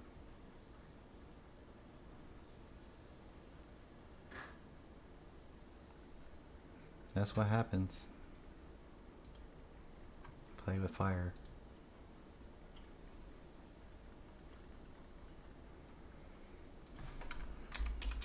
Thanks, Bobby.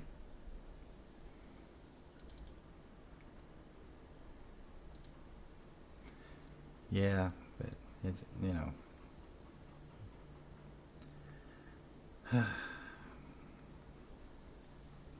And then, the thing that always gets everybody in trading is once you go red and you think you had the right idea, you walk away and come back and you find out you did have the right idea. It actually went without you.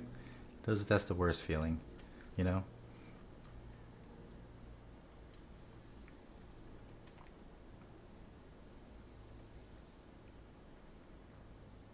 I mean, it feels, it feels horrible.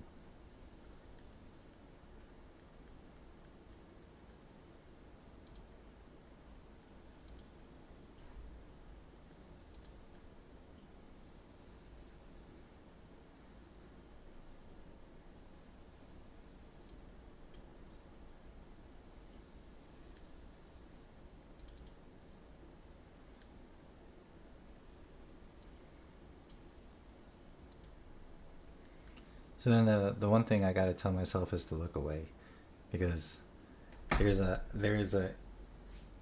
pretty high chance that I'm going to try again in my head. The possibility of revenge trading, because you know that once it tried, it could try again with that kind of volume there on skies.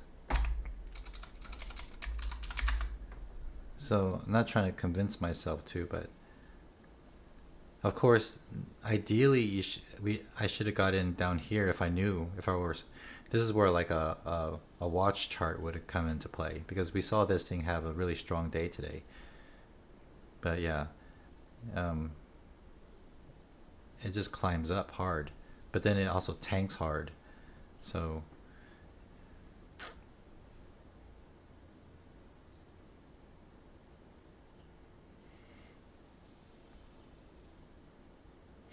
yeah, Darkland. Why did I do that? Because it broke over this area on the 480s, and then I kind of caught it with the price action, and because of the price action, the spreads got me.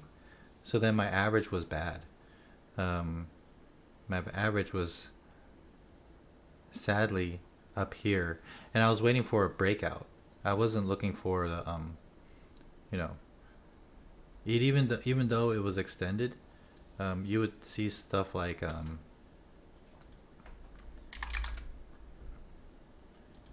like say something like this.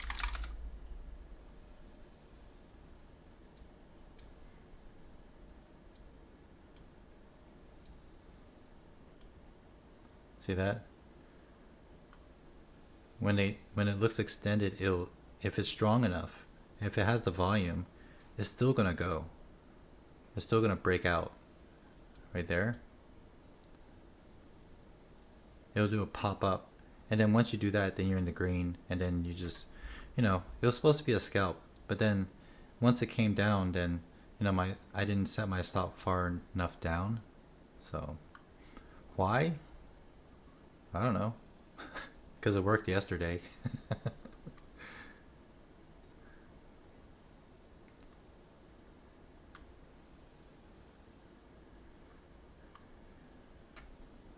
Yeah, once it breaks out, then you get to reposition yourself. Technically.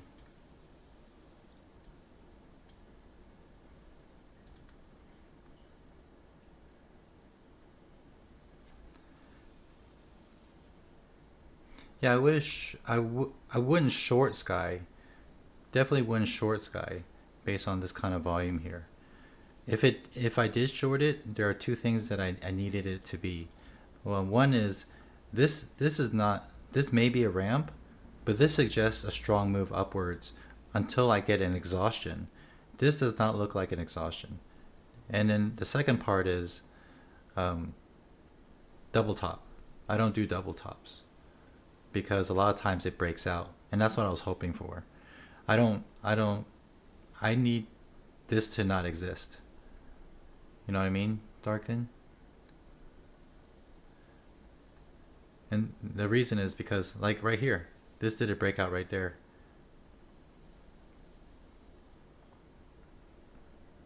So with this kind of volume that was immeasurable compared to the earlier part of the day, my assumption was it'll just continue climbing in volume as it climbs higher.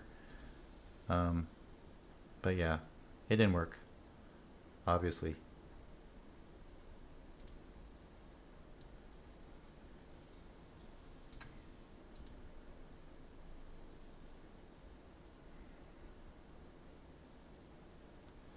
Yeah, that's what I just said about this stock earlier.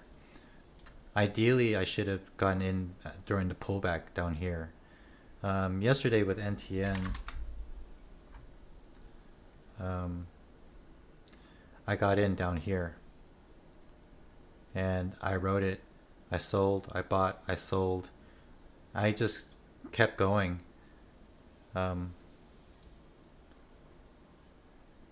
Yesterday was really rough, but this was probably the greenest trade I've ever done because it was a pullback breakout, and I watched it in the morning do such an extreme move, and then you could see the price action just keep whipping up, so it just broke out. Yeah, that's just my mentality on these things. Obviously I'm wrong this time.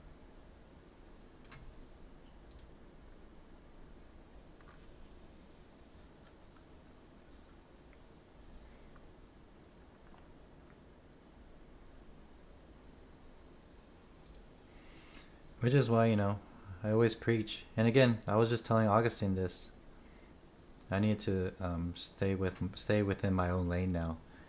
I guess I just been doing counter trend so consistently for so long that I'm not used to losing.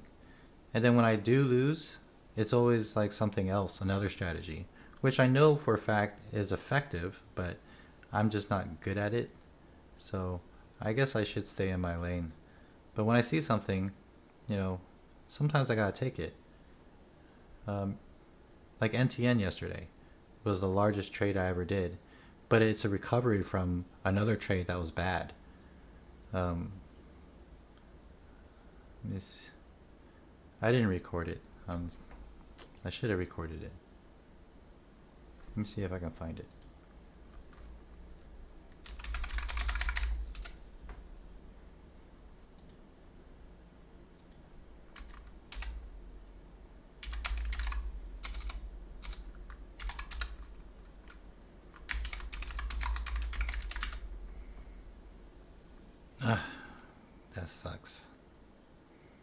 So I'm telling you, it's like it doesn't even matter if I'm green. I just feel like shit after I lose like that.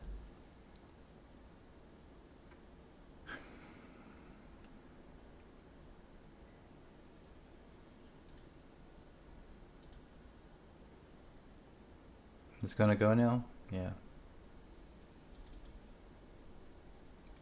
See what I mean, guys? It's, you know, you look away and it's just gonna go without you now. Nah, I can't take it, because if I do, then I'd be breaking my rules.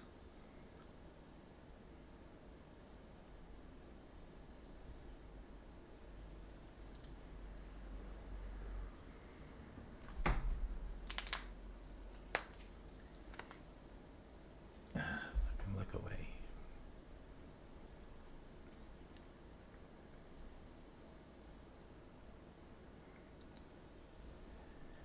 You know what you guys want to see?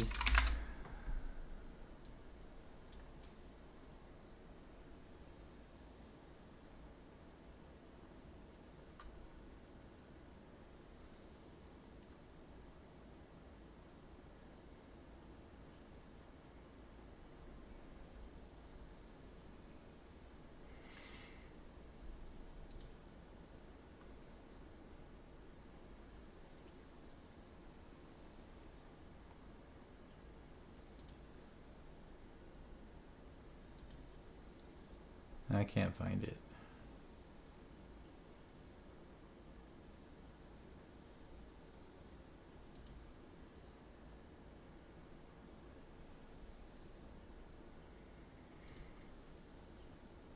Well, Darkland, hindsight is 2020, isn't it? Try not to rub it in, will you? Can't you tell that I'm having a hard time about this in the first place? And you gotta put it in capitalization. You gotta put all caps how or why. I know you probably don't mean it that way, but yeah.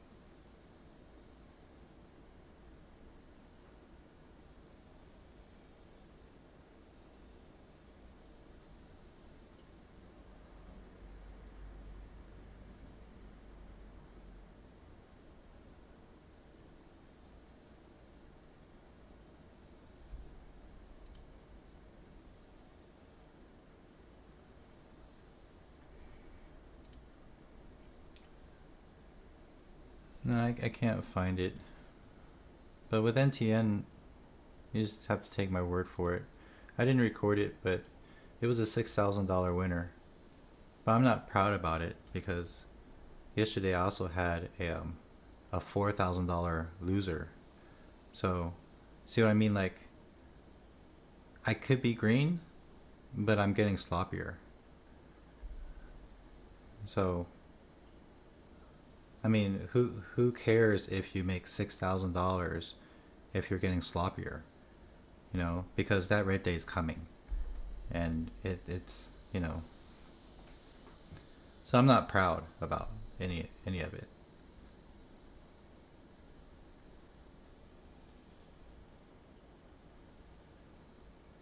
No, it's all right, Darklin. I know you don't mean it that way. I probably need to hear it anyways. I probably need to. I really need to stay in my lane.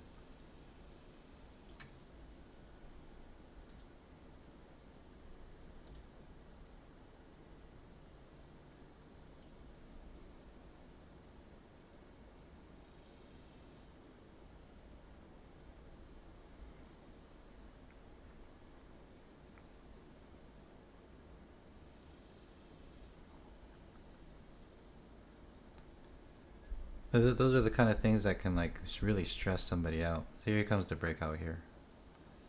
Watch level 2. There's the breakout.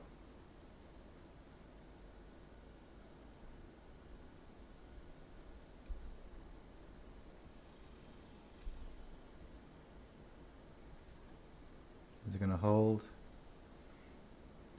It's hard to tell if it's going to hold, right? Because of the daily chart. Daily chart has a lot of resistance up there in the 530 area.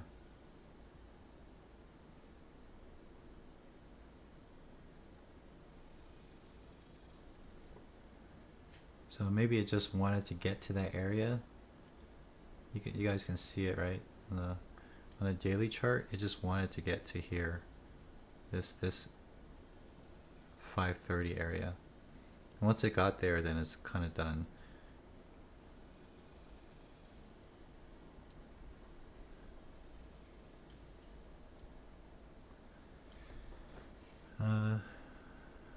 On 1 hour chart, parabolic move like some of those 1 minute charts often do makes me wonder, could I do real small position counter trades on party? 1 hour chart?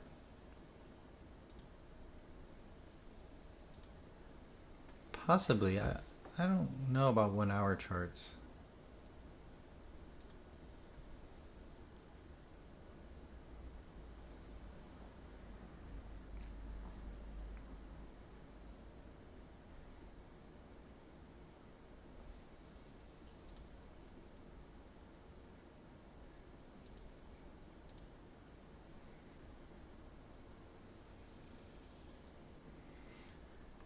But yeah, guys, I'm kind of bummed right now. You probably can tell. I don't know why I keep doing stupid stuff like this sometimes.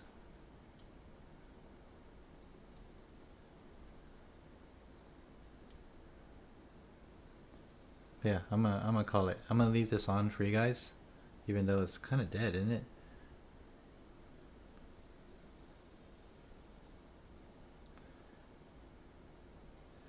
I'm gonna get myself ready to pick up that puppy.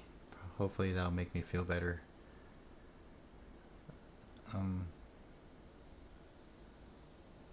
Yeah, so I'm up 850-ish.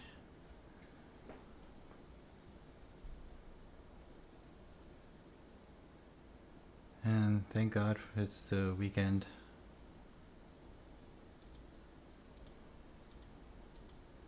I need to look away before I do something stupid.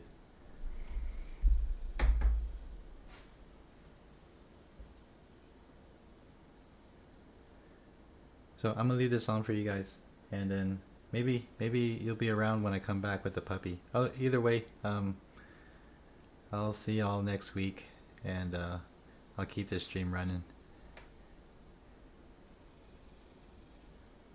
Darkland, you know the feeling? Yeah, I think we all feel this way. Wife tells me I'm too hard on myself, but I got more reason to do this now. Before it was just a cushion, you know, and to do the dog facility. Now it's I really want to be able to say that, just tell my wife that she can retire, you know, just to know that I can just make sure that this COVID thing doesn't get in the way with, you know, her autoimmune disease and all. So yeah, yeah, I'm just way too stressed. Yeah, I better get going. I'll see y'all next week, guys. But I'll leave this on, and maybe I'll show back up, pop my head out when I get this dog. I'll see ya.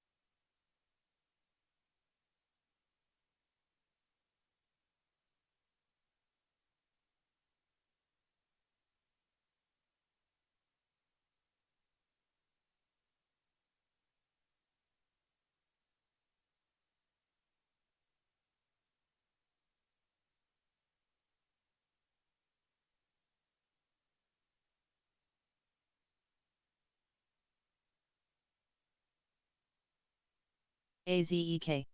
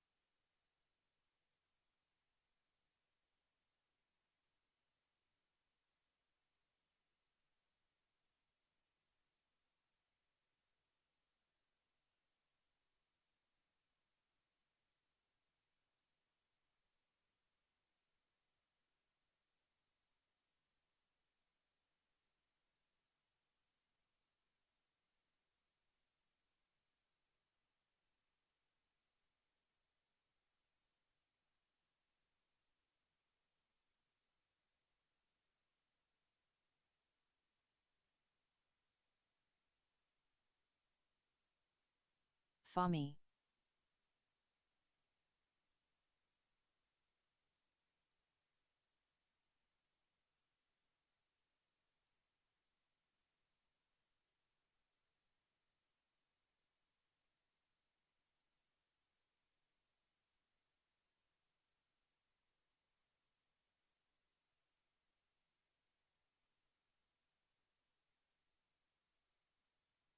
Fami.